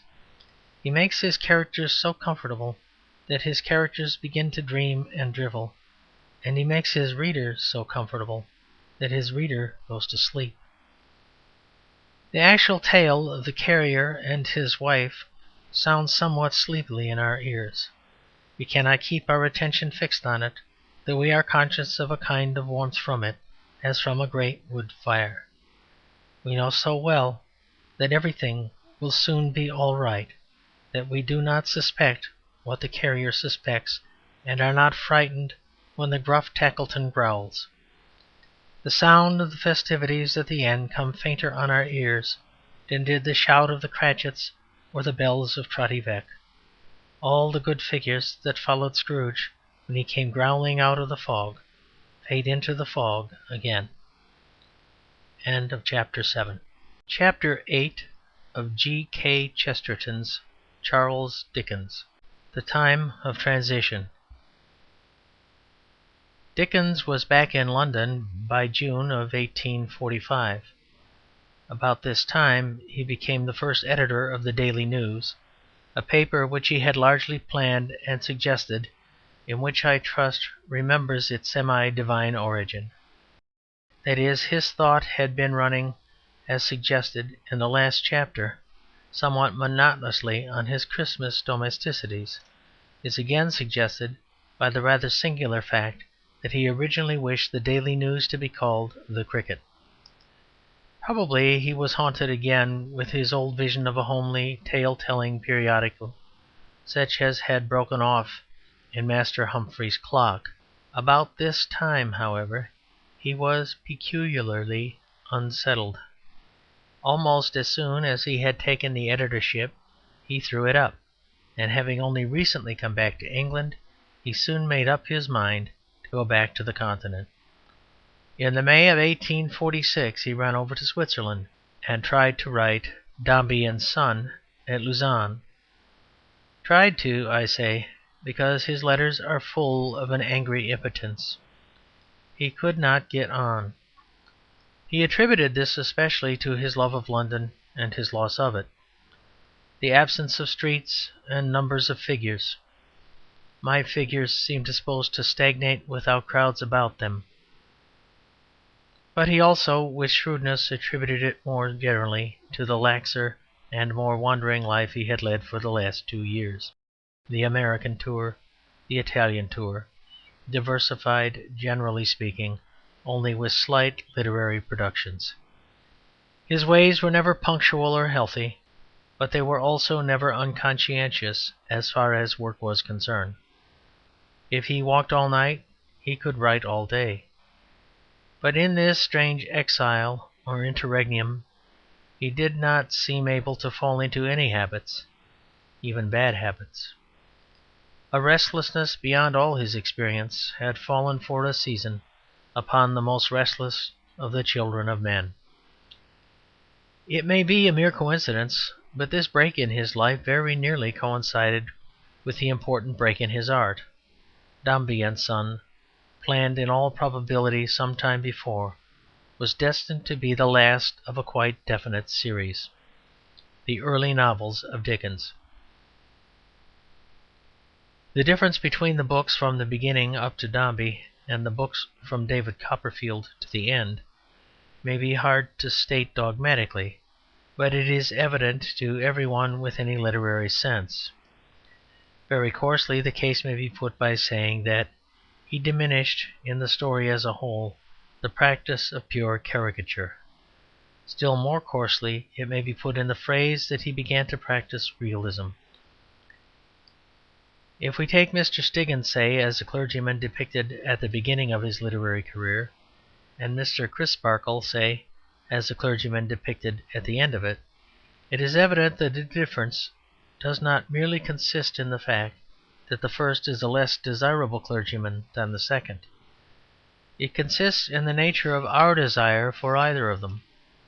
The glory of Mr. Crisparkle partly consists in the fact that he might really exist anywhere in any country town into which we may happen to stray. The glory of Mr. Stiggins wholly consists in the fact that he could not possibly exist anywhere except in the head of Dickens. Dickens has the secret recipe of that divine dish. In some sense, therefore, when we say that he became less of a caricaturist, we mean that he became less of a creator. That original violent vision of all things which he had seen from his boyhood began to be mixed with other men's milder visions and with the light of common day. He began to understand and practice other than his own mad merits, began to have some movement toward the merits of other writers, toward the mixed emotion of Thackeray or the solidity of George Eliot. And this must be said for the process, that the fierce wine of Dickens could endure some dilution. On the whole, perhaps, his primal personalism was all the better when surging against some saner restraints.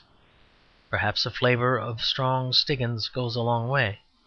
Perhaps the colossal Crumless might be cut down into 6 or 7 quite creditable characters. For my own part, for reasons which I shall afterwards mention, I am in real doubt about the advantage of this realistic education of Dickens. I am not sure that it made his books better, but I am sure it made them less bad. He made fewer mistakes, undoubtedly. He succeeded in eliminating much of the mere rant or cant of his first books. He threw away much of the old padding, all the more annoying, perhaps, in a literary sense, because he did not mean it for padding, but for essential eloquence. But he did not produce anything actually better than Mr. Chuckster. But then there is nothing better than Mr. Chuckster. Certain works of art, such as the Venus of Milo, exhaust our aspiration. Upon the whole, this may perhaps be safely said of the transition. Those who have any doubt about Dickens can have no doubt of the superiority of the later books. Beyond question, they have less of what annoys us in Dickens, but do not, if you are in the company of any ardent adorers of Dickens, as I hope for your sake you are, do not insist too urgently and exclusively on the splendour of Dickens' last works, or they will discover that you do not like him. Dombey and Son is the last novel in the first manner. David Copperfield is the first novel in the last. The increase in care and realism in the second of the two is almost startling. Yet even in Dombey and Son we can see the coming of a change, however faint, if we compare it with his first fantasies, such as Nicholas Nickleby or The Old Curiosity Shop. The central story is still melodrama, but it is much more tactful and effective melodrama. Melodrama is a form of art, legitimate like any other, as noble as farce, almost as noble as pantomime. The essence of melodrama is that it appeals to the moral sense in a highly simplified state, just as farce appeals to the sense of humour in a highly simplified state. Farce creates people who are so intellectually simple as to hide in packing-cases or pretend to be their own aunts. Melodrama creates people so morally simple as to kill their enemies in Oxford Street and repent on seeing their mother's photograph. The object of the simplification in farce and melodrama is the same, and quite artistically legitimate, the object of gaining a resounding rapidity of action which subtleties would obstruct. And this can be done well or ill. The simplified villain can be spirited charcoal sketch or a mere black smudge. Carker is a spirited charcoal sketch, Ralph Nickleby a mere black smudge. The tragedy of Edith Dombey teems with unlikelihood, but it teems with life. That Dombey should give his own wife censure through his own business manager is impossible. I will not say in a gentleman, but in a person of ordinary sane self-conceit. But once having got the inconceivable trio before the footlights, Dickens gives us good ringing dialogue, very different from the mere rants in which Ralph Nickleby figures in the unimaginable character of a rhetorical moneylender. And there is another point of technical improvement in this book over such books as Nicholas Nickleby. It is not only a basic idea, but a good basic idea. There is a real artistic opportunity in the conception of a solemn and selfish man of affairs feeling for his male heir, his first and last emotion mingled of a thin flame of tenderness and a strong flame of pride. But with all these possibilities, the serious episode of the Dombeys serves ultimately only to show how unfitted Dickens was for such things, how fitted he was for something opposite. The incurable poetic character, the hopelessly non-realistic character of Dickens' essential genius, could not have a better example than the story of the Dombeys. For the story itself is probable; it is the treatment that makes it unreal. In attempting to paint the dark pagan devotion of the father as distant from the ecstatic and Christian devotion of the mother, Dickens was painting something that was really there. This is no wild theme like the wanderings of Nell's grandfather or the marriage of Gride. A man of Dombey's type would love his son as he loves Paul. He would neglect his daughter as he neglects Florence, and yet we feel the utter unreality of it all, the utter reality of monsters like Stiggins or Mantalini. Dickens could only work in his own way, and that way was the wild way. We may almost say this, that he could only make his characters probable if he was allowed to make them impossible. Give him license to say and do anything, that he could create beings as vivid as our own aunts and uncles. Keep him to likelihood, and he could not tell the plainest tale so as to make it seem likely. The story of Pickwick is credible, though it is not possible. The story of Florence Dombey is incredible, although it is true. An excellent example can be found in the same story. Major Bagstock is a grotesque, and yet he contains touch after touch of Dickens' quiet and sane observation of things as they are. He was always most accurate when he was most fantastic. Dombey and Florence are perfectly reasonable, but we simply know that they do not exist. The Major is mountainously exaggerated, but we all feel that we have met him at Brighton. Nor is the rationale of the paradox difficult to see. Dickens exaggerated when he had found a real truth to exaggerate. It is a deadly error, an error at the back of much of the false placidity of our politics, to suppose that lies are told with excess and luxuriance, and truths told with modesty and restraint. Some of the most frantic lies on the face of life are told with modesty and restraint, for the simple reason that only modesty and restraint will save them. Many official declarations are just as dignified as Mr. Dombey, because they are just as fictitious. On the other hand, the man who has found a truth dances about like a boy who has found a shilling. He breaks into extravagances as the Christian churches broke into gargoyles. In one sense, truth alone can be exaggerated. Nothing else can stand the strain. The outrageous Bagstock is a glowing and glaring exaggeration of a thing we have all seen in life, the worst and most dangerous of all its hypocrisies. For the worst and most dangerous hypocrite is not he who affects unpopular virtue, but he who affects popular vice. The jolly fellow of the saloon bar and the racecourse is the real deceiver of mankind. He is misled more than any false prophet, and his victims cry to him out of hell. The excellence of the Bagstock conception can best be seen if we compare it with the much weaker and more improbable knavery of Pecksniff. It would not be worth a man's while with any worldly object to pretend to be a holy and high-minded architect. The world does not admire holy and high-minded architects. The world does admire rough and tough old army men who swear at waiters and wink at women. Major Bagstock is simply the perfect prophecy of that decadent jingoism which corrupted England of late years.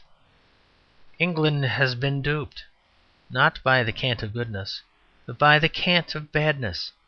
It has been fascinated by a quite fictitious cynicism, and reached that last and strangest of all impostures, in which the mask is as repulsive as the face. Dombey and Son provides us with yet another instance of this general fact in Dickens. He could only get to the most solemn emotions adequately, if he got to them through the grotesque. He could only, so to speak, really get into the inner chamber by coming down the chimney.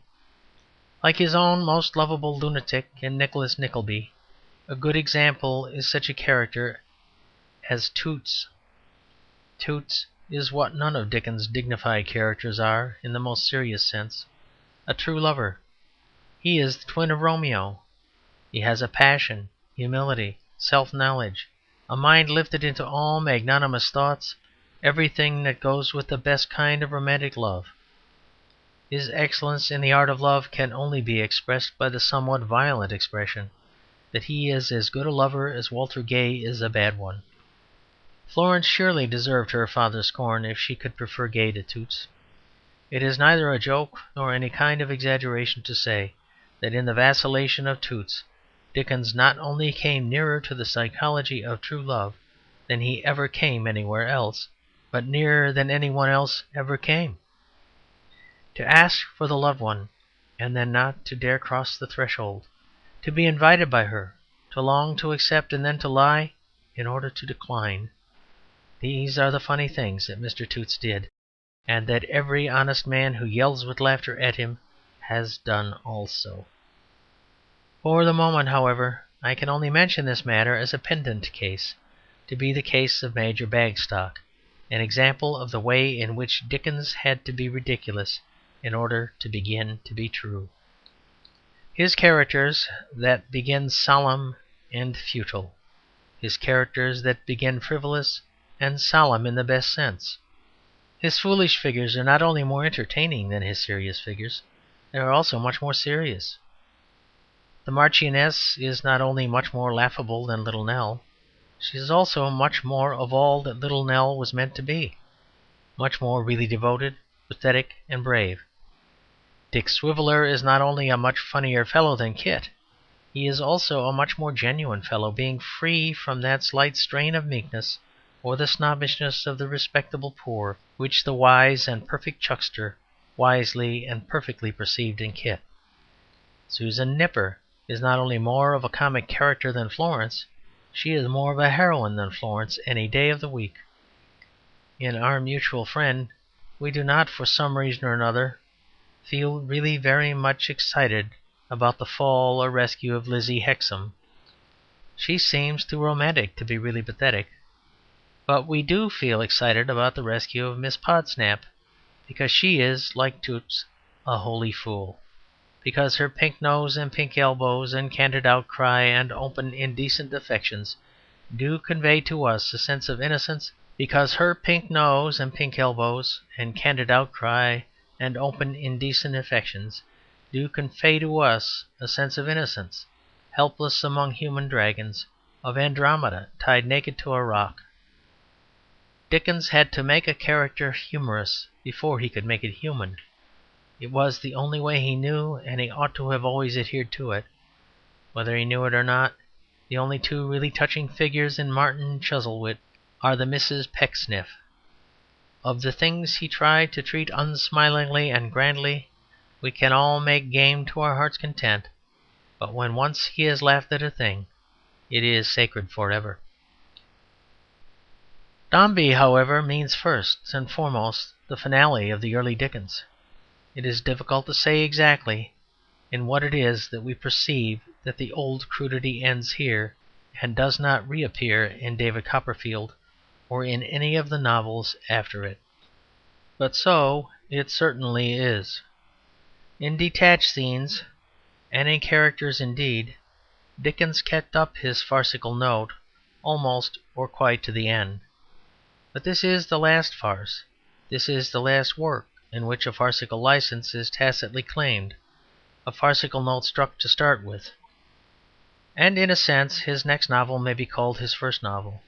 But the growth of this great novel, David Copperfield, is a thing very interesting, but at the same time very dark, for it is a growth in the soul.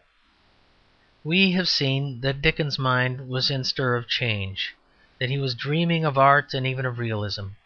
Hugely delighted as he invariably was with his own books, he was humble enough to be ambitious. He was even humble enough to be envious. In the matter of art, for instance, in the narrow sense of arrangement and proportion in fictitious things, he began to be conscious of his deficiency and even, in a stormy sort of way, ashamed of it. He tried to gain completeness even while raging at any one who called him incomplete. And in this manner of artistic construction his ambition, and his success too, grew steadily up to the instant of his death. The end finds him attempting things that are at the opposite pole to the frank formlessness of Pickwick. His last book, The Mystery of Edwin Drood, depends entirely upon construction, even upon a centralized strategy. He staked everything upon a plot. He who had been the weakest of plotters, weaker than Sim Tappertit, he essayed a detective story, he who could never keep a secret, and he has kept it to this day. A new Dickens was really being born when Dickens died. And as with art, so with reality. He wished to show that he could construct as well as anybody. He also wished to show that he could be as accurate as anybody. And in this connection, as in many others, we must recur constantly to the facts mentioned in connection with America and with his money matters. We must recur, I mean, to the central fact that his desires were extravagant in quantity, but not in quality, that his wishes were excessive, but not eccentric. It must never be forgotten that sanity was his ideal, even when he seemed almost insane. It was thus with his literary aspirations. He was brilliant, but he wished sincerely to be solid. Nobody out of an asylum could deny that he was a genius and a unique writer. But he did not wish to be a unique writer, but a universal writer. Much of the manufactured pathos or rhetoric against which his enemies quite rightly rail is really due to his desire to give all sides of life at once, to make his book a cosmos instead of a tale. He was sometimes really vulgar in his wish to be a literary Whitley, a universal provider. Thus it was that he felt about realism and the truth to life. Nothing is easier than to defend Dickens as Dickens, but Dickens wished to be everybody else. Nothing is easier than to defend Dickens' world as a fairyland, of which he alone has the key, to defend him as one defends Maeterlinck or any other original writer. But Dickens was not content with being original. He had a wild wish to be true. He loved truth so much in the abstract that he sacrificed to the shadow of it in his own glory. He denied his own divine originality and pretended that he had plagiarized from life. He disowned his soul's children and said that he had picked them up in the street. And in this mixed and heated mood of anger and ambition, vanity and doubt, and new a great design was born. He loved to be romantic, yet he desired to be real. How if he wrote of a thing that was real and showed that it was romantic? He loved real life, but he also loved his own way. How if he wrote of his own life, but wrote it in his own way? How if he showed the carping critics who doubted the existence of his strange characters, his own yet stranger existence? How if he forced these pedants and unbelievers to admit that Weller and Pecksniff, Crumless and Swiveller, whom they thought so improbably wild and wonderful, were less wild and wonderful than Charles Dickens? What if he ended the quarrels about whether his romances could occur by confessing that his romance had occurred? For some time past, probably during the greater part of his life, he had made notes for an autobiography. I have already quoted an admirable passage from these notes, a passage reproduced in David Copperfield with little more alteration than a change of proper names. The passage which describes Captain Porter and the debtors' petition in the Marshalsea. But he probably perceived at last what a less keen intelligence must ultimately have perceived, that if an autobiography is really to be honest, it must be turned into a work of fiction. If it is to really tell the truth, it must at all costs profess not to. No man dare say of himself over his own name how badly he has behaved. No man dare say of himself over his own name how well he has behaved. Moreover, of course, a touch of fiction is almost always essential to the real conveying of fact, because fact, as experienced, has a fragmentariness which is bewildering at first hand, and quite blinding at second hand. Facts have at least to be sorted into compartments, and the proper head and tail given back to each. The perfection and pointedness of art are sort of a substitute for the pungency of actuality. Without this selection and a completion, our life seems a tangle of unfinished tales, a heap of novels, all volume one. Dickens determined to make one complete novel of it. For though there are many other aspects of David Copperfield, this autobiographical aspect is, after all, the greatest.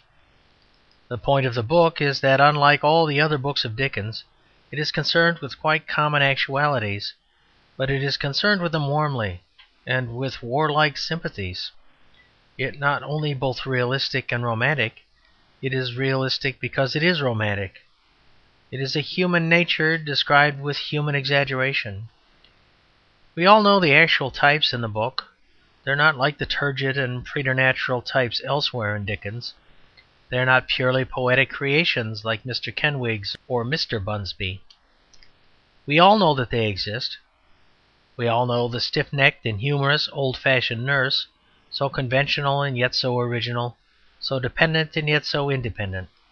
We all know the intrusive stepfather, the abstract, strange male, coarse, handsome, sulky, successful, a breaker-up of homes. We all know the erect and sardonic spinster, the spinster who is so mad in small things and so sane in great ones. We all know the cock of the school. We all know Steerforth, the creature whom the gods love and even the servants respect. We know his poor and artistic mother, so proud, so gratified, so desolate. We know the Rosa Dartle type, the lonely woman in whom affection itself has stagnated into a sort of poison. But while these are real characters, they are real characters lit up with the colours of youth and passion. They are real people romantically felt. That is to say, they are real people felt as real people feel them. They are exaggerated like all Dickens figures, but they are not exaggerated as personalities are exaggerated by an artist. They are exaggerated as personalities are exaggerated by their own friends and enemies. The strong souls are seen through the glorious haze of the emotions that strong souls really create. We have Murdstone as he would be to a boy who hated him, and rightly, for a boy would hate him. We have Steerforth as he would be to a boy who adored him, and rightly, for a boy would adore him.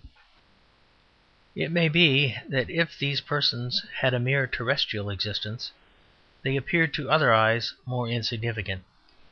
It may be that Murdstone in common life was only a heavy business man with a human side, that David was too sulky to find. It may be that Steerforth was only an inch or two taller than David, and only a shade or two above him in the lower middle classes. But this does not make the book less true. In cataloguing the facts of life, the author must not omit that massive fact, illusion. When we say the book is true to life, we must stipulate that it is especially true to youth, even to boyhood. All the characters seem a little larger than they really were, for David is looking up at them, and the early pages of the book are in particular astonishingly vivid. Parts of it seem like fragments of our forgotten infancy. The dark house of childhood, the loneliness, the things half understood, the nurse with her inscrutable sulks and her more inscrutable tenderness, the sudden deportations to distant places, the seaside and its childish friendships.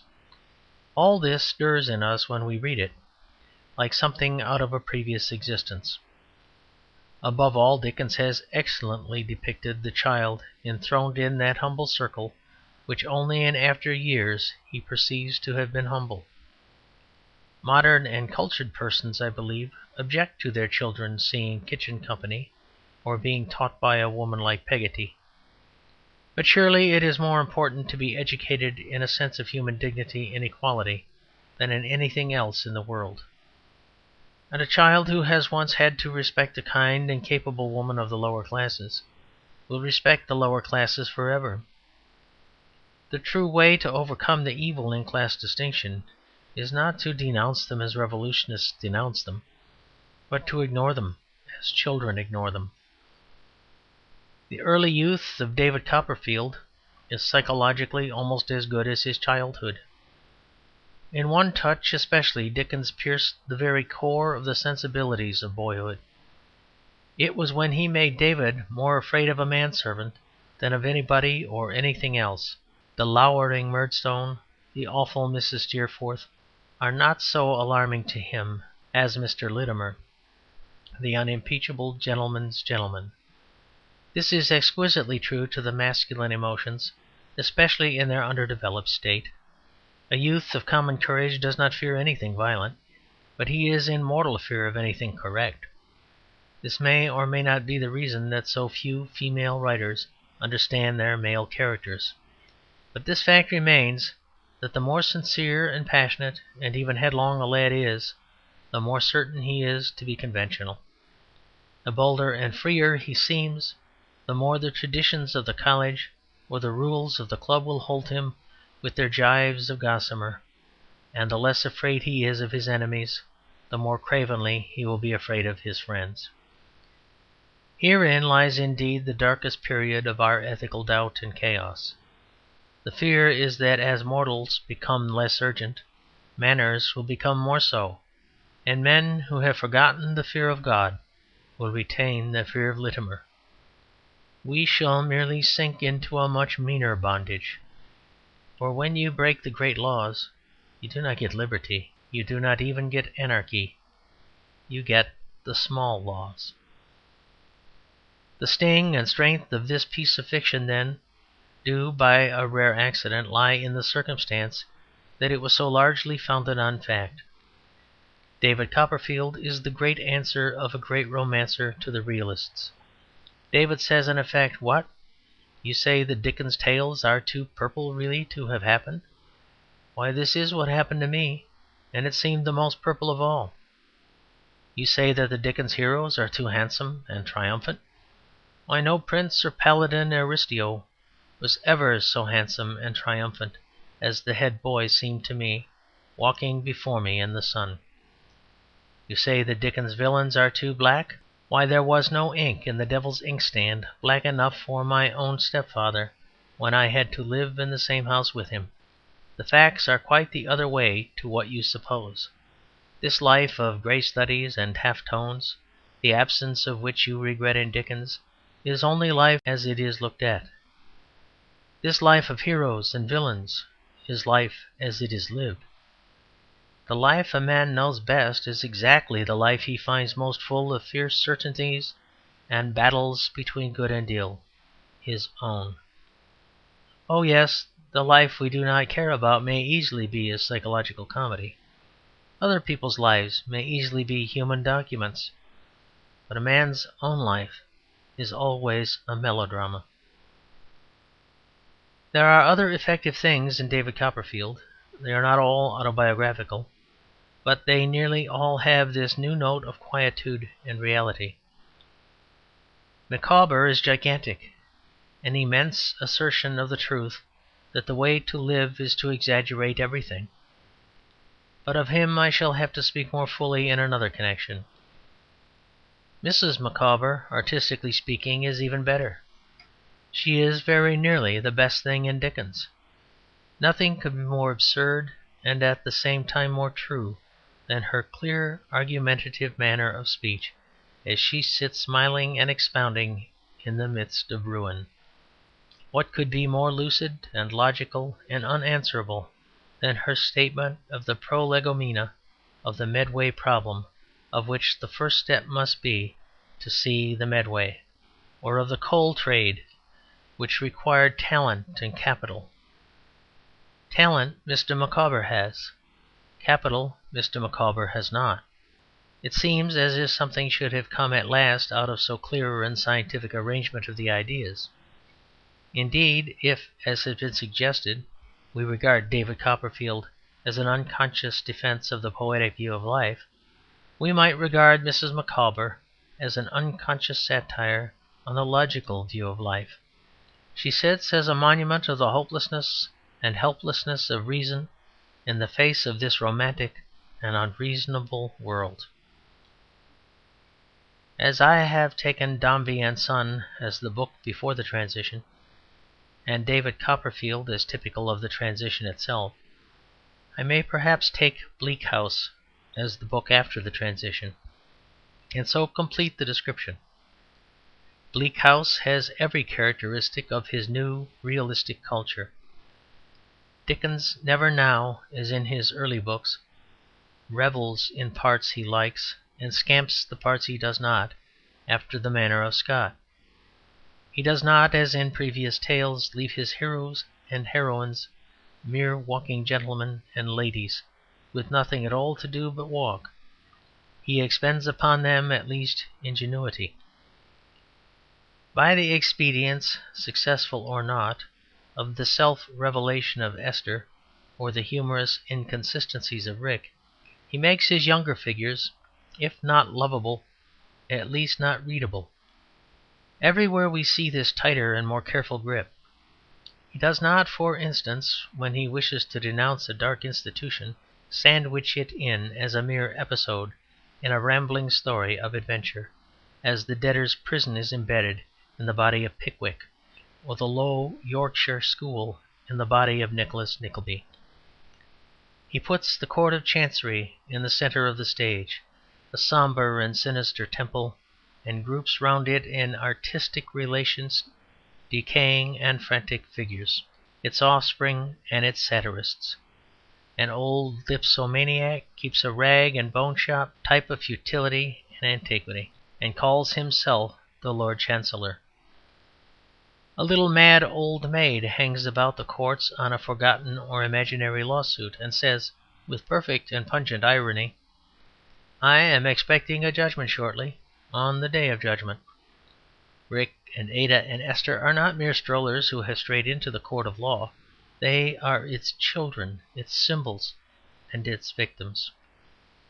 The righteous indignation of the book is not at the red heat of anarchy, but at the white heat of art. Its anger is patient and plodding, like some historic revenge. Moreover, it slowly and carefully creates the real psychology of oppression, the endless formality, the endless unemotional urbanity, the endless hope deferred. These things make one feel the fact of injustice more than the madness of Nero. For it is not the activeness of tyranny that maddens, but its passiveness. We hate the deafness of the god more than his strength. Silence is the unbearable repartee. Again, we can see in this book strong traces of an increase in social experience. Dickens, as his fame carried him into more fashionable circles, began really to understand something of what is strong and what is weak in the English upper class.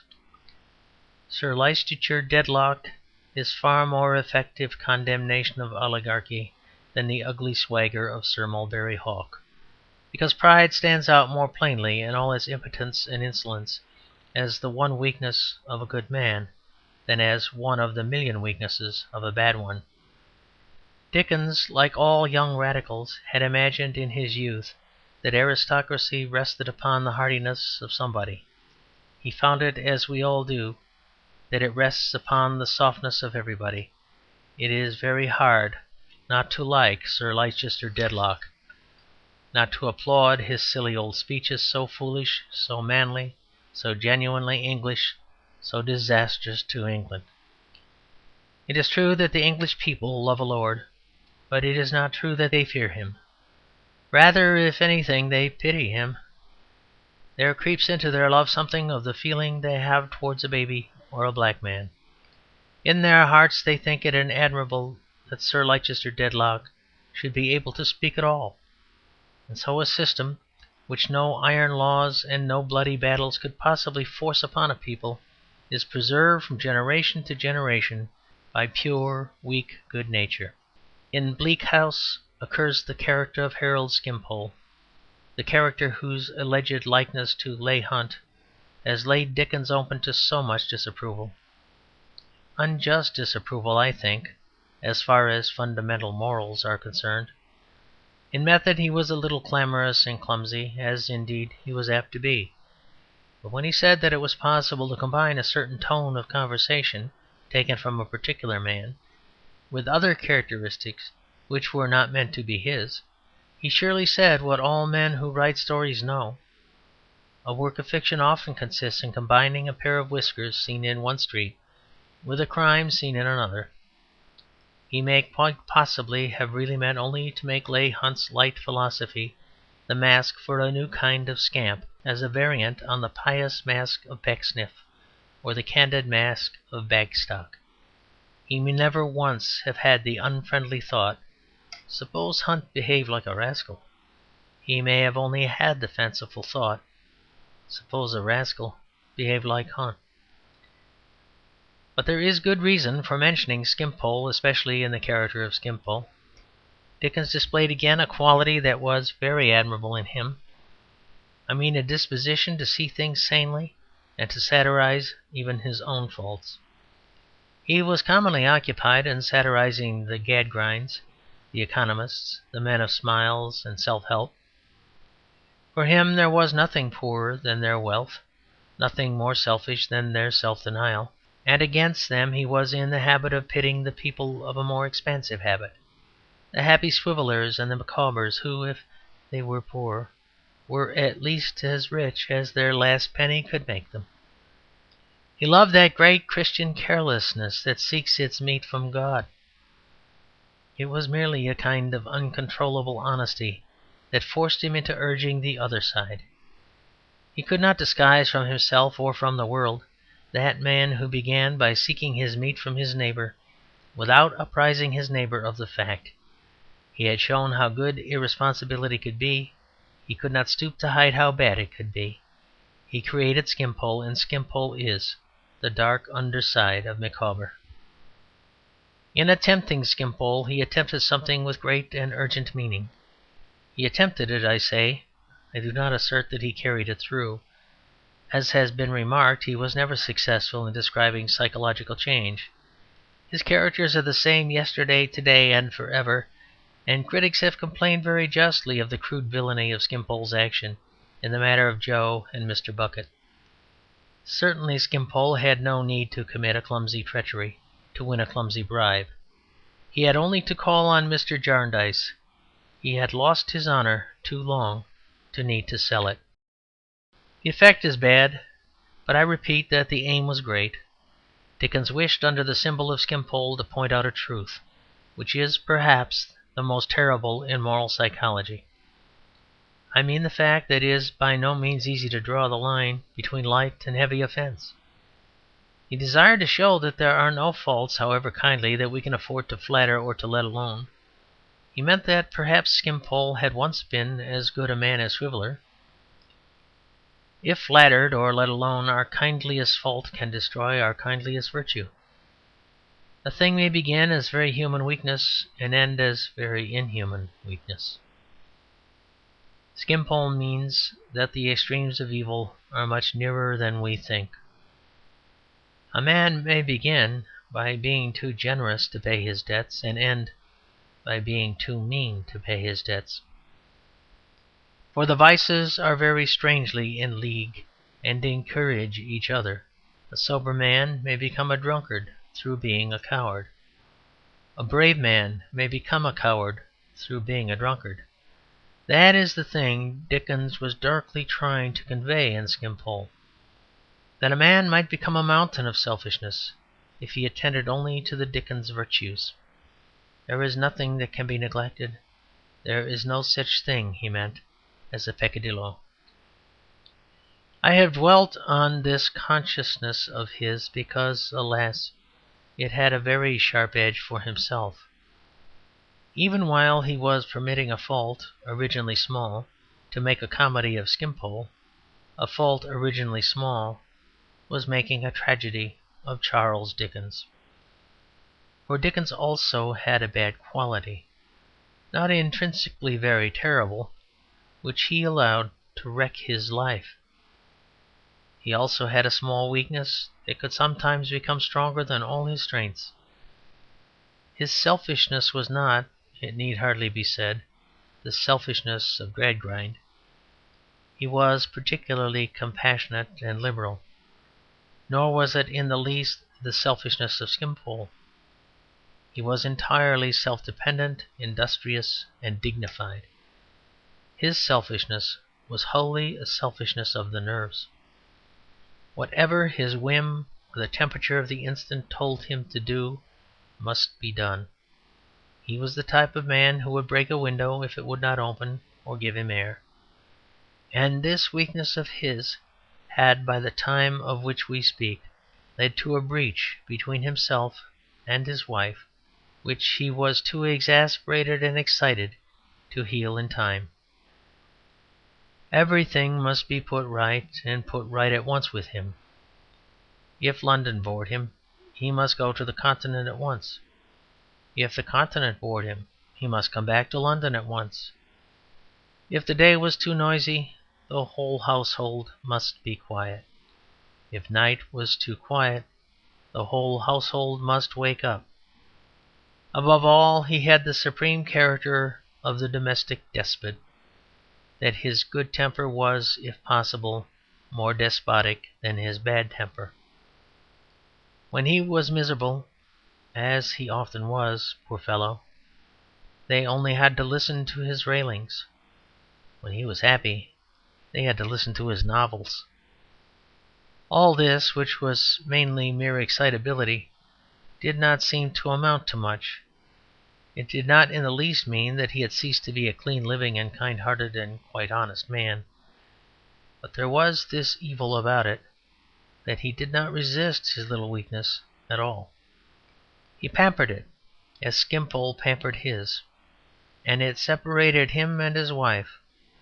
A mere silly trick of temperament did everything that the blackest misconduct could have done.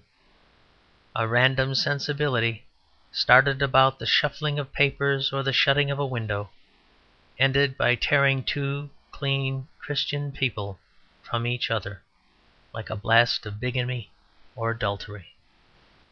End of chapter 8. G.K. Chesterton's Charles Dickens. Chapter 9. Later Life and Works. I have deliberately in this book mentioned only such facts in the life of Dickens as were, I will not say significant, for all facts must be significant, including the million facts that can never be mentioned by anybody, but such facts as illustrated my own immediate meaning. I have observed this method consistently and without shame, because I think that we can hardly make too evident a chasm between books which profess to be statements of all the ascertainable facts, and books which, like this one, profess only to contain a particular opinion or a summary deducible from the facts. Books like Forster's exhaustive work and others exist, and are as accessible as St. Paul's Cathedral. We have them in common as we have the facts of the physical universe, and it seems highly desirable that the function of making an exhaustive catalogue and that of making an individual generalization should not be confused. No catalogue, of course, can contain all the facts even of 5 minutes. Every catalogue, however long and learned, must not only be a bold, but one may say an audacious selection. But if a great many facts are given, the reader gains a blurred belief that all the facts are being given. In a professedly personal judgment, it is therefore clearer and more honest to give only a few illustrative facts, leaving the other attainable facts to balance them.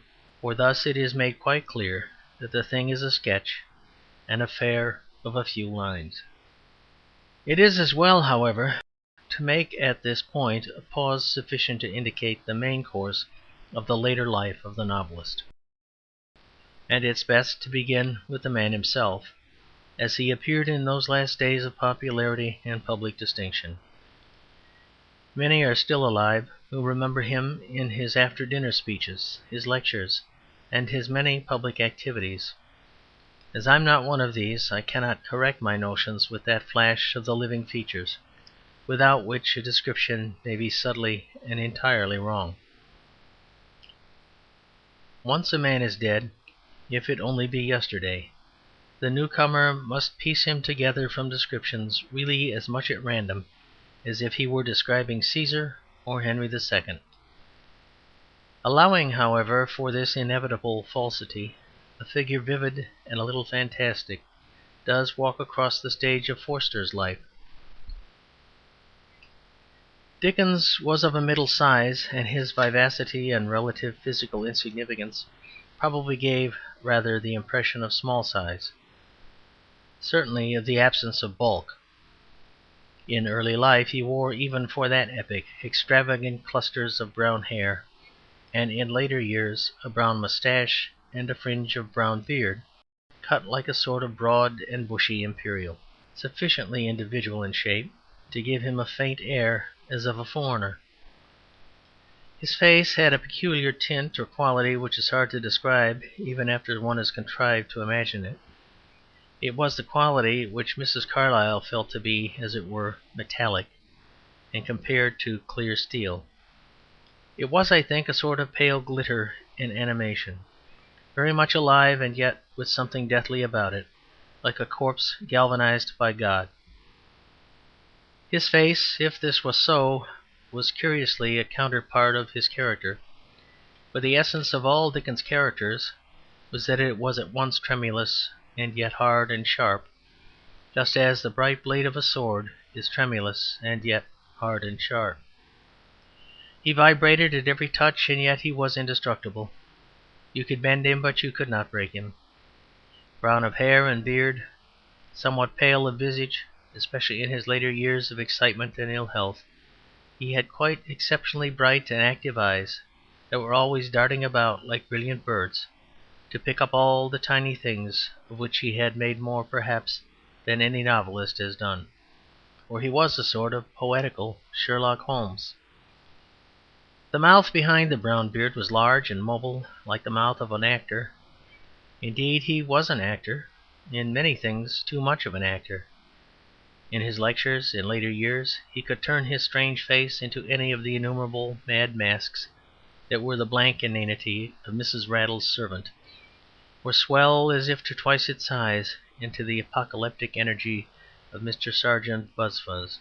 The outline of his face itself, from his youth upwards, was cut quite delicate and decisive in repose, and in its own keen way may even have looked effeminate.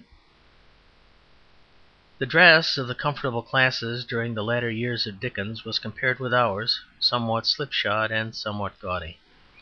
It was the time of loose peg-top trousers, of an almost Turkish oddity, of large ties, of loose short jackets, and of loose long whiskers. Yet even this expansive period, it must be confessed, considered Dickens a little too flashy, or, as some put it, too Frenchified in his dress. Such a man would wear velvet coats and wild waistcoats that were like incredible sunsets. He would wear those old white hats of an unnecessary and startling whiteness. He did not mind being seen in sensational dressing gowns. It is said he had his portrait painted in one of them. All of this is not meritorious, neither is it particularly discreditable. It is a characteristic only, but an important one. He was an absolutely independent and entirely self-respecting man, but he had none of that old, lusty, half-dignified English feeling upon which Thackeray was so sensitive. I mean the desire to be regarded as a private gentleman, which means at bottom the desire to be left alone. This again is not a merit. It is only one of the milder aspects of aristocracy. But meritorious or not, Dickens did not possess it. He had no objection to being stared at, if he were also admired. He did not exactly pose in the Oriental manner of Disraeli. His instincts were too clean for that. But he did pose somewhat in the French manner of some leaders like Mirabeau and Gambetta. Nor had he the dull desire to get on, which makes men die contented as inarticulate under-secretaries of state.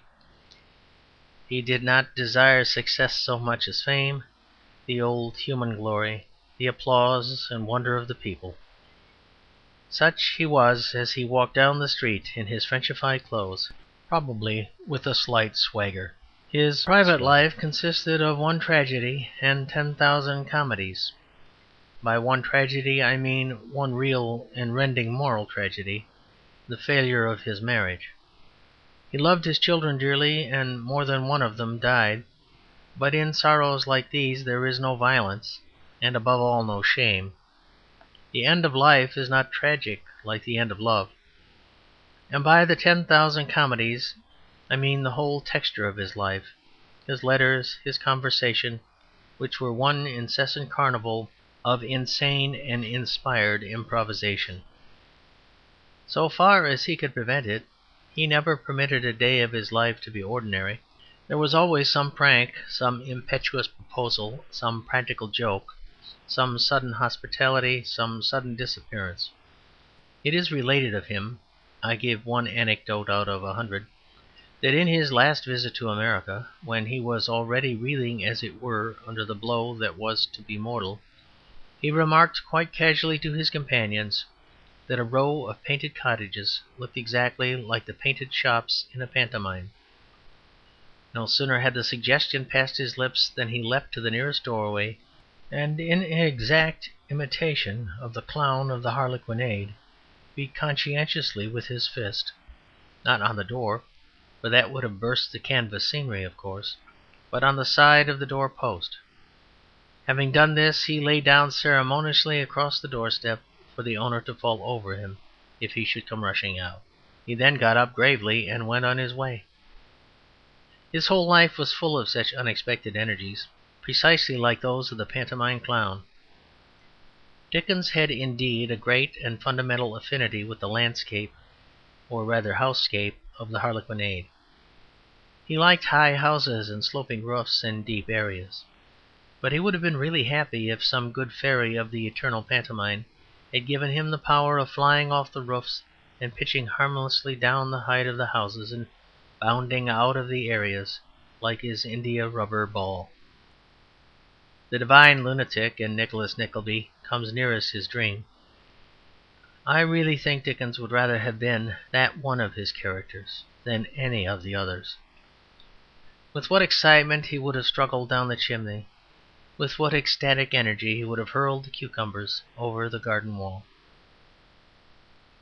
His letters exhibit even more the same incessant creative force. His letters are as creative as any of his literary creation. His shortest postcard is often as good as his ablest novel. Each one of them is spontaneous, each one of them is different. He varies even the form and shape of the letter as far as possible. Now it is in absurd French, now it is from one of his characters, now it is an advertisement for himself as a stray dog. All of them are very funny. They're not only very funny, but they're quite as funny as his finished and published work. This is the ultimately amazing thing about Dickens, the amount there is of him.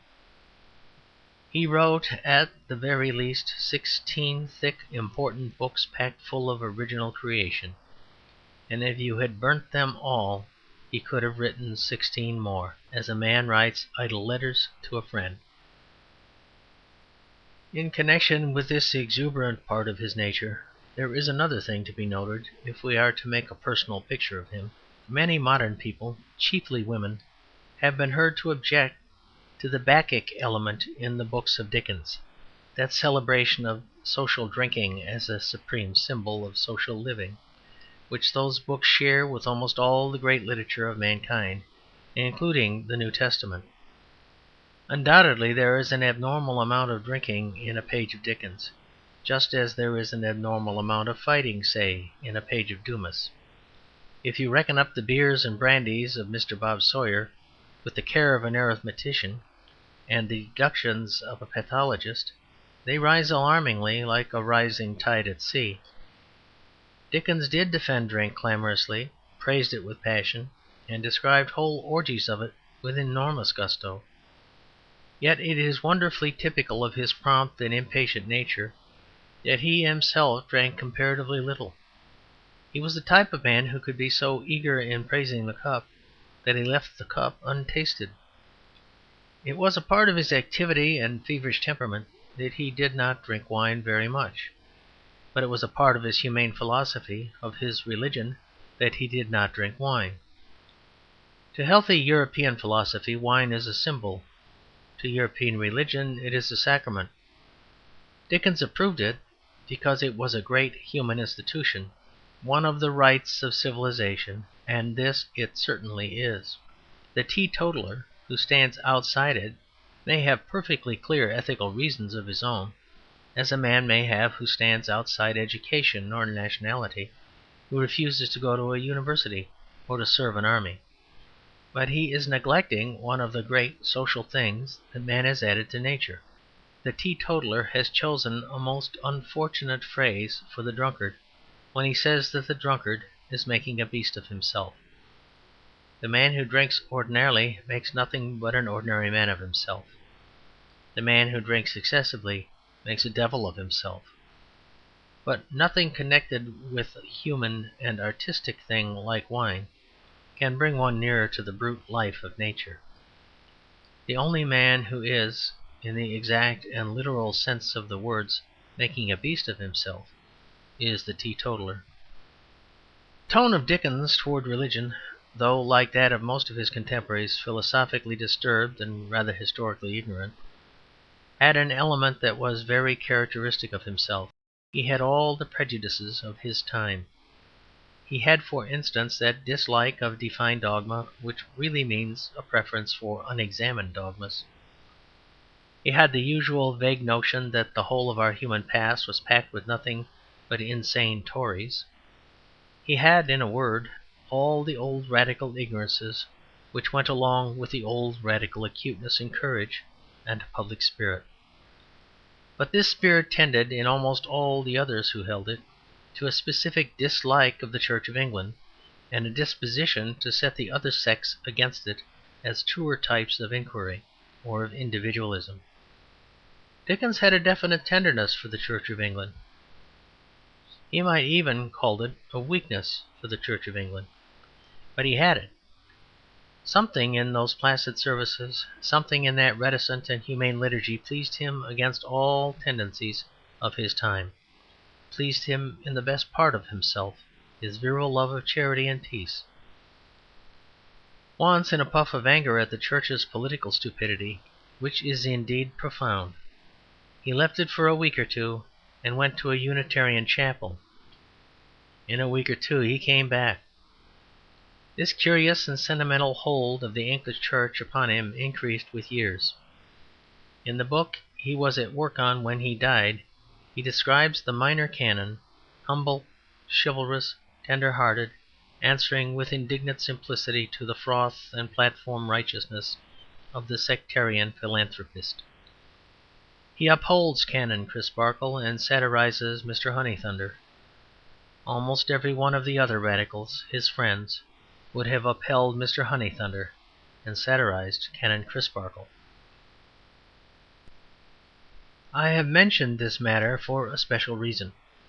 It brings us back to that apparent contradiction or dualism in Dickens, to which, in one connection or another, I have often adverted, and which, in one shape or another, constitutes the whole crux of his character. I mean the union of a general wildness approaching lunacy with a sort of secret moderation almost amounting to mediocrity. Dickens was more or less the man I have described, sensitive, theatrical, amazing, a bit of a dandy, a bit of a buffoon. Nor are such characteristics, whether weak or wild, entirely accidents or externals.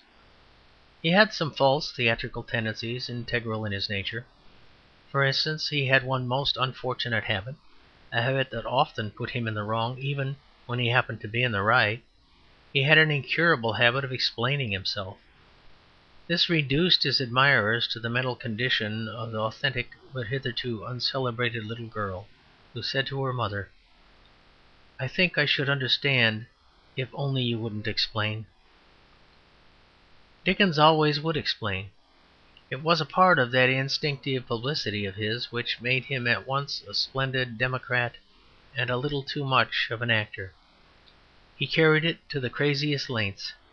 He actually printed in Household Words an apology for his own action in the matter of his marriage. That incident alone is enough to suggest that his external offers and proposals were sometimes like screams heard from Bedlam. Yet it remains true that he had in him a central part that was pleased only by the most decent and most reposeful rites, by things of which the Anglican prayer book is a very typical. It is certainly true that he was often extravagant. It is most certainly equally true that he detested and despised extravagance. The best explanation can be found in his literary genius. His literary genius consisted in a contradictory capacity at once to entertain and to deride very ridiculous ideas. If he is a buffoon, he is laughing at buffoonery. His books were in some ways the wildest on the face of the world. Rabelais did not introduce into Paphlagonia or the kingdom of the Cockrogoos satiric figures more frantic and misshapen than Dickens made to walk about the Strand and the Lincoln's Inn. But for all that, you come in the core of him on a sudden quietude and good sense. Such, I think, was the core of Rabelais. Such were all the far-stretching and violent satirists. This is a point essential to Dickens, though very little comprehended in our current tone of thought. Dickens was an immoderate jester, but a moderate thinker. He was an immoderate jester because he was a moderate thinker. What we moderns call the wildness of his imagination was actually created by what we moderns call the tameness of his thought. I mean that he felt the full insanity of all extreme tendencies because he was himself so sane. He felt eccentricities because he was in the centre. We are always, in these days, asking our violent prophets to write violent satires. But violent prophets can never possibly write violent satires. In order to write satires like that of Rabelais, satire that juggles with the stars and kicks the world about like a football, it is necessary to be one self-temperate and even mild. A modern man like Nietzsche, a modern man like Gorky, a modern man like D'Annunzio could not possibly write real and riotous satire. They are themselves too much on the borderlands. They could not be a success as caricaturists, for they are already a great success as caricatures. I have mentioned his religious preference merely as an instance of this interior moderation. To say, as some have done, that he attacked nonconformity is quite a false way of putting it. It is clean across the whole trend of the man and his time to suppose that he could have felt bitterness against any theological body as a theological body. But anything like religious extravagance, whether Protestant or Catholic, moved him to an extravagance of satire, and he flung himself into the drunken energy of Dickens. He piled up to the stars the verbose flights of stairs of Mr. Chadband, exactly because his own conception of religion was the quiet and impersonal morning prayer. It is typical of him that he had a peculiar hatred for speeches at the graveside. An even clearer case of what I mean can be found in his political attitude. He seemed to some an almost anarchic satirist. He made equal fun of the system which reformers made war on, and of the instruments on which the reformers relied. He made no secret of his feelings that the average English premier was an accidental ass. In 2 superb sentences he summed up and swept away the whole British Constitution. England for the last week has been in an awful state. Lord Coodle would go out, Sir Thomas Doodle wouldn't come in, and there being no people in England to speak of except Coodle and Doodle, the country has been without a government. He lumped all cabinets and all government offices together and made the same game of them all. He created his most staggering humbugs, his most adorable and incredible idiots, and set them on the highest thrones of our national system.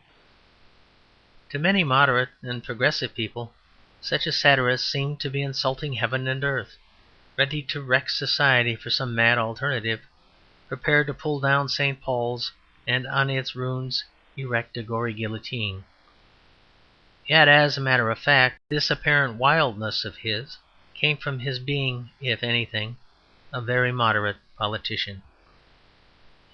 It came not at all from fanaticism, but from a rather rational detachment. He had the sense to see that the British Constitution was not democracy, but the British Constitution. It was an artificial system, like any other, good in some ways, bad in others. His satire of it sounded wild to those who worshipped it, but his satire of it arose not from his having any wild enthusiasm against it, but simply from his not having, like everyone else, a wild enthusiasm for it. Alone, as far as I know, among all the great Englishmen of that age, he realized the thing that Frenchmen and Irishmen understand. I mean the fact that popular government is one thing and representative government is another. He realized that representative government has many minor disadvantages, one of them being that it is never representative. He speaks of his hope to have made every man in England feel something of the contempt for the House of Commons that I have. He says also these two things, both of which are wonderfully penetrating as coming from a good Radical in 1855, but they contain a perfect statement of the peril in which we now stand, and which may, if it please God, sting us into avoiding the long vista at the end of which one sees so closely the dignity and the decay of Venice. I am hourly strengthened, he says, in my old belief that our political aristocracy and our tuft-hunting are the death of England. In all this business I don't see a gleam of hope. As to the populist spirit, it has come to be so entirely separated from the Parliament and the Government, and so perfectly apathetic about them both, that I seriously think it is a most portentous sign.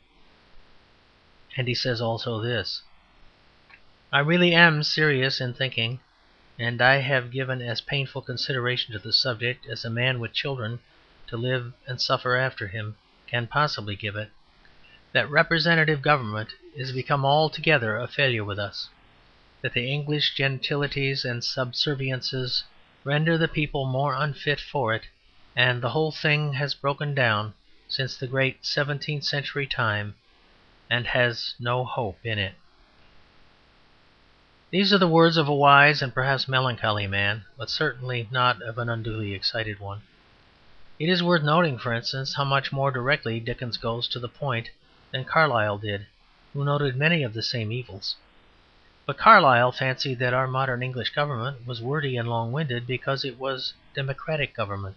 Dickens saw what is certainly the fact, that it is wordy and long-winded because it is an aristocratic government, the two most pleasant aristocratic qualities being a love of literature and an unconsciousness of time. But all this amounts to the same conclusion of the matter. Frantic figures like Dickens and Chadbrand were created out of the quietude of his religious preference. Wild creations like the Barnacles and the Bounderbys were produced in a kind of ecstasy of ordinary, of the obvious in political justice. His monsters were made out of his level and his moderation, as the old monsters were made out of the sea. Such was the man of genius we must try to imagine, violently emotional, yet with a good judgment, pugnacious, but only when he thought himself oppressed, prone to think himself oppressed, yet not cynical about human motives. He was a man remarkably hard to understand or to reanimate. He almost always had reasons for his action. His error was that he always expounded them. Sometimes his nerve snapped, and then he was mad. Unless it did so, he was quite unusually sane.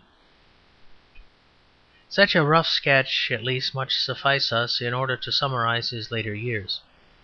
Those years were occupied, of course, in two main additions to his previous activities. The first was the series of public readings and lectures which he now began to give systematically. The second was his successive editorship of Household Words and of All the Year Round. He was of a type that enjoys every new function and opportunity. He had been so many things in his life, a reporter, an actor, a conjurer, a poet. As he had enjoyed them all, so he enjoyed being a lecturer and enjoyed being an editor. It is certain that his audiences, who sometimes stacked themselves so thick that they lay flat on the platform all round him, enjoyed his being a lecturer. It is not so certain that the sub-editors enjoyed his being an editor. But in both connections the main matter of importance is the effect on the permanent work of Dickens himself. The readings were important for this reason, that they fixed, as if by some public and pontifical pronouncement, what was Dickens' interpretation of Dickens' work. Such a knowledge is mere tradition, but it is very forcible. My own family has handed on to me, and I shall probably hand on to the next generation, a definite memory of how Dickens made his face suddenly like the face of an idiot in impersonating Mrs. Rattle's servant Betsy. This does serve one of the permanent purposes of tradition. It does make it a little more difficult for any ingenious person to prove that Betsy was meant to be a brilliant satire on the over-cultivation of intellect. As for his relation to his two magazines, it is chiefly important, first for the admirable things which he wrote for the magazines themselves. One cannot forbear to mention the intimate monologue of the waiter in Somebody's Luggage. And secondly, for the fact that in his capacity of editor he made one valuable discovery. He discovered Wilkie Collins. Wilkie Collins was the one man of unmistakable genius who has a certain affinity with Dickens, an affinity in this respect, that they both combine in a curious way a modern and a cockney and even commonplace opinion about things with huge elemental sympathy with strange oracles and spirits and old night. There were no two men in mid-Victorian England with their top hats and umbrellas more typical of its rationality and dull reform, and there were no two men who could touch them at a ghost story. No two men would have had more contempt for superstitions, and no two men could so create the superstitious thrill. Indeed, our modern mystics make a mistake when they wear long hair or loose ties to attract the spirits. The elves and the old gods, when they revisit the earth, really go straight for a dull top hat, for it means simplicity, which the gods love. Meanwhile, his books, appearing from time to time, while as brilliant as ever, bore witness to that increasing tendency to a more careful and responsible treatment which we have remarked in the transition which culminated in Bleak House. His next important book, Hard Times, strikes an almost unexpected note of severity. The characters are indeed exaggerated, but they are bitterly and deliberately exaggerated. They are not exaggerated with the old unconscious high spirits of Nicholas Nickleby or Martin Chuzzlewit. Dickens exaggerates Bounderby because he really hates him. He exaggerated Pecksniff because he really loved him. Hard Times is not one of the greatest books of Dickens, but it is perhaps in a sense one of the greatest monuments.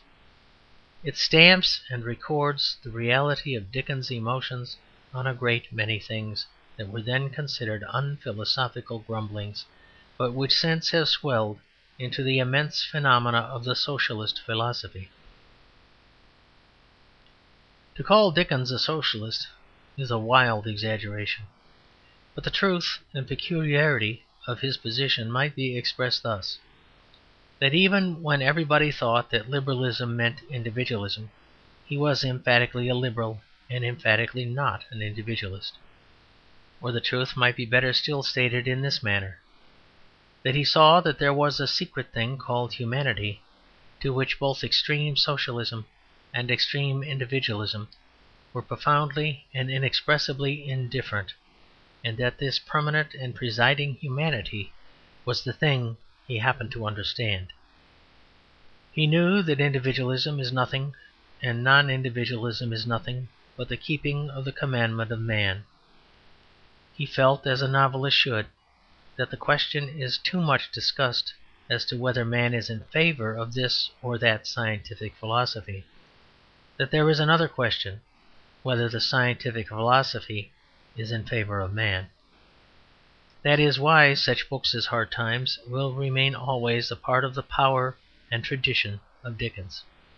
He saw that economic systems are not things like the stars, but things like the lampposts, manifestations of the human mind, and things to be judged by the human heart. Thenceforward until the end his books grow consistently graver and, as it were, more responsible. He improves as an artist, if not always as a creator. Little Dorrit, published in 1857, is at once in some ways so much more subtle and in every way so much more sad than the rest of his work that it bores Dickensians and especially pleases George Gissing. It is the only one of the Dickens tales which could please Gissing, and not by its genius, but also by its atmosphere. There is something a little modern and a little sad, something also out of tune with the main trend of Dickens' moral feeling, about the description of the character of Dorrit as actually and finally weakened by his wasting experiences, as not lifting any cry above the conquered years. It is but a faint fleck of shadow, but the illimitable white light of human hopefulness, of which I spoke at the beginning, is ebbing away. The work of the Revolution is growing weaker everywhere, and the night of necessitarianism cometh, when no man can work. For the first time in a book by Dickens, perhaps, we really do feel that the hero is 45. Clennam is certainly very much older than Mr. Pickwick. This was, indeed, only a fugitive grey cloud. He went on to breezier operations. But whatever they were, they still had the note of the latter days. They have a more cautious craftsmanship. They have a more mellow and more mixed human sentiment. Shadows fell upon his page from the other and sadder figures out of the Victorian decline. A good instance of this is his next book, The Tale of Two Cities. In dignity and eloquence it almost stands alone among the books by Dickens. But it also stands alone among his books in this respect, that it is not entirely by Dickens. It owes its inspiration avowedly to the passionate and cloudy pages of Carlyle's French Revolution, and there is something quite essentially inconsistent between Carlyle's disturbed and half-sceptical transcendentalism and the original school and spirit to which Dickens belonged, the lucid and laughing decisiveness of the old, convinced and contented radicalism. Hence the genius of Dickens cannot save him, just as the great genius of Carlyle could not save him from making a picture of the French Revolution which was delicately and yet deeply erroneous. Both tend too much to represent it as a mere elemental outbreaking of hunger or vengeance. They do not see enough that it was a war for intellectual principles, even for intellectual platitudes. We, the modern English, cannot easily understand the French Revolution because we cannot easily understand the ideas of bloody battle for pure common sense. We cannot understand common sense in arms and conquering. In modern England, common sense appears to mean putting up with existing conditions. For us, a practical politician really means a man who can be thoroughly trusted to do nothing at all. That is where his practicality comes in. The French feeling, the feeling at the back of the Revolution, was that the more sensible a man was, the more you must look out for slaughter. In all the imitators of Carlyle, including Dickens, there is an obscure sentiment that the thing for which the Frenchman died must have been something new and queer, a paradox, a strange idolatry. But when such blood ran in the streets, it was for the sake of a truism. When those cities were shaken to their foundation, they were shaken to their foundations by a truism. I have mentioned this historical matter because it illustrates these later and more mingled influences which at once improve and, as it were, perplex the later work of Dickens. For Dickens had in his original mental composition capacities for understanding this cheery and sensible element in the French Revolution far better than Carlyle.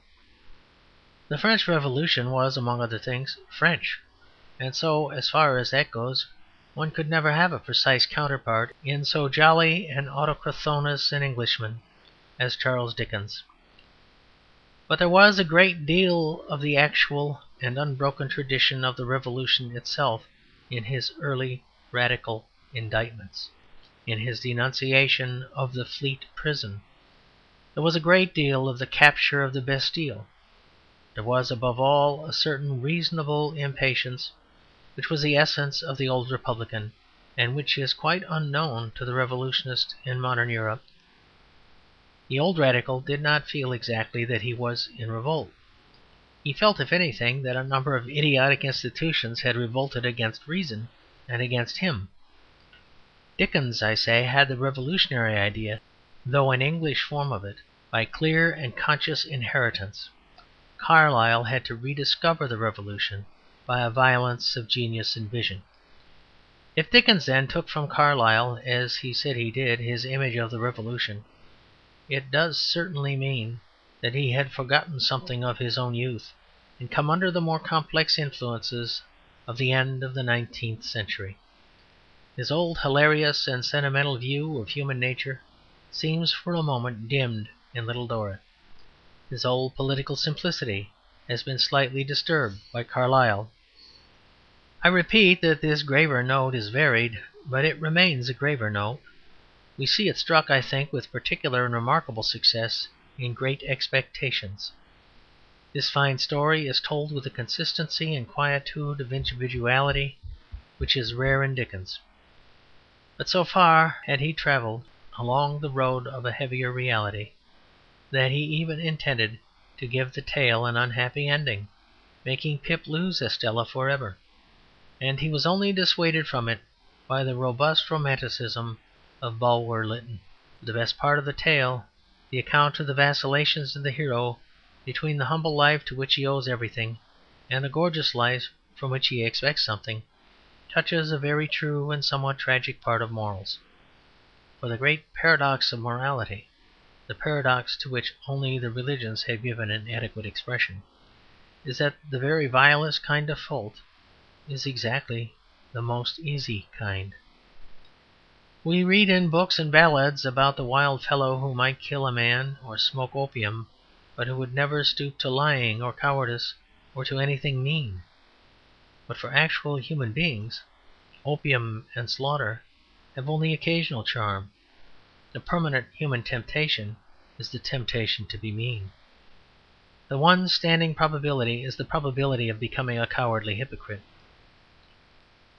The circle of the traitors is the lowest of the abyss, and it is also the easiest to fall into. That is one of the ringing realities of the Bible, that it does not make its great men commit grand sins. It makes its great men, such as David and St. Peter, commit small sins and behave like sneaks.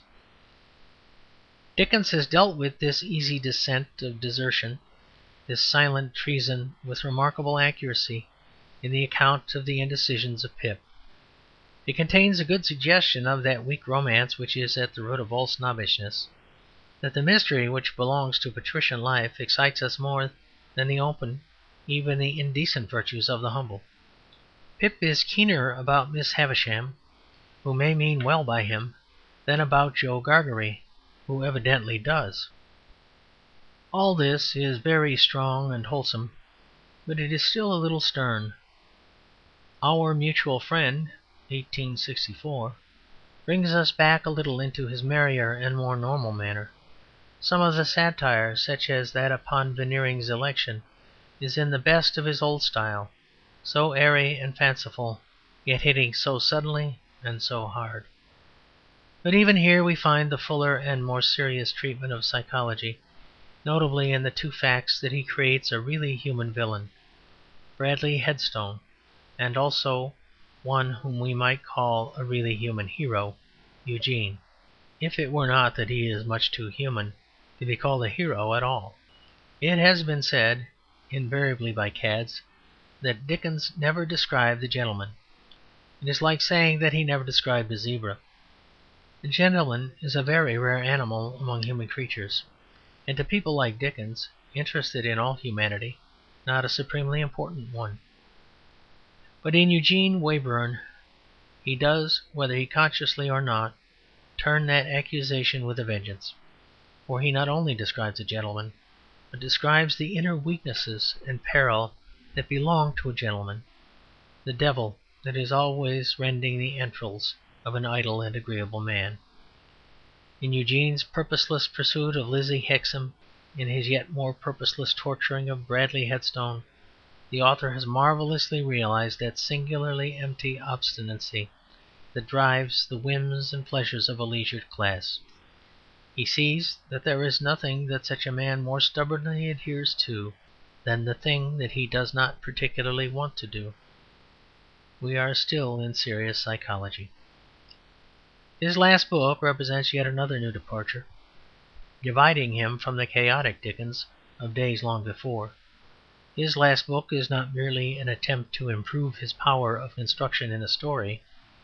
It is an attempt to rely entirely on that power of construction. It not only has a plot, it is a plot. The Mystery of Edwin Drood, 1870, was in such a sense, perhaps, the most ambitious book that Dickens ever attempted. It is, as every one knows, a detective story, and certainly a very successful one, as it is attested by the tumult of discussion as to its proper solution. In this, quite apart from its unfinished state, it stands, I think, alone among the author's works. Elsewhere, if he introduced a mystery, he seldom took the trouble to make it very mysterious. Bleak House is finished, but if it were only half finished, I think any one would guess that Lady Dedlock and Nemo had sinned in the past. Edwin Drood is not finished, for in the very middle of it Dickens died. He had altogether overstrained himself in a last lecturing tour in America. He was a man in whom any serious malady would naturally make very rapid strides, for he had the temper of an irrational invalid. I have said before that there was in his curious character something that was feminine. Certainly there was nothing more entirely feminine than this, that he worked because he was tired. Fatigue bred in him a false and feverish industry, and his case increased like the case of a man who drinks to cure the effects of drink.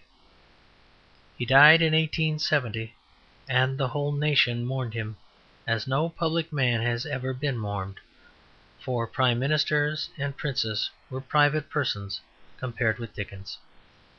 He had been a great popular king, like a king of some more primal age, whom his people could come and see, giving judgment under an oak tree.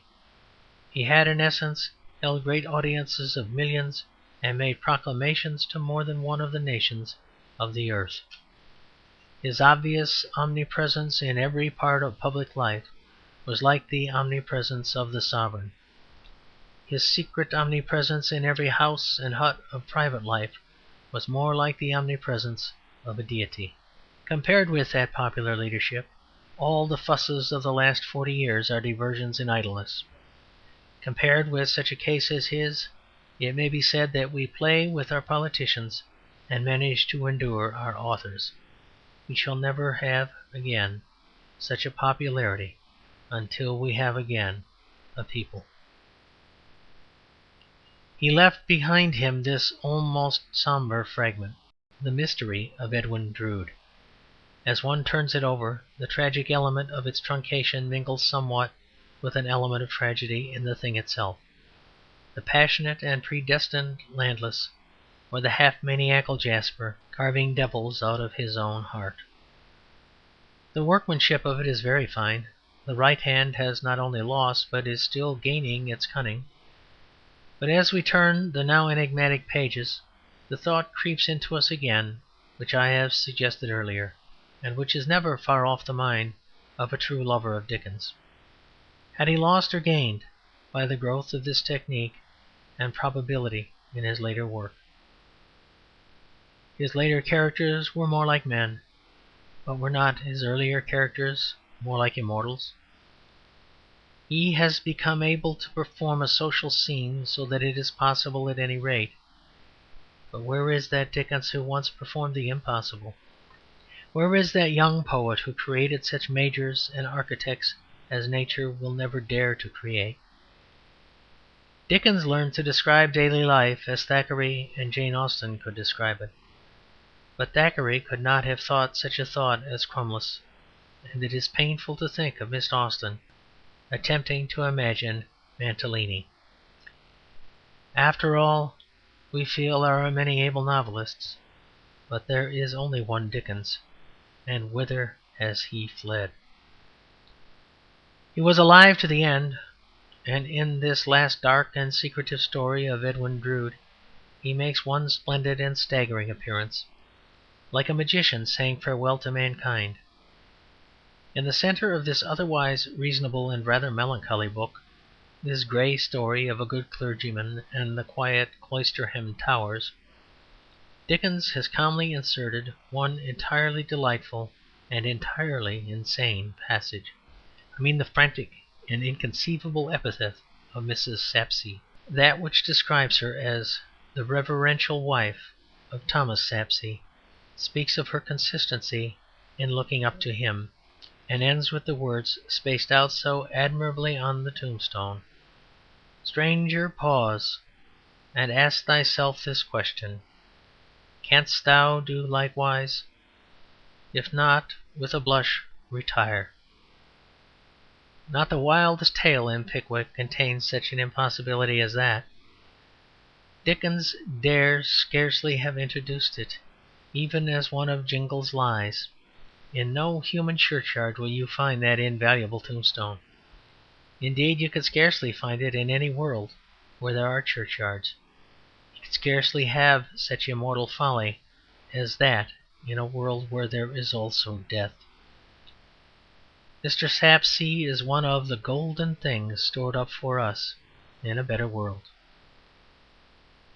Yes, there were many other Dickenses: a clever Dickens, an industrious Dickens, a public-spirited Dickens. But this was the great one. This last outbreak of insane humour reminds us wherein lay his power and his supremacy. The praise of such beatific buffoonery should be the final praise, the ultimate word in his honour. The wild epithet of Mrs. Sapsea should be the serious epithet of Dickens. End of chapter 9. G.K. Chesterton's Charles Dickens. Chapter 10. The Great Dickens Characters. All criticism tends too much to become criticism of criticism, and the reason is very evident. It is that criticism of creation is so very staggering a thing. We see this in the difficulty of criticizing any artistic creation. We see it again in the difficulty of criticizing that creation which is spelt with a capital C. The pessimists who attack the universe are always under this disadvantage. They have an exhilarating consciousness that they could make the sun and moon better, but they also have the depressing consciousness that they could not have made the sun and moon at all. A man looking at a hippopotamus may sometimes be tempted to regard a hippopotamus as an enormous mistake, but he is also bound to confess that a fortunate inferiority prevents him personally from making such mistakes. It is neither a blasphemy nor an exaggeration to say that we feel something of the same difficulty in judging of the very creative element in human literature. And this is the first and last dignity of Dickens, that he was a creator. He did not point out things, he made them. We may disapprove of Mr. Guppy, but we recognize him as a creation flung down like a miracle out of an upper sphere. We can pull him to pieces, but we could not have put him together. We can destroy Mrs. Gamp in our wrath, but we could not have made her in our joy. Under this disadvantage, any book about Dickens must definitely labor. Real primary creation, such as the sun or the birth of a child, calls forth not criticism, not appreciation, but a kind of incoherent gratitude. This is why most hymns about God are bad, and this is why most eulogies on Dickens are bad. The eulogists of the divine and of the human creator are alike inclined to appear sentimentalists, because they are talking about something as very real. In the same way, love letters always sound florid and artificial, because they are about something real. Any chapter such as this chapter must therefore in a sense be inadequate. There is no way of dealing properly with the ultimate greatness of Dickens, except by offering sacrifice to him as a god, and this is opposed to the etiquette of our time. But something can perhaps be done in the way of suggesting what was the quality of this creation. But even in considering its quality, we ought to remember that quality is not the whole question. One of the godlike things about Dickens is his quantity. His quantity as such, the enormous output, the incredible fecundity of his invention. I have said a moment ago that not one of us could have invented Mr. Guppy. But even if we could have stolen Mr. Guppy from Dickens, we have still to confront the fact that Dickens would have been able to invent another quite inconceivable character to take his place. Perhaps we could have created Mr. Guppy, but the effort would certainly have exhausted us. We should be ever afterwards wheeled about in a bath chair at Bournemouth. Nevertheless, there is something that is worth saying about the quality of Dickens. At the very beginning of this review, I remarked that the reader must be in a mood, at least, of democracy. To some it may have sounded irrelevant, but the Revolution was as much behind all the books of the 19th century as the Catholic religion, let us say, was behind all the colours and carvings of the Middle Ages. Another great name of the 19th century will afford an evidence of this, and will also bring us most sharply to the problem of the literary quality of Dickens. Of all these 19th century writers, there is none, in the novelist sense, more democratic than Walter Scott. As this may be disputed, and as it is relevant, I will expand the remark. There are two rooted spiritual realities out of which grow all kinds of democratic conception, or sentiment of human quality. There are two things in which all men are manifestly and unmistakably equal. They are not equally clever, or equally muscular, or equally fat, as the sages of the modern reaction, with piercing insight, perceive. But this is a spiritual certainty, that all men are tragic. And this, again, is an equally sublime spiritual certainty, that all men are comic. No special and private sorrow can be so dreadful as the fact of having to die, and no freak or deformity can be so funny as the mere fact of having 2 legs. Every man is important if he loses his life, and every man is funny if he loses his hat and has to run after it. And the universal test everywhere of whether a thing is popular, of the people, is whether it employs vigorously these extremes of the tragic and the comic. Shelley, for instance, was an aristocrat, if ever there was one in the world. He was a republican, but he was not a democrat. In his poetry there is every perfect quality except this pungent and popular stab. For the tragic and the comedy you must go, say, to Burns, a poor man. And all over the world, the folk literature, the popular literature, is the same. It consists of very dignified sorrow and very undignified fun. Its sad tales are of broken hearts. Its happy tales are of broken heads. These, I say, are two roots of democratic reality. But they have in more civilized literature a more civilized embodiment of form. In literature such as that of the 19th century, the two elements appear somewhat thus. Tragedy becomes a profound sense of human dignity. The other and jollier element becomes a delighted sense of human variety. The first supports equality by saying that all men are equally sublime. The second supports equality by observing that all men are equally interesting. In this democratic aspect of the interest and variety of all men, there is, of course, no democrat so great as Dickens. But in the other matter, in the idea of the dignity of all men, I repeat that there is no democrat so great as Scott. This fact, which is the moral and enduring magnificence of Scott, has been astonishingly overlooked. His rich and dramatic effects are gained in almost every case by some grotesque or beggarly figure rising into a human pride and rhetoric. The common man, in the sense of the paltry man, becomes the common man in the sense of the universal man. He declares his humanity, for the meanest of all the modernities has been the notion that the heroic is an oddity or variation, and that the things that unite us are merely flat or foul. The common things are terrible and startling, death, for instance, and first love. The things that are common are the things that are not commonplace. Into such high and central passions the comic Scott character will suddenly rise.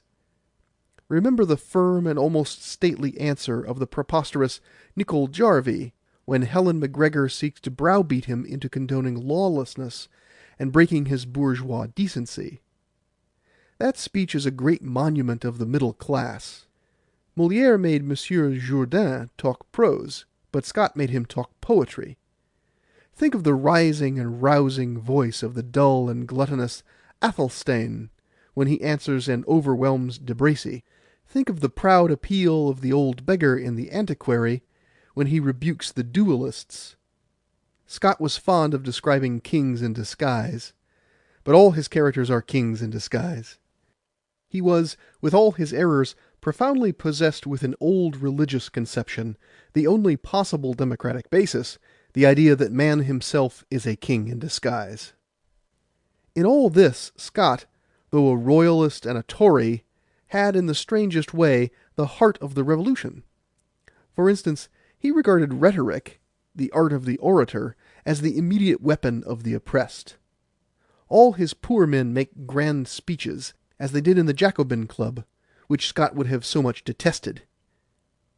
And it is odd to reflect that he was, as an author, giving free speech to fictitious rebels, while he was, as a stupid politician, denying it to real ones. But the point for us here is that all this popular sympathy of his rests on the graver basis, on the dark dignity of man. "Can you find no way?" asks Sir Arthur Wardour of the beggar when they are cut off by the tide. "I'll give you a farm, I'll make you rich." "Our riches will soon be equal," says the beggar, and looks out across the advancing sea. Now I have dwelt on this strong point of Scott, because it is the best illustration of the one weak point of Dickens. Dickens had little or none of this sense of the concealed sublimity of every separate man. Dickens's sense of democracy was entirely of the other kind. It rested on the other of the two supports of which I have spoken. It rested on the sense that all men were wildly interesting and wildly varied. When a Dickens character becomes excited, he becomes more and more himself. He does not, like the Scott beggar, turn more and more into man. As he rises, he grows more and more into a gargoyle or grotesque. He does not, like the fine speaker in Scott, grow more classical as he grows more passionate, more universal as he grows more intense. The thing can only be illustrated by a special case. Dickens did more than once, of course, make one of his quaint or humble characters assert himself in a serious crisis, or defy the powerful. There is, for instance, the quite admirable scene in which Susan Nipper, one of the greatest of Dickens's achievements, faces and rebukes Mr. Dombey. But it is still true, and quite appropriate in its own place and manner, that Susan Nipper remains a purely comic character throughout her speech, and even grows more comic as she goes on. She is more serious than usual in her meaning, but not more serious in her style. Dickens keeps the natural diction of Nipper, but makes her grow more nipperish as she grows more warm. But Scott keeps the natural diction of Bailey Jarvie, but insensibly sobers and uplifts the style until it reaches a plain and appropriate eloquence. This plain and appropriate eloquence was, except in a few places at the end of Pickwick, almost unknown to Dickens. Whenever he made comic characters talk sentiment comically, as in the instance of Susan, it was a success, but an avowedly extravagant success.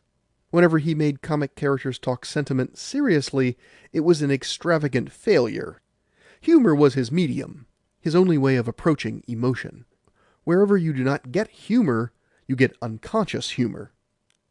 As I have said elsewhere in this book, Dickens was deeply and radically English, the most English of our great writers. And there was something very English in this contentment with a grotesque democracy, and in this absence of the eloquence and elevation of Scott. The English democracy is the most humorous democracy in the world. The Scotch democracy is the most dignified, while the whole abandon and satiric genius of the English populace come from its being quite undignified in every way.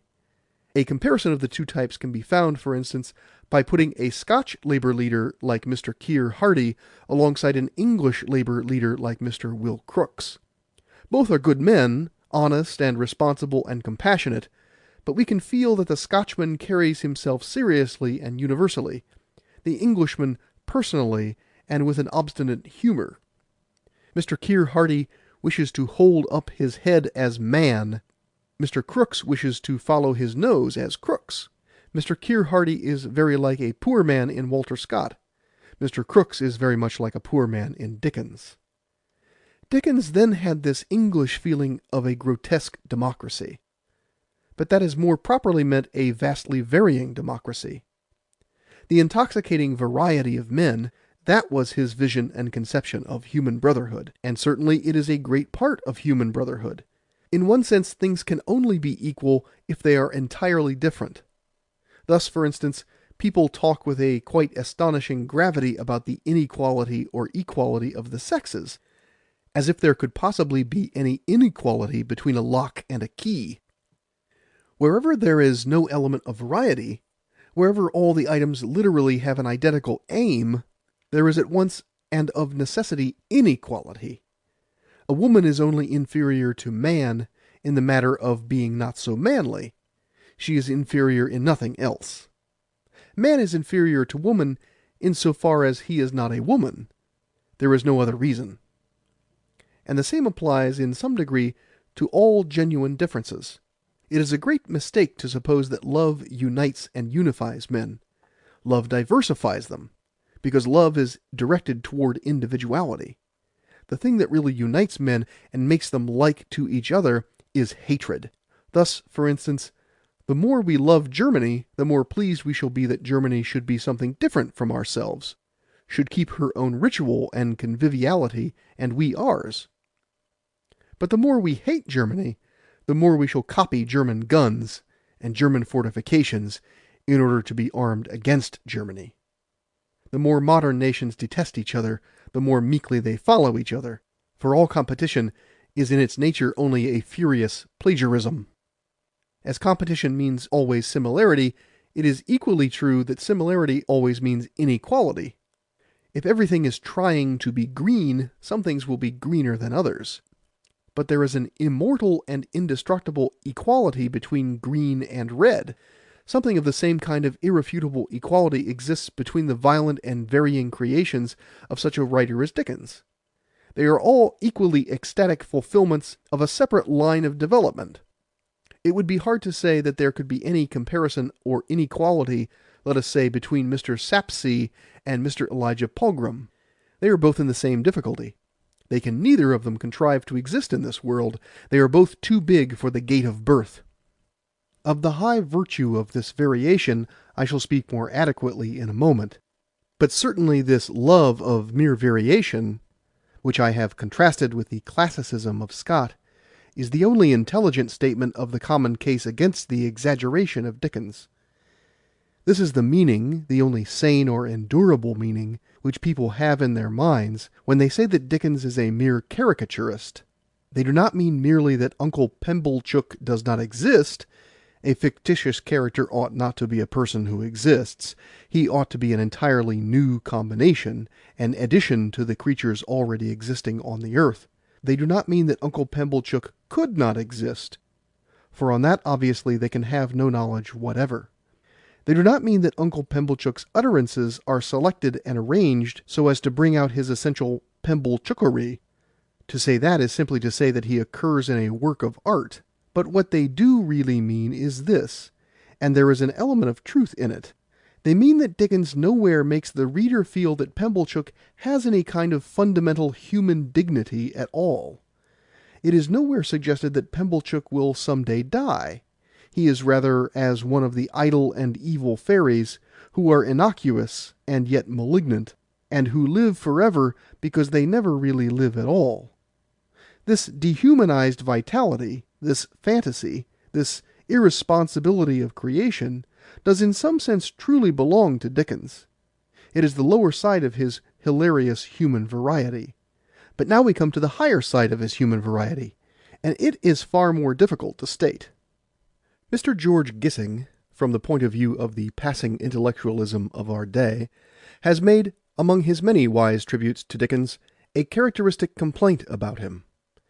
He has said that Dickens, with all his undoubted sympathy for the lower classes, never made a working man, a poor man, specifically and highly intellectual.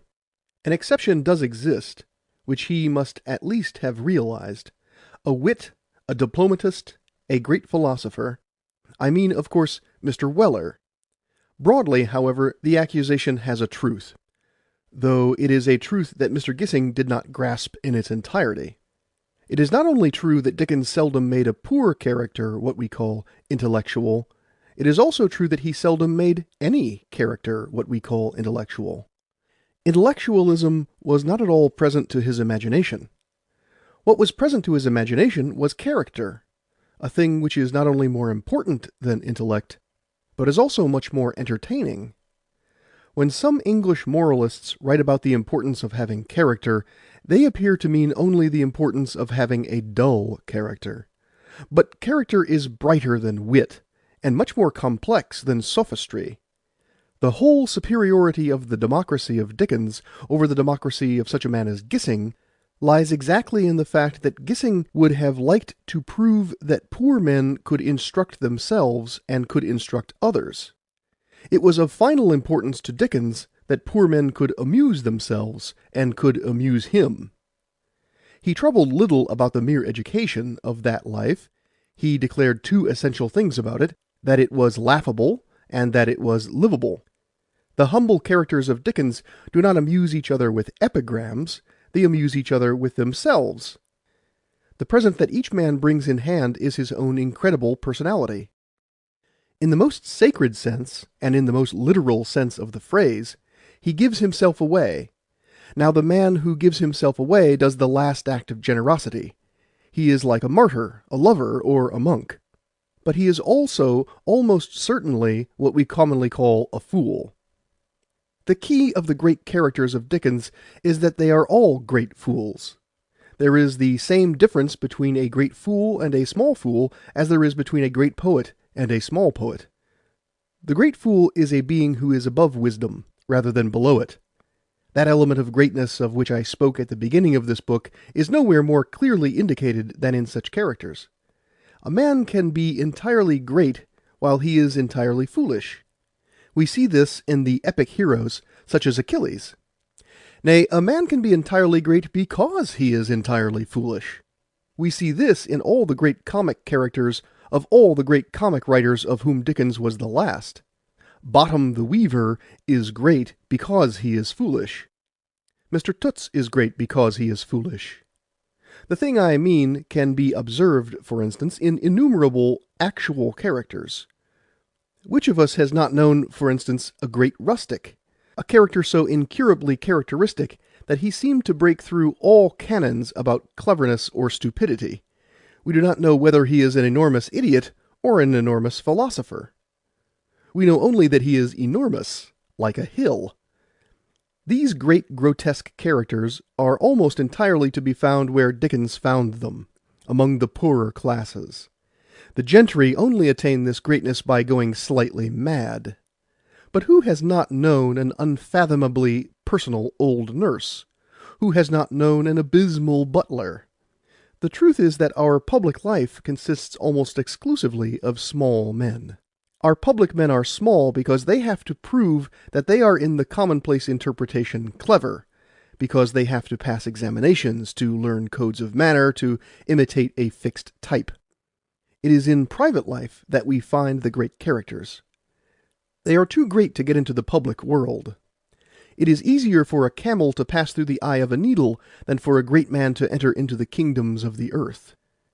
The truly great and gorgeous personality, he who talks as no one else could talk, and feels with an elementary fire, you will never find this man on any cabinet bench, in any literary circle, at any society dinner.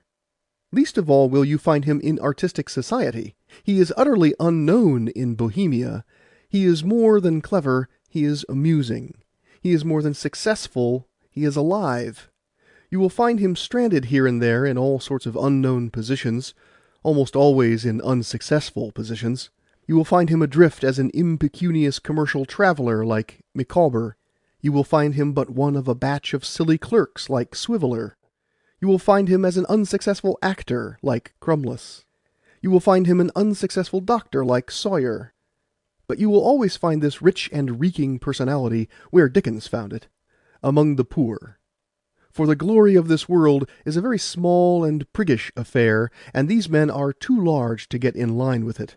They are too strong to conquer. It is impossible to do justice to these figures, because the essential of them is their multiplicity. The whole point of Dickens is that he not only made them, but made them by myriads, that he stamped his foot and armies came out of the earth. But let us, for the sake of showing the true Dickens method, take one of them, a very sublime one, Toots. It affords a good example of the real work of Dickens, which was the revealing of a certain grotesque greatness inside an obscure and even unattractive type. It reveals the great paradox of all spiritual things, that the inside is always larger than the outside. Toots is a type that we all know as well as we know chimney-pots, and of all conceivable human figures, he is apparently the most futile and the most dull. He is the blockhead who hangs on at a private school, overgrown and underdeveloped. He is always backward in his lessons, but forward in certain cheap ways of the world. He can smoke before he can spell. Toots is a perfect and pungent figure of the wretched youth. Toots has, as this youth always has, a little money of his own, enough to waste in a semi-dissipation he does not enjoy, and in a gaping regard for sports in which he could not possibly excel. Toots has, as this youth always has, bits of surreptitious finery, in his case the incomparable ring. In Toots, above all, is exactly rendered the central and most startling contradiction, the contrast between a jauntiness and a certain impudence of the attire, with the profound shame and sheepishness of the visage and the character. In him, too, is expressed the larger contrast between the external gaiety of such a lad's occupations and the infinite disconsolate sadness of his empty eyes. This is Toots. We know him, we pity him, and we avoid him. Schoolmasters deal with him in despair or in a heart-breaking patience. His family is vague about him. His low-class hangers-on, like the game chicken, lead him by the nose. The very parasites that live on him despise him. But Dickens does not despise him. Without denying one of the dreary details which make us avoid the man, Dickens makes him a man whom we long to meet. He does not gloss over one of his dismal deficiencies, but he makes them seem suddenly like violent virtues that we would go to the world's end to see. Without altering one fact, he manages to alter the whole atmosphere, the whole universe of Toots. He makes us not only like, but love, not only love, but reverence this little dunce and cad. The power to do this is a power truly and literally to be called divine. For this is the very wholesome point. Dickens does not alter Toots in any vital point. The thing he does alter is us. He makes us lively where we were bored, kind where we were cruel, and above all, free for an universal human laughter, where we were cramped in a small competition about that sad and solemn tiling, the intellect. His enthusiasm fills us, as does the love of God, with a glorious shame. After all, he has only found in Toots what we might have found for ourselves. He has only made us as interested in Toots as Toots is in himself. He does not alter the proportions of Toots, he alters only the scale. We seem as if we were staring at a rat risen to the stature of an elephant. Hitherto we could have passed him by. Now we feel that nothing could induce us to pass him by. That is the nearest way to putting the truth. He has not been whitewashed in the least. He has not been depicted as any cleverer than he is. He has been turned from a small fool into a great fool. We know Toots is not clever, but we are not inclined to quarrel with Toots because he is not clever. We are more likely to quarrel with cleverness because it is not Toots. All the examinations he could not pass, all the schools he could not enter, All the temporary tests of brain and culture which surrounded him shall pass, and Toots shall remain like a mountain. It may be noticed that the great artists always choose great fools rather than great intellectuals to embody humanity. Hamlet does express the aesthetic dreams and the bewilderments of the intellect, but Bottom the Weaver expresses them much better. In the same manner, Toots expresses certain permanent dignities in human nature more than any of Dickens's more dignified characters can do it. For instance, Toots expresses admirably the enduring fear which is the very essence of falling in love. When Toots is invited by Florence to come in, when he longs to come in but still stays out, he is embodying a sort of insane and perverse humility which is elementary in the lover. There is an apostolic injunction to suffer fools gladly. We always lay the stress on the word suffer, and interpret the passage as one urging resignation. It might be better, perhaps, to lay the stress on the word gladly, and make our familiarity with fools a delight, and almost a dissipation. Nor is it necessary that our pleasure in fools, or at least in great and godlike fools, should be merely satiric or cruel. The great fool is he in whom we cannot tell which is the conscious and which is the unconscious humour. We laugh with him and laugh at him at the same time. An obvious instance is that of ordinary and happy marriage. A man and a woman cannot live together without having against each other a kind of everlasting joke. Each has discovered that the other is a fool, but a great fool.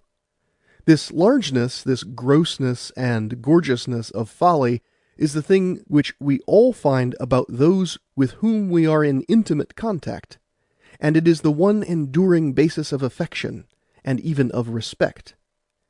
When we know an individual named Tomkins, we know that he has succeeded where all others have failed. He has succeeded in being Tomkins. Just so Mr. Toots succeeded. He was defeated in all scholastic examinations, but he was the victor in that visionary battle in which unknown competitors vainly tried to be Toots. If we are to look for lessons, here at least is the last and deepest lesson of Dickens. It is in our own daily life that we are to look for the portents and the prodigies. This is the truth not merely of the fixed figures of our life, the wife, the husband, the fool that fills the sky. It is true of the whole stream and substance of our daily experience. Every instant we reject a great fool merely because he is foolish. Every day we neglect Tootses and Swivellers, Guppies and Joblings, Simmeries and Flashers. Every day we lose the last sight of Jobling and Chuckster, the analytical chemist, or the Marchioness. Every day we are missing a monster whom we might easily love, and an imbecile whom we should certainly admire. This is the real gospel of Dickens, the inexhaustible opportunities offered by the liberty and the variety of man. Compared with this life, all public life, all fame, all wisdom, is by its nature cramped and cold and small.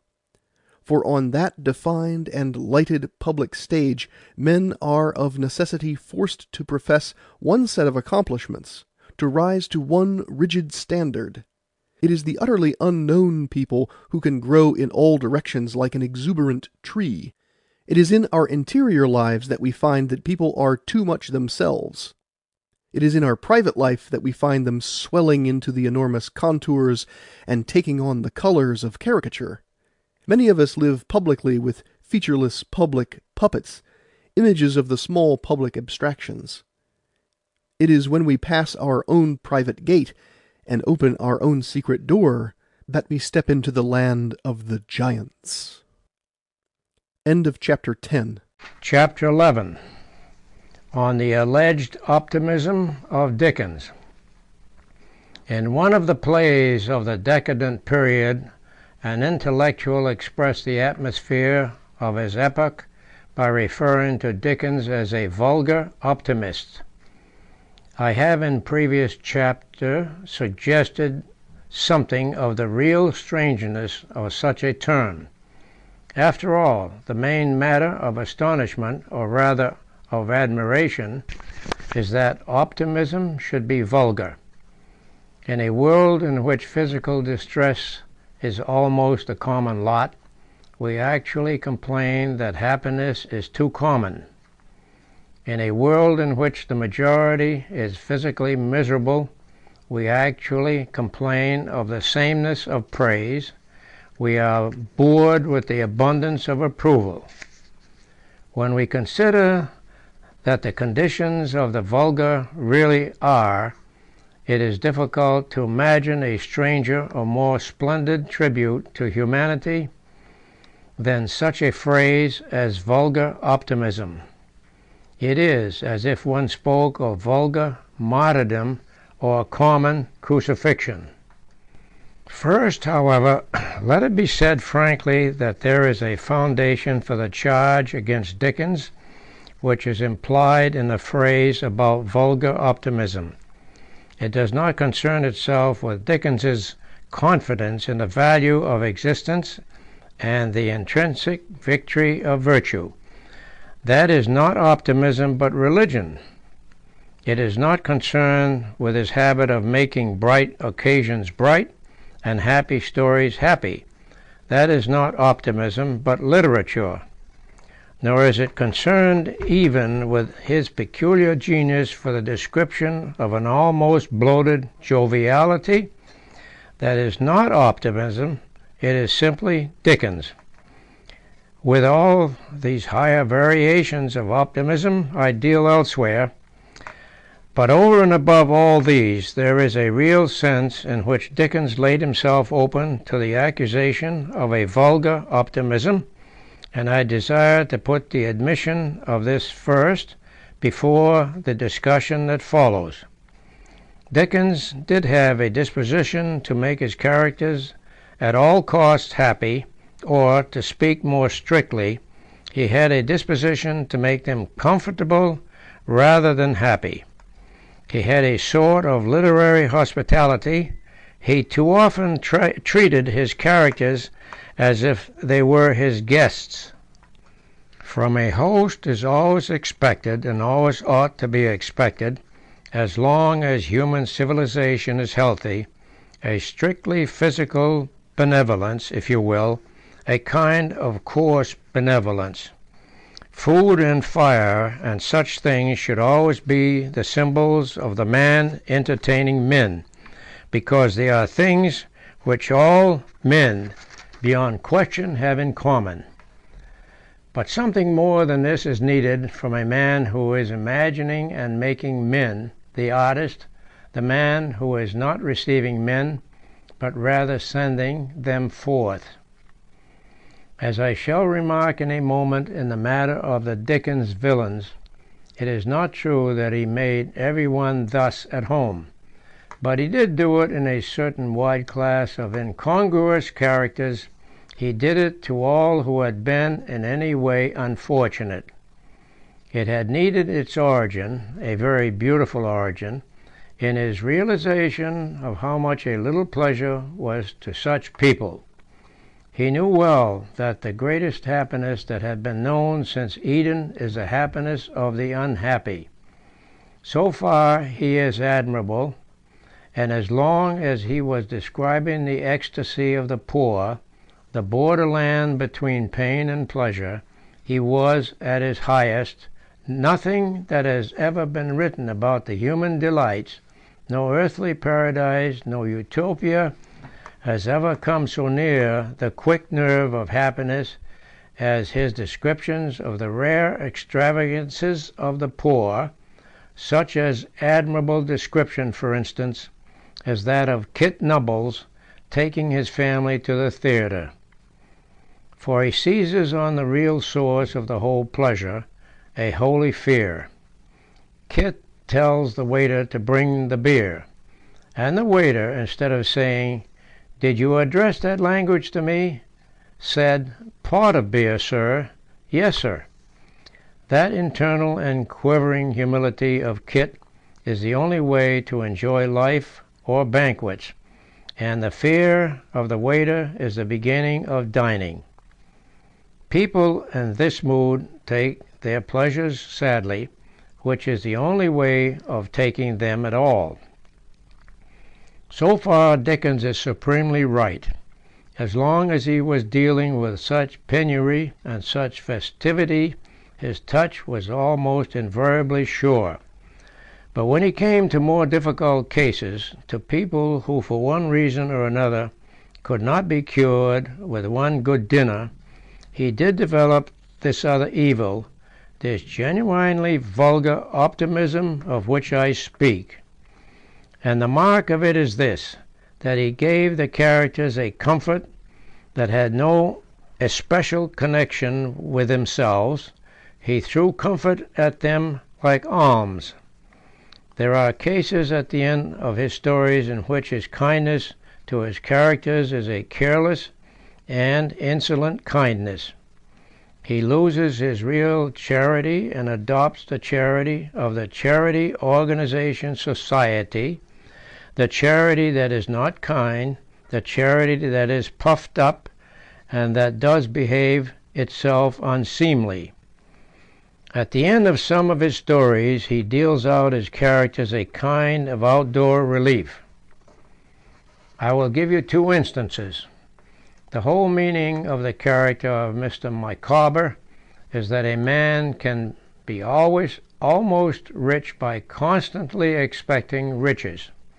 The lesson is a really important one in our sweeping modern sociology. We talk of the man whose life is a failure, but Micawber's life never is a failure because it is always a crisis. We think constantly of the man, if he looked back, would see that his existence was unsuccessful, but Micawber never does look back. He always looks forward, because the bailiff is coming tomorrow. You cannot say he is defeated, for his absurd battle never ends.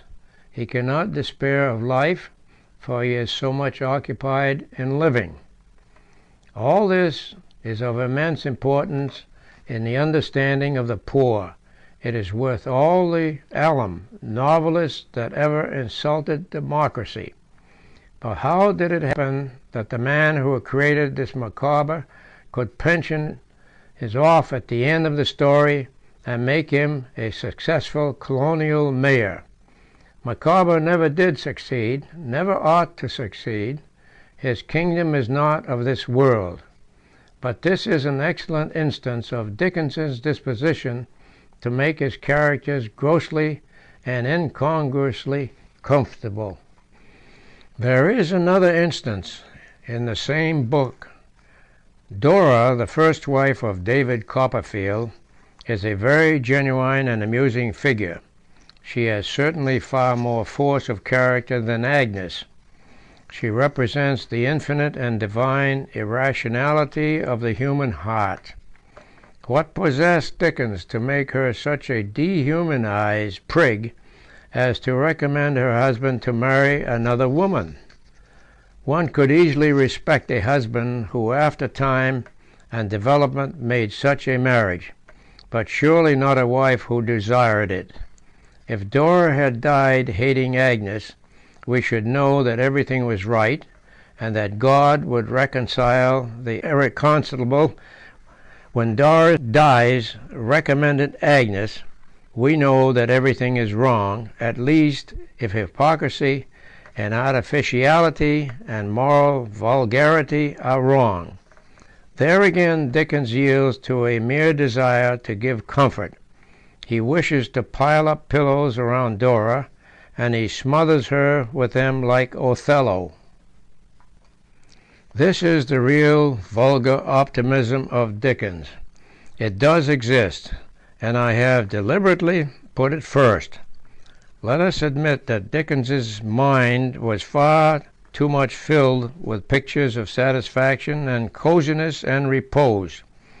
Let us admit that he thought principally of the pressures of the oppressed classes.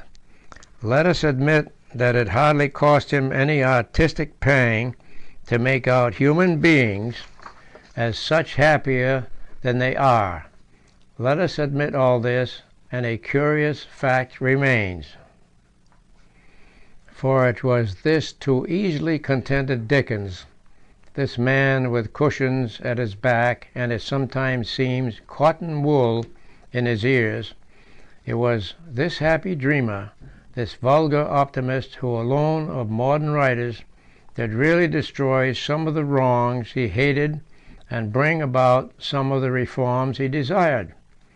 Dickens did help to pull down the debtors' prisons, and if he was too much of an optimist, he was quite enough of a destroyer. Dickens did drive Squeers out of his Yorkshire den, and if Dickens was too contented, it was more than Squeers was. Dickens did leave his mark on parochialism, on nursing, on funerals, on public executions, on workhouses, on the Court of Chancery. These things were altered. They are different. It may be that such reforms are not adequate remedies. That is another question altogether. The next sociologist may think these old radical reforms quite narrow or accidental. But such as they were, the old radicals got them done, and the new sociologists cannot get anything done at all. And in the practical doing of them, Dickens played a solid and quite demonstrable part. That is, the plain matter that concerns us here. If Dickens was an optimist, he was an uncommonly active and useful kind of optimist. If Dickens was a sentimentalist, he was a very practical sentimentalist. And the reason of this is one that goes deep into Dickens's social reform, and like every other real and desirable thing, involves a kind of mystical contradiction. If we are to save the oppressed, we must have two apparently antagonistic emotions in us at the same time. We must think the oppressed man intensely miserable, and at the same time intensely attractive and important. We must insist that violence upon his degradation. We must insist with the same violence upon his dignity. For if we relax by 1 inch the one assertion, men will say he does not need saving, and if we relax by 1 inch the other assertion, men will say he is not worth saving.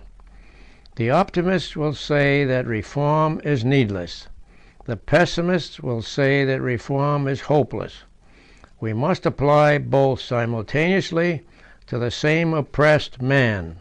We must say that he is a worm and a god, and we must thus lay ourselves open to the accusation or the compliment of transcendentalism. This is indeed the strongest argument for the religious conception of life. If the dignity of man is an earthly dignity, we shall be tempted to deny his earthly degradation.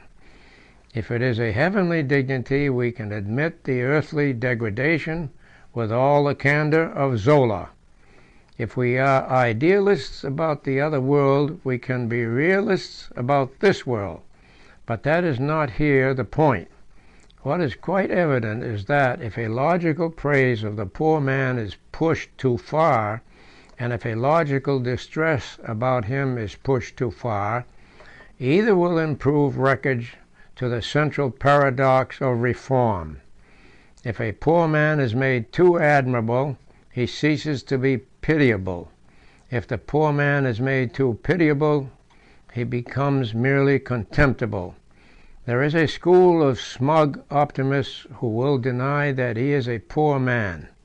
There is a school of scientific pessimists who will deny that he is a man. Out of this perennial contradiction arises the fact that there are always two types of the reformer. The first we may call for convenience the pessimistic, the second the optimistic reformer. One dwells upon the fact that souls are being lost, the other dwells upon the fact that they are worth saving. Both, of course, are, so far as that is concerned, quite right, but they naturally tend to a difference of method, and sometimes to a difference of perception. The pessimistic reformer points out the good elements that oppression has destroyed. The optimist reformer, with an even fiercer joy, points out the good elements that it has not destroyed. It is the case for the first reformer that slavery has made men slavish. It is the case for the second reformer that slavery has not made men slavish. The first describes how bad men are under bad conditions. The second describes how good men are under bad conditions. Of the first class of writers, for instance, is Gorky. Of the second class of writers is Dickens.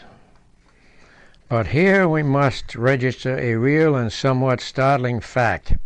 In the face of all apparent probability, it is certainly true that the optimistic reformer reforms much more completely than the pessimistic reformer.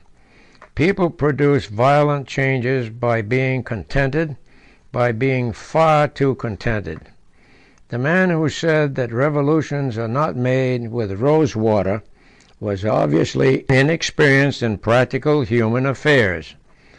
Men like Rousseau and Shelley do make revolutions, and do make them with rose water, that is, with a too rosy and sentimental view of human goodness, figures that come before and create convulsions and change. For instance, the central figure of the New Testament always have the air of walking in an unnatural sweetness and calm. They give us their peace ultimately in blood and battle and division. Not as the world giveth, give they unto us. Nor is the real reason of the triumph of the too contented reformer particularly difficult to define. He triumphs because he keeps alive in the human soul an invincible sense of the thing being worth doing, of the war being worth winning, of the people being worth their deliverance. I remember that Mr. William Archer, some time ago, published in one of his interesting series of interviews an interview with Mr. Thomas Hardy. That powerful writer was represented as saying, in the course of the conversation, that he did not wish at the particular moment to define his opinion with regard to the ultimate problem of whether life itself was worth living. There are, he said, hundreds of remediable evils in this world. When we have remedied all these, such was his argument, it will be time enough to ask whether existence itself, under its best possible conditions, is valuable or desirable. Here we have presented, with a considerable element of what can only be called unconscious humour, the plain reason of the failure of the pessimist as a reformer.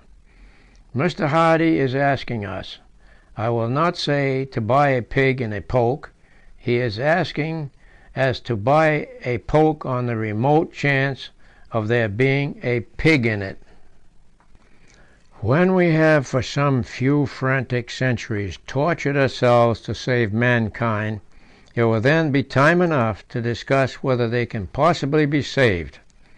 When, in the case of infant mortality, for example, we have exhausted ourselves with the earth-shaking efforts required to save the life of every individual baby, it will then be time enough to consider whether every individual baby would not have been happier dead.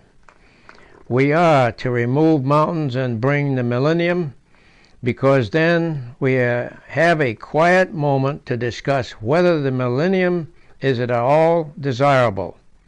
Here we have the low water mark of the impotence of the sad reformer, and here we have the reason of the paradoxical triumph of the happy one.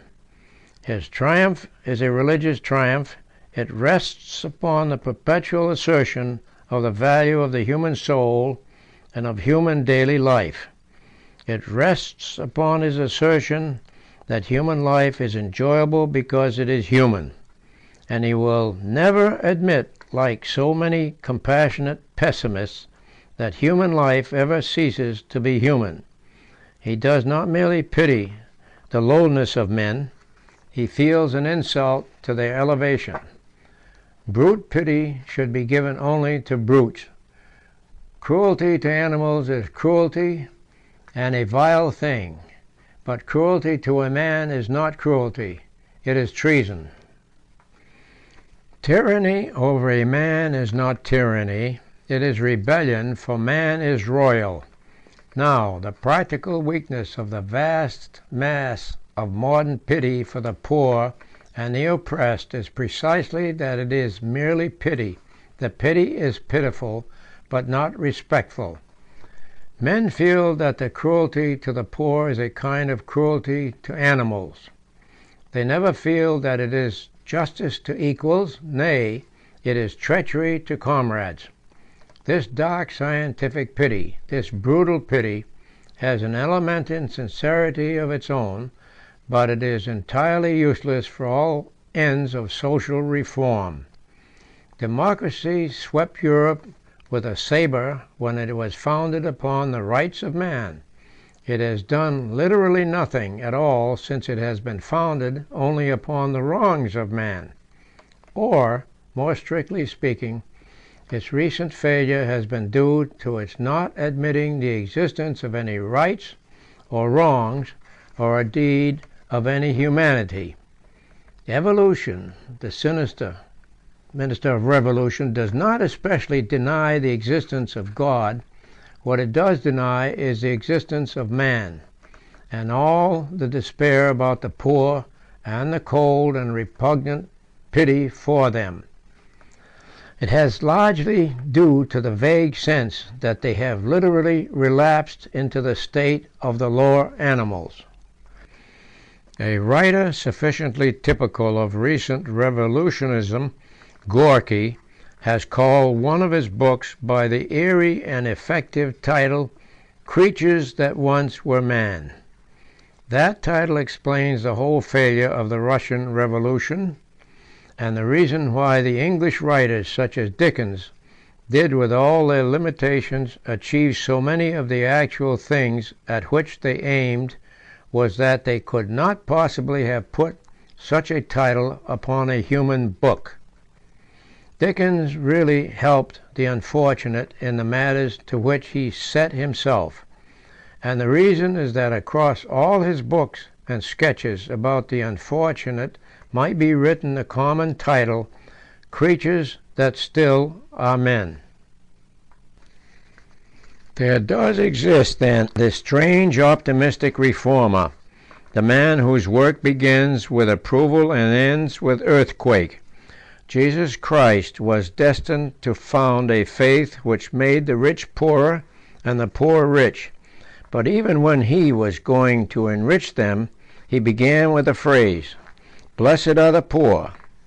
The Gissings and the Gorkys say, as a universal literary motto, "Cursed are the poor." Among a million who have faintly followed Christ in this divine contradiction, Dickens stands out especially. He said in all his reforming utterances, "Cure poverty," but he said in all his actual descriptions, "Blessed are the poor." He described their happiness, and men rushed to remove their sorrow. He described them as human, and men resented the insults to their humanity. It is not difficult to see why, as I said at an earlier stage of this book, Dickens's denunciations have had so much more practical an effect than the denunciations of such a man as Gissing. Both agreed that the souls of the people were in a kind of prison, but Gissing said that the prison was full of dead souls. Dickens said that the prison was full of living souls, and the fiery cavalcade of rescuers felt that they had not come too late. Of this general fact about Dickens's descriptions of poverty, there will not, I suppose, be any serious dispute. The dispute will only be about the truth of these descriptions. It is clear that whereas Gissing would say, "See how their poverty depresses the Smiths or the Browns," Dickens says, See how little, after all, their poverty can depress the Cratchits. No one will deny that he made a special feature of the poor. We will come to the discussion of the veracity of these scenes in a moment. It is here sufficient to register in conclusion of our examination of the reforming optimist that Dickens certainly was such an optimist, and that he made it his business to insist upon what happiness there is in the lives of the unhappy.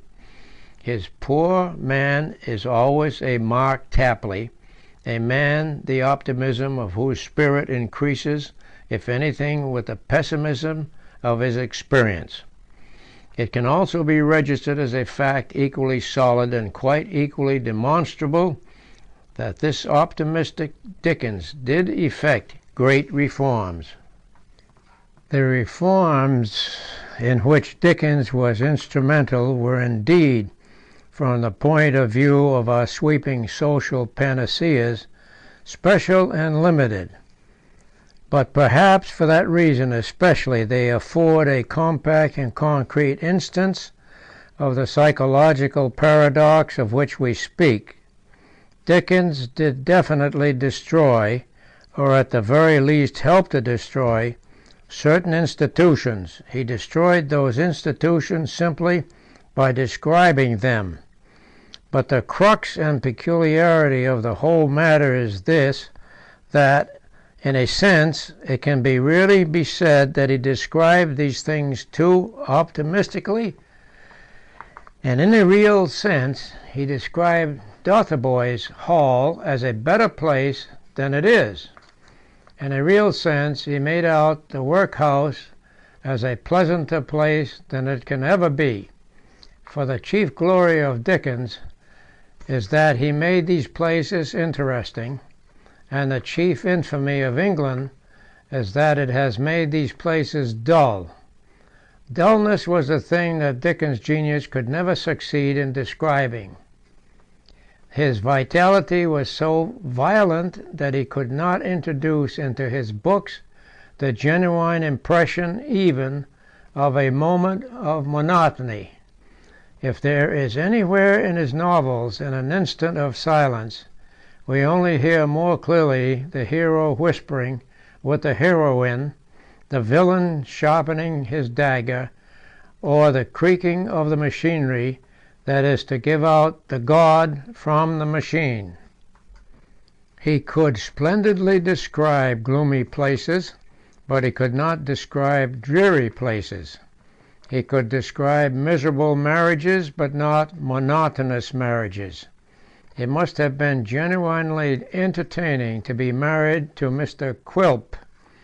This sense of a still incessant excitement he spreads over every inch of his story and over every dark track of his landscape. His idea of a desolate place is a place where anything can happen. He has no idea of that desolate place where nothing can happen. This is a good thing for his soul, for the place where nothing can happen is hell. But still, it might reasonably be maintained by the modern mind that he is hampered in describing human evil and sorrow by this inability to imagine tedium, this dullness in the matter of dullness. For, after all, it is certainly true that the worst part of the lot of the unfortunate is the fact that they have long spaces in which to review the irrevocability of their doom. It is certainly true that the worst days of the oppressed man are the 9 days out of 10 in which he is not oppressed. This sense of sickness and sameness Dickens did certainly fail or refuse to give. When we read such a description as that excellent one, in detail, of Dotheboys Hall, we feel that, while everything else is accurate, the author does, in his words of the excellent Captain Nares in Stevenson's Wrecker, draw the dreariness rather mild. The boys at Dotheboys were perhaps less bullied, but they were certainly more bored. For, indeed, how could anyone be bored with the society of so sumptuous a creature as Mr. Squeers? Who would not put up with a few illogical floggings in order to enjoy the conversation of a man who could say, "She's a rum 'un, is nature"? Nature is more easier conceived than described. The same principle applies to the workhouse in Oliver Twist. We feel vaguely that neither Oliver nor anyone else could be entirely unhappy in the presence of the purple personality of Mr. Bumble. The one thing he did not describe in any of the abuses he denounced was a soul-destroying potency of routine. He made out the bad school, the bad parochial system, the bad debtors' prison, as very much jollier and more exciting than they may really have been. In a sense, then, he flattered them, but he destroyed them with the flattery. By making Mrs. Gamp delightful, he made her impossible. He gave every one an interest in Mr. Bumble's existence, and by the same act gave every one an interest in his destruction. It would be difficult to find a stronger instance of the utility and energy of the method which we have, for the sake of argument, called the method of the optimistic reformer. As long as low Yorkshire schools were entirely colourless and dreary, they continued quietly tolerated by the public and quietly intolerable to the victims.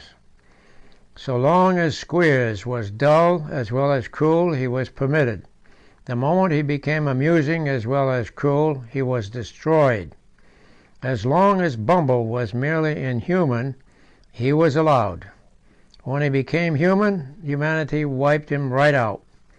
For in order to do these great acts of justice, we must always realize not only the humanity of the oppressed, but even the humanity of the oppressor.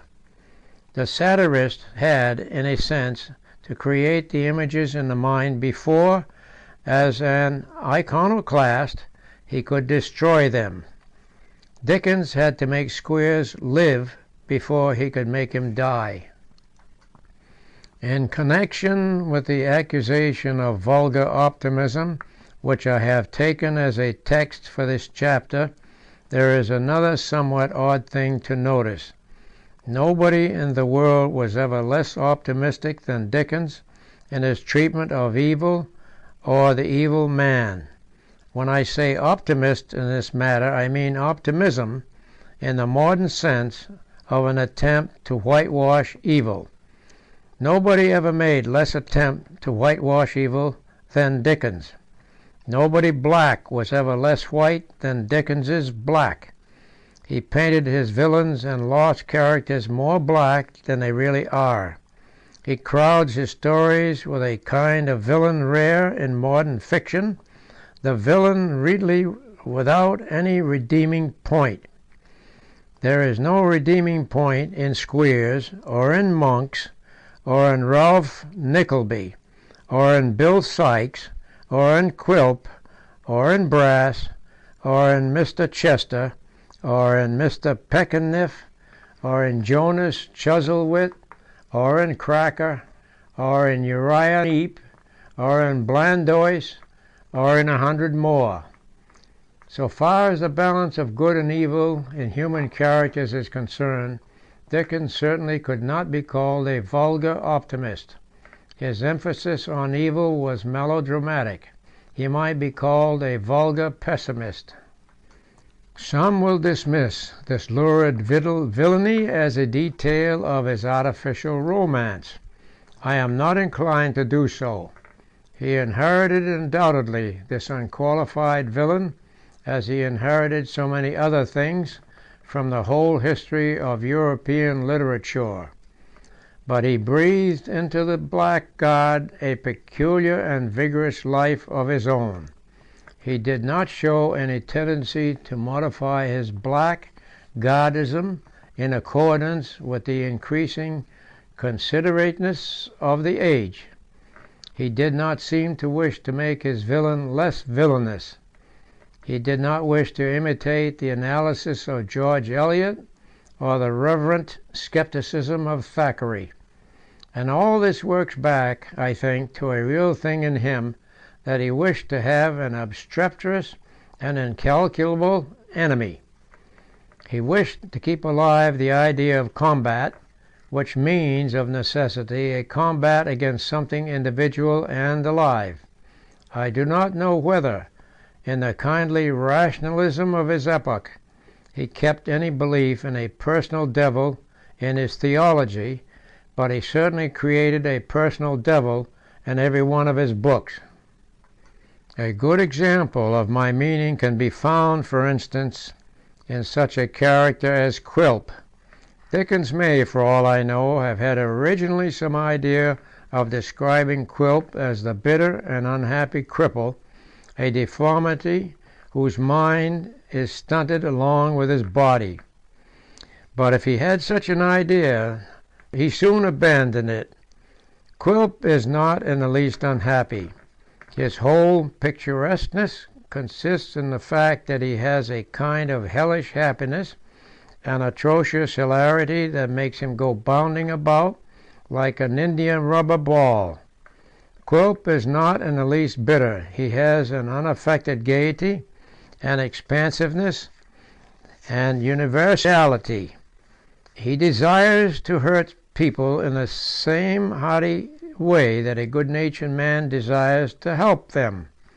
He likes to poison people with the same kind of clamorous camaraderie with which an honest man likes to stand them drink. Quilp is not in the least stunted in mind. He is not in reality even stunted in body. His body, that is, does not in any way fall short of what he wants it to do. His smallness gives him rather the promptitude of a bird or the precipitance of a bullet. In a word, Quilp is precisely the devil of the Middle Ages. He belongs to that amazingly healthy period when even lost spirits were hilarious. This heartiness and vivacity in the villains of Dickens is worthy of note, because it is directly connected with his own cheerfulness. This is a truth little understood in our time, but it is a very essential one. If optimism means a general approval, it is certainly true that the more a man becomes an optimist, the more he becomes a melancholy man. If he manages to praise everything, his praise will develop an alarming resemblance to a polite boredom. He will say that the marsh is as good as the garden. He will mean that the garden is as dull as the marsh. He may force himself to say that emptiness is good, but he would hardly prevent himself from asking, what is the good of such good? This optimism does exist, this optimism which is more hopeless than pessimism, this optimism which is the very heart of hell.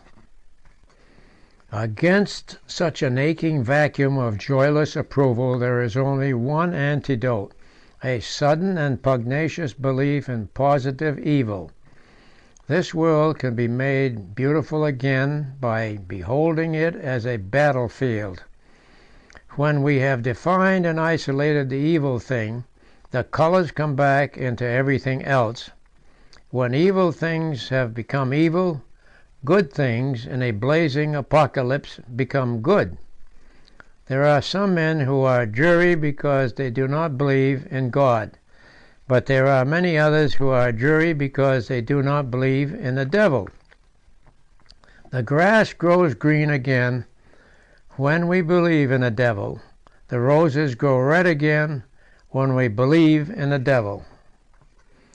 No man was more filled with a sense of this bellicose basis of all cheerfulness than Dickens. He knew very well the essential truth that the true optimist can only continue as an optimist so long as he is discontented. For the full value of this life can only be got by fighting, The violent take it by storm. And if we have accepted everything, we have missed something: war. This life of ours is a very enjoyable fight, but a very miserable truce. And it appears strange to me that so few critics of Dickens or of other romantic writers have noticed this philosophical meaning in the undiluted villain. The villain is not in the story to be a character; he is there to be a danger, a ceaseless, ruthless, and uncompromising menace, like that of wild beasts of the sea. For the full satisfaction of the sense of combat, which everywhere and always involves a sense of equality, it is necessary to make the evil thing a man.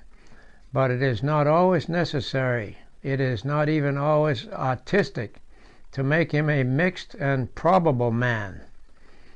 In any tale, the tone of which is at all symbolic, he may quite legitimately be made an aboriginal and infernal energy. He must be a man only in the sense that he must have a wit and will to be matched with the wit and will of the man chiefly fighting. The evil may be inhuman, but it must not be impersonal, which is almost exactly the opposite occupied by Satan in the theological scheme. But when all is said, as I have remarked before, the chief fountain in Dickens of what I have called cheerfulness, and some prefer to call optimism, is something deeper than a verbal philosophy. It is, after all, an incomparable hunger and pleasure for the vitality and the variety, for the infinite eccentricity of existence. And this word eccentricity brings us perhaps nearer to the matter than any other. It is perhaps the strongest mark of the divinity of man that he talks of this world as a strange world, though he has seen no other. We feel that all there is eccentric, though we do not know what is the centre. This sentiment of the grotesqueness of the universe ran through Dickens's brain and body like the mad blood of the elves. He saw all his streets in fantastic perspectives. He saw all his cockney villas as top-heavy and wild. He saw every man's nose twice as big as it was, and every man's eyes like saucers. And this was the basis of his gaiety, the only real basis of any philosophical gaiety. This world is not to be justified as it is justified by the mechanical optimists. It is not to be justified as the best of all possible worlds. Its merit is not that it is orderly and explicable. Its merit is that it is wild and utterly unexplained. Its merit is precisely that none of us could have conceived such a thing, that we should have rejected the bare idea of it as miracle and unreason. It is the best of all impossible worlds. End of chapter 11. Charles Dickens by G.K. Chesterton. Chapter 12. A Note on the Future of Dickens. The hardest thing to remember about our own time, of course, is simply that it is a time. We all instinctively think of it as the Day of Judgment, but all the things in it which belong to it merely as this time will probably be rapidly turned upside down. All the things that can pass will pass. It is not merely true that all old things are already dead. It is also true that all things are already dead, for the only undying things are the things that are neither new nor old. The more you are up with the year's fashion, the more, in a sense, you are already behind next year's. Consequently, in attempting to decide whether an author will, as it is cantily expressed, live, it is necessary to have very firm convictions about what part, if any part, of man is unchangeable. And it is very hard to have this if you have not a religion or, at least, a dogmatic philosophy. The equality of men needs preaching quite as much as regards the ages as regards the classes of men. To feel infinitely superior to a man in the 12th century is just precisely as snobbish as to feel infinitely superior to a man in the Old Kent Road. There are differences between the man and us. There may be superiorities in us over the man, but our sin in both cases consists in thinking of the small things wherein we differ, when we ought to be confounded and intoxicated by the terrible and joyful matters in which we are at one. But here again the difficulty always is that the things near us seem larger than they are, and so seem to be a permanent part of mankind, when they may really be only one of its parting modes of expression. Few people, for instance, realise that a time may easily come when we shall see the great outburst of science in the 19th century as something quite as splendid, brief, unique, and ultimately abandoned, as the outburst of art at the Renaissance. Few people realise that the general habit of fiction, of telling tales in prose, may fade, like the general habit of the ballad, of telling tales in verse, has for the time faded. Few people realise that reading and writing are only arbitrary, and perhaps temporary sciences, like heraldry. The immortal mind will remain, and by that writers like Dickens will be securely judged. That Dickens will have a high place in permanent literature there is, I imagine, no prig surviving to deny. But though all prediction is in the dark, I would devote this chapter to suggesting that his place in 19th century England will not only be high, but altogether the highest. At a certain period of his contemporary fame, an average Englishman would have said that there were at that moment in England about 5 or 6 able and equal novelists. He could have made a list: Dickens, Bulwer Lytton, Thackeray, Charlotte Brontë, George Eliot, perhaps more. 40 years or more have passed, and some of them have slipped to a lower place. Some would now say that the highest platform is left to Thackeray and Dickens. Some to Dickens, Thackeray and George Eliot. Some to Dickens, Thackeray and Charlotte Brontë. I venture to offer the proposition that when more years have passed, and more weeding has been effected, Dickens will dominate the whole England of the 19th century. He will be left on that platform alone. I know that this is an almost impertinent thing to assert, and that its tendency is to bring in those disparaging discussions of other writers in which Mr. Swinburne brilliantly embroiled himself in his suggestive study of Dickens. But my disparagement of the other English novelists is wholly relative and not in the least positive. It is certain that men will always return to such a writer as Thackeray, with his rich emotional autumn, his feeling that life is a sad but sacred retrospect, in which at least we should forget nothing. It is not likely that wise men will forget him. So, for instance, wise and scholarly men do from time to time return to the lyrists of French Renaissance, to the delicate poignancy of Du Bellay. So they will go back to Thackeray. But I mean that Dickens will bestride and dominate our time as the vast figure of Rabelais dominates du ballet, dominates the Renaissance and the world. Let me put a negative reason first.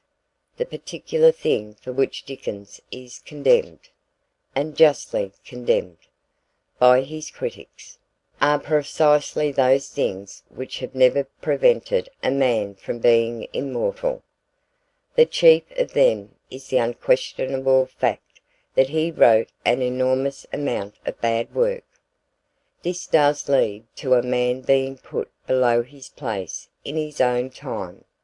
It does not affect his permanent place, to all appearance at all. Shakespeare, for instance, and Wordsworth wrote not only an enormous amount of bad work, but an enormous amount of enormously bad work. Humanity edits such writers' works for them.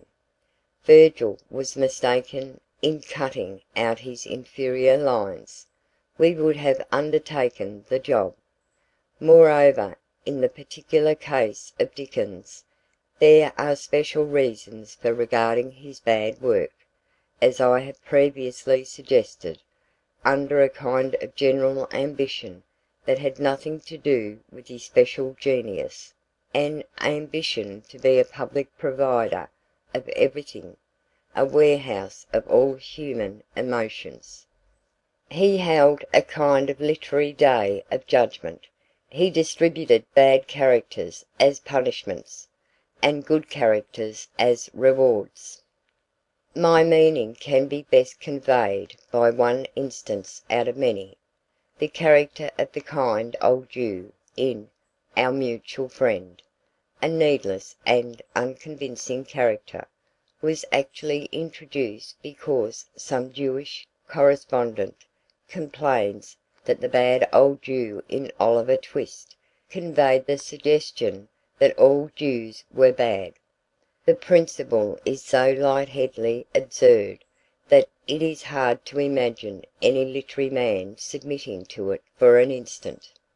If ever he invented a bad auctioneer, he must immediately balance him with a good auctioneer. If he should have conceived an unkind philanthropist, he must on the spot, with whatever natural agony and toil, imagine a kind philanthropist. The complaint is frantic, yet Dickens, who tore people in pieces for much fairer complaints, like this complaint of his Jewish correspondent. It pleased him to be mistaken for a public arbiter. It pleased him to be asked, in a double sense, to judge Israel. All this is so much another thing, a non-literary vanity, and there is much less difficulty than usual in separating it from his serious genius, and by his serious genius I need hardly say, I mean his comic genius. Such irrelevant ambitions as this are easily passed over, like the sonnets of great statesmen. We feel that such things can be set aside, as the ignorant experiments of men otherwise great, like the politics of Professor Tyndall, or the philosophy of Professor Haeckel. Hence, I think, posterity will not care that Dickens has done bad work, but will know that he has done good. Again, the other chief accusation against Dickens was that his characters and their actions were exaggerated and impossible.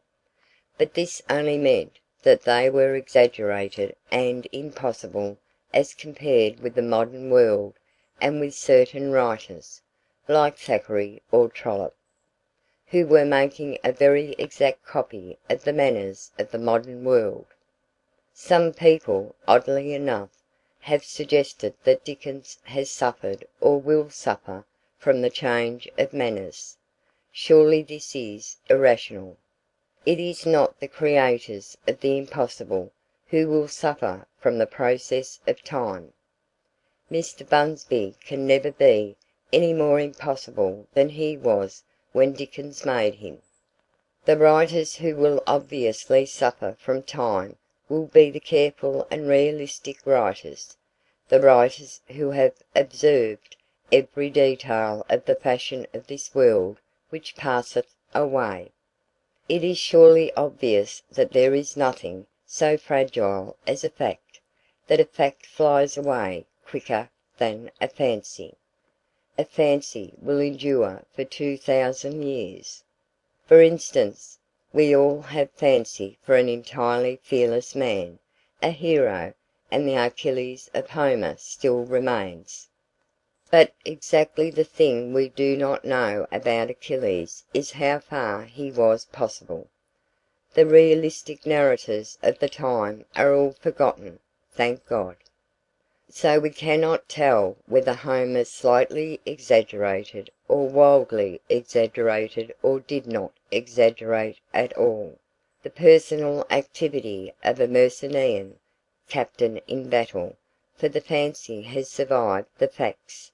So the fancy of Portsmouth may survive the facts of English commerce, and no one will know whether Portsmouth was possible, but only know that he is desirable, like Achilles. The positive argument for the permanence of Dickens comes back to the thing that can only be stated and cannot be discussed: creation. He made things which nobody else could possibly make. He made Dick Swiveller in a very different sense from that in which Thackeray made Colonel Newcome. Thackeray's creation was observation. Dickens was poetry, and is therefore permanent. But there is one other test that can be added. The immortal writer, I conceive, is commonly he who does something universal in a special manner. I mean that he does something interesting to all men in a way in which only one man or one land can do. Other men in that land, who do only what other men in other lands are doing as well, tend to have a great reputation in their day and to sink slowly into a second or third or a fourth place. A parallel from war will make the point clear. I cannot think that anyone will doubt that, although Wellington and Nelson were always bracketed, Nelson will steadily become more important and Wellington less. For the fame of Wellington rests upon the fact that he was a good soldier in the service of England, exactly as 20 similar men were good soldiers in the service of Austria or Prussia or France. But Nelson is the symbol of a special mode of attack, which is at once universal and yet especially English, the sea. Now Dickens is at once as universal as the sea and as English as Nelson. Thackeray and George Eliot and the other great figures of that great England were comparable to Wellington in this, that the kind of thing they were doing, realism, the acute study of intellectual things, numerous men in France, Germany, and Italy were doing as well or better than they. But Dickens was really doing something universal, yet something that no one but an Englishman could do. This is attested by the fact that he and Byron are the men who, like pinnacles, strike the eye of the continent. The points would take long to study, yet they may take only a moment to indicate.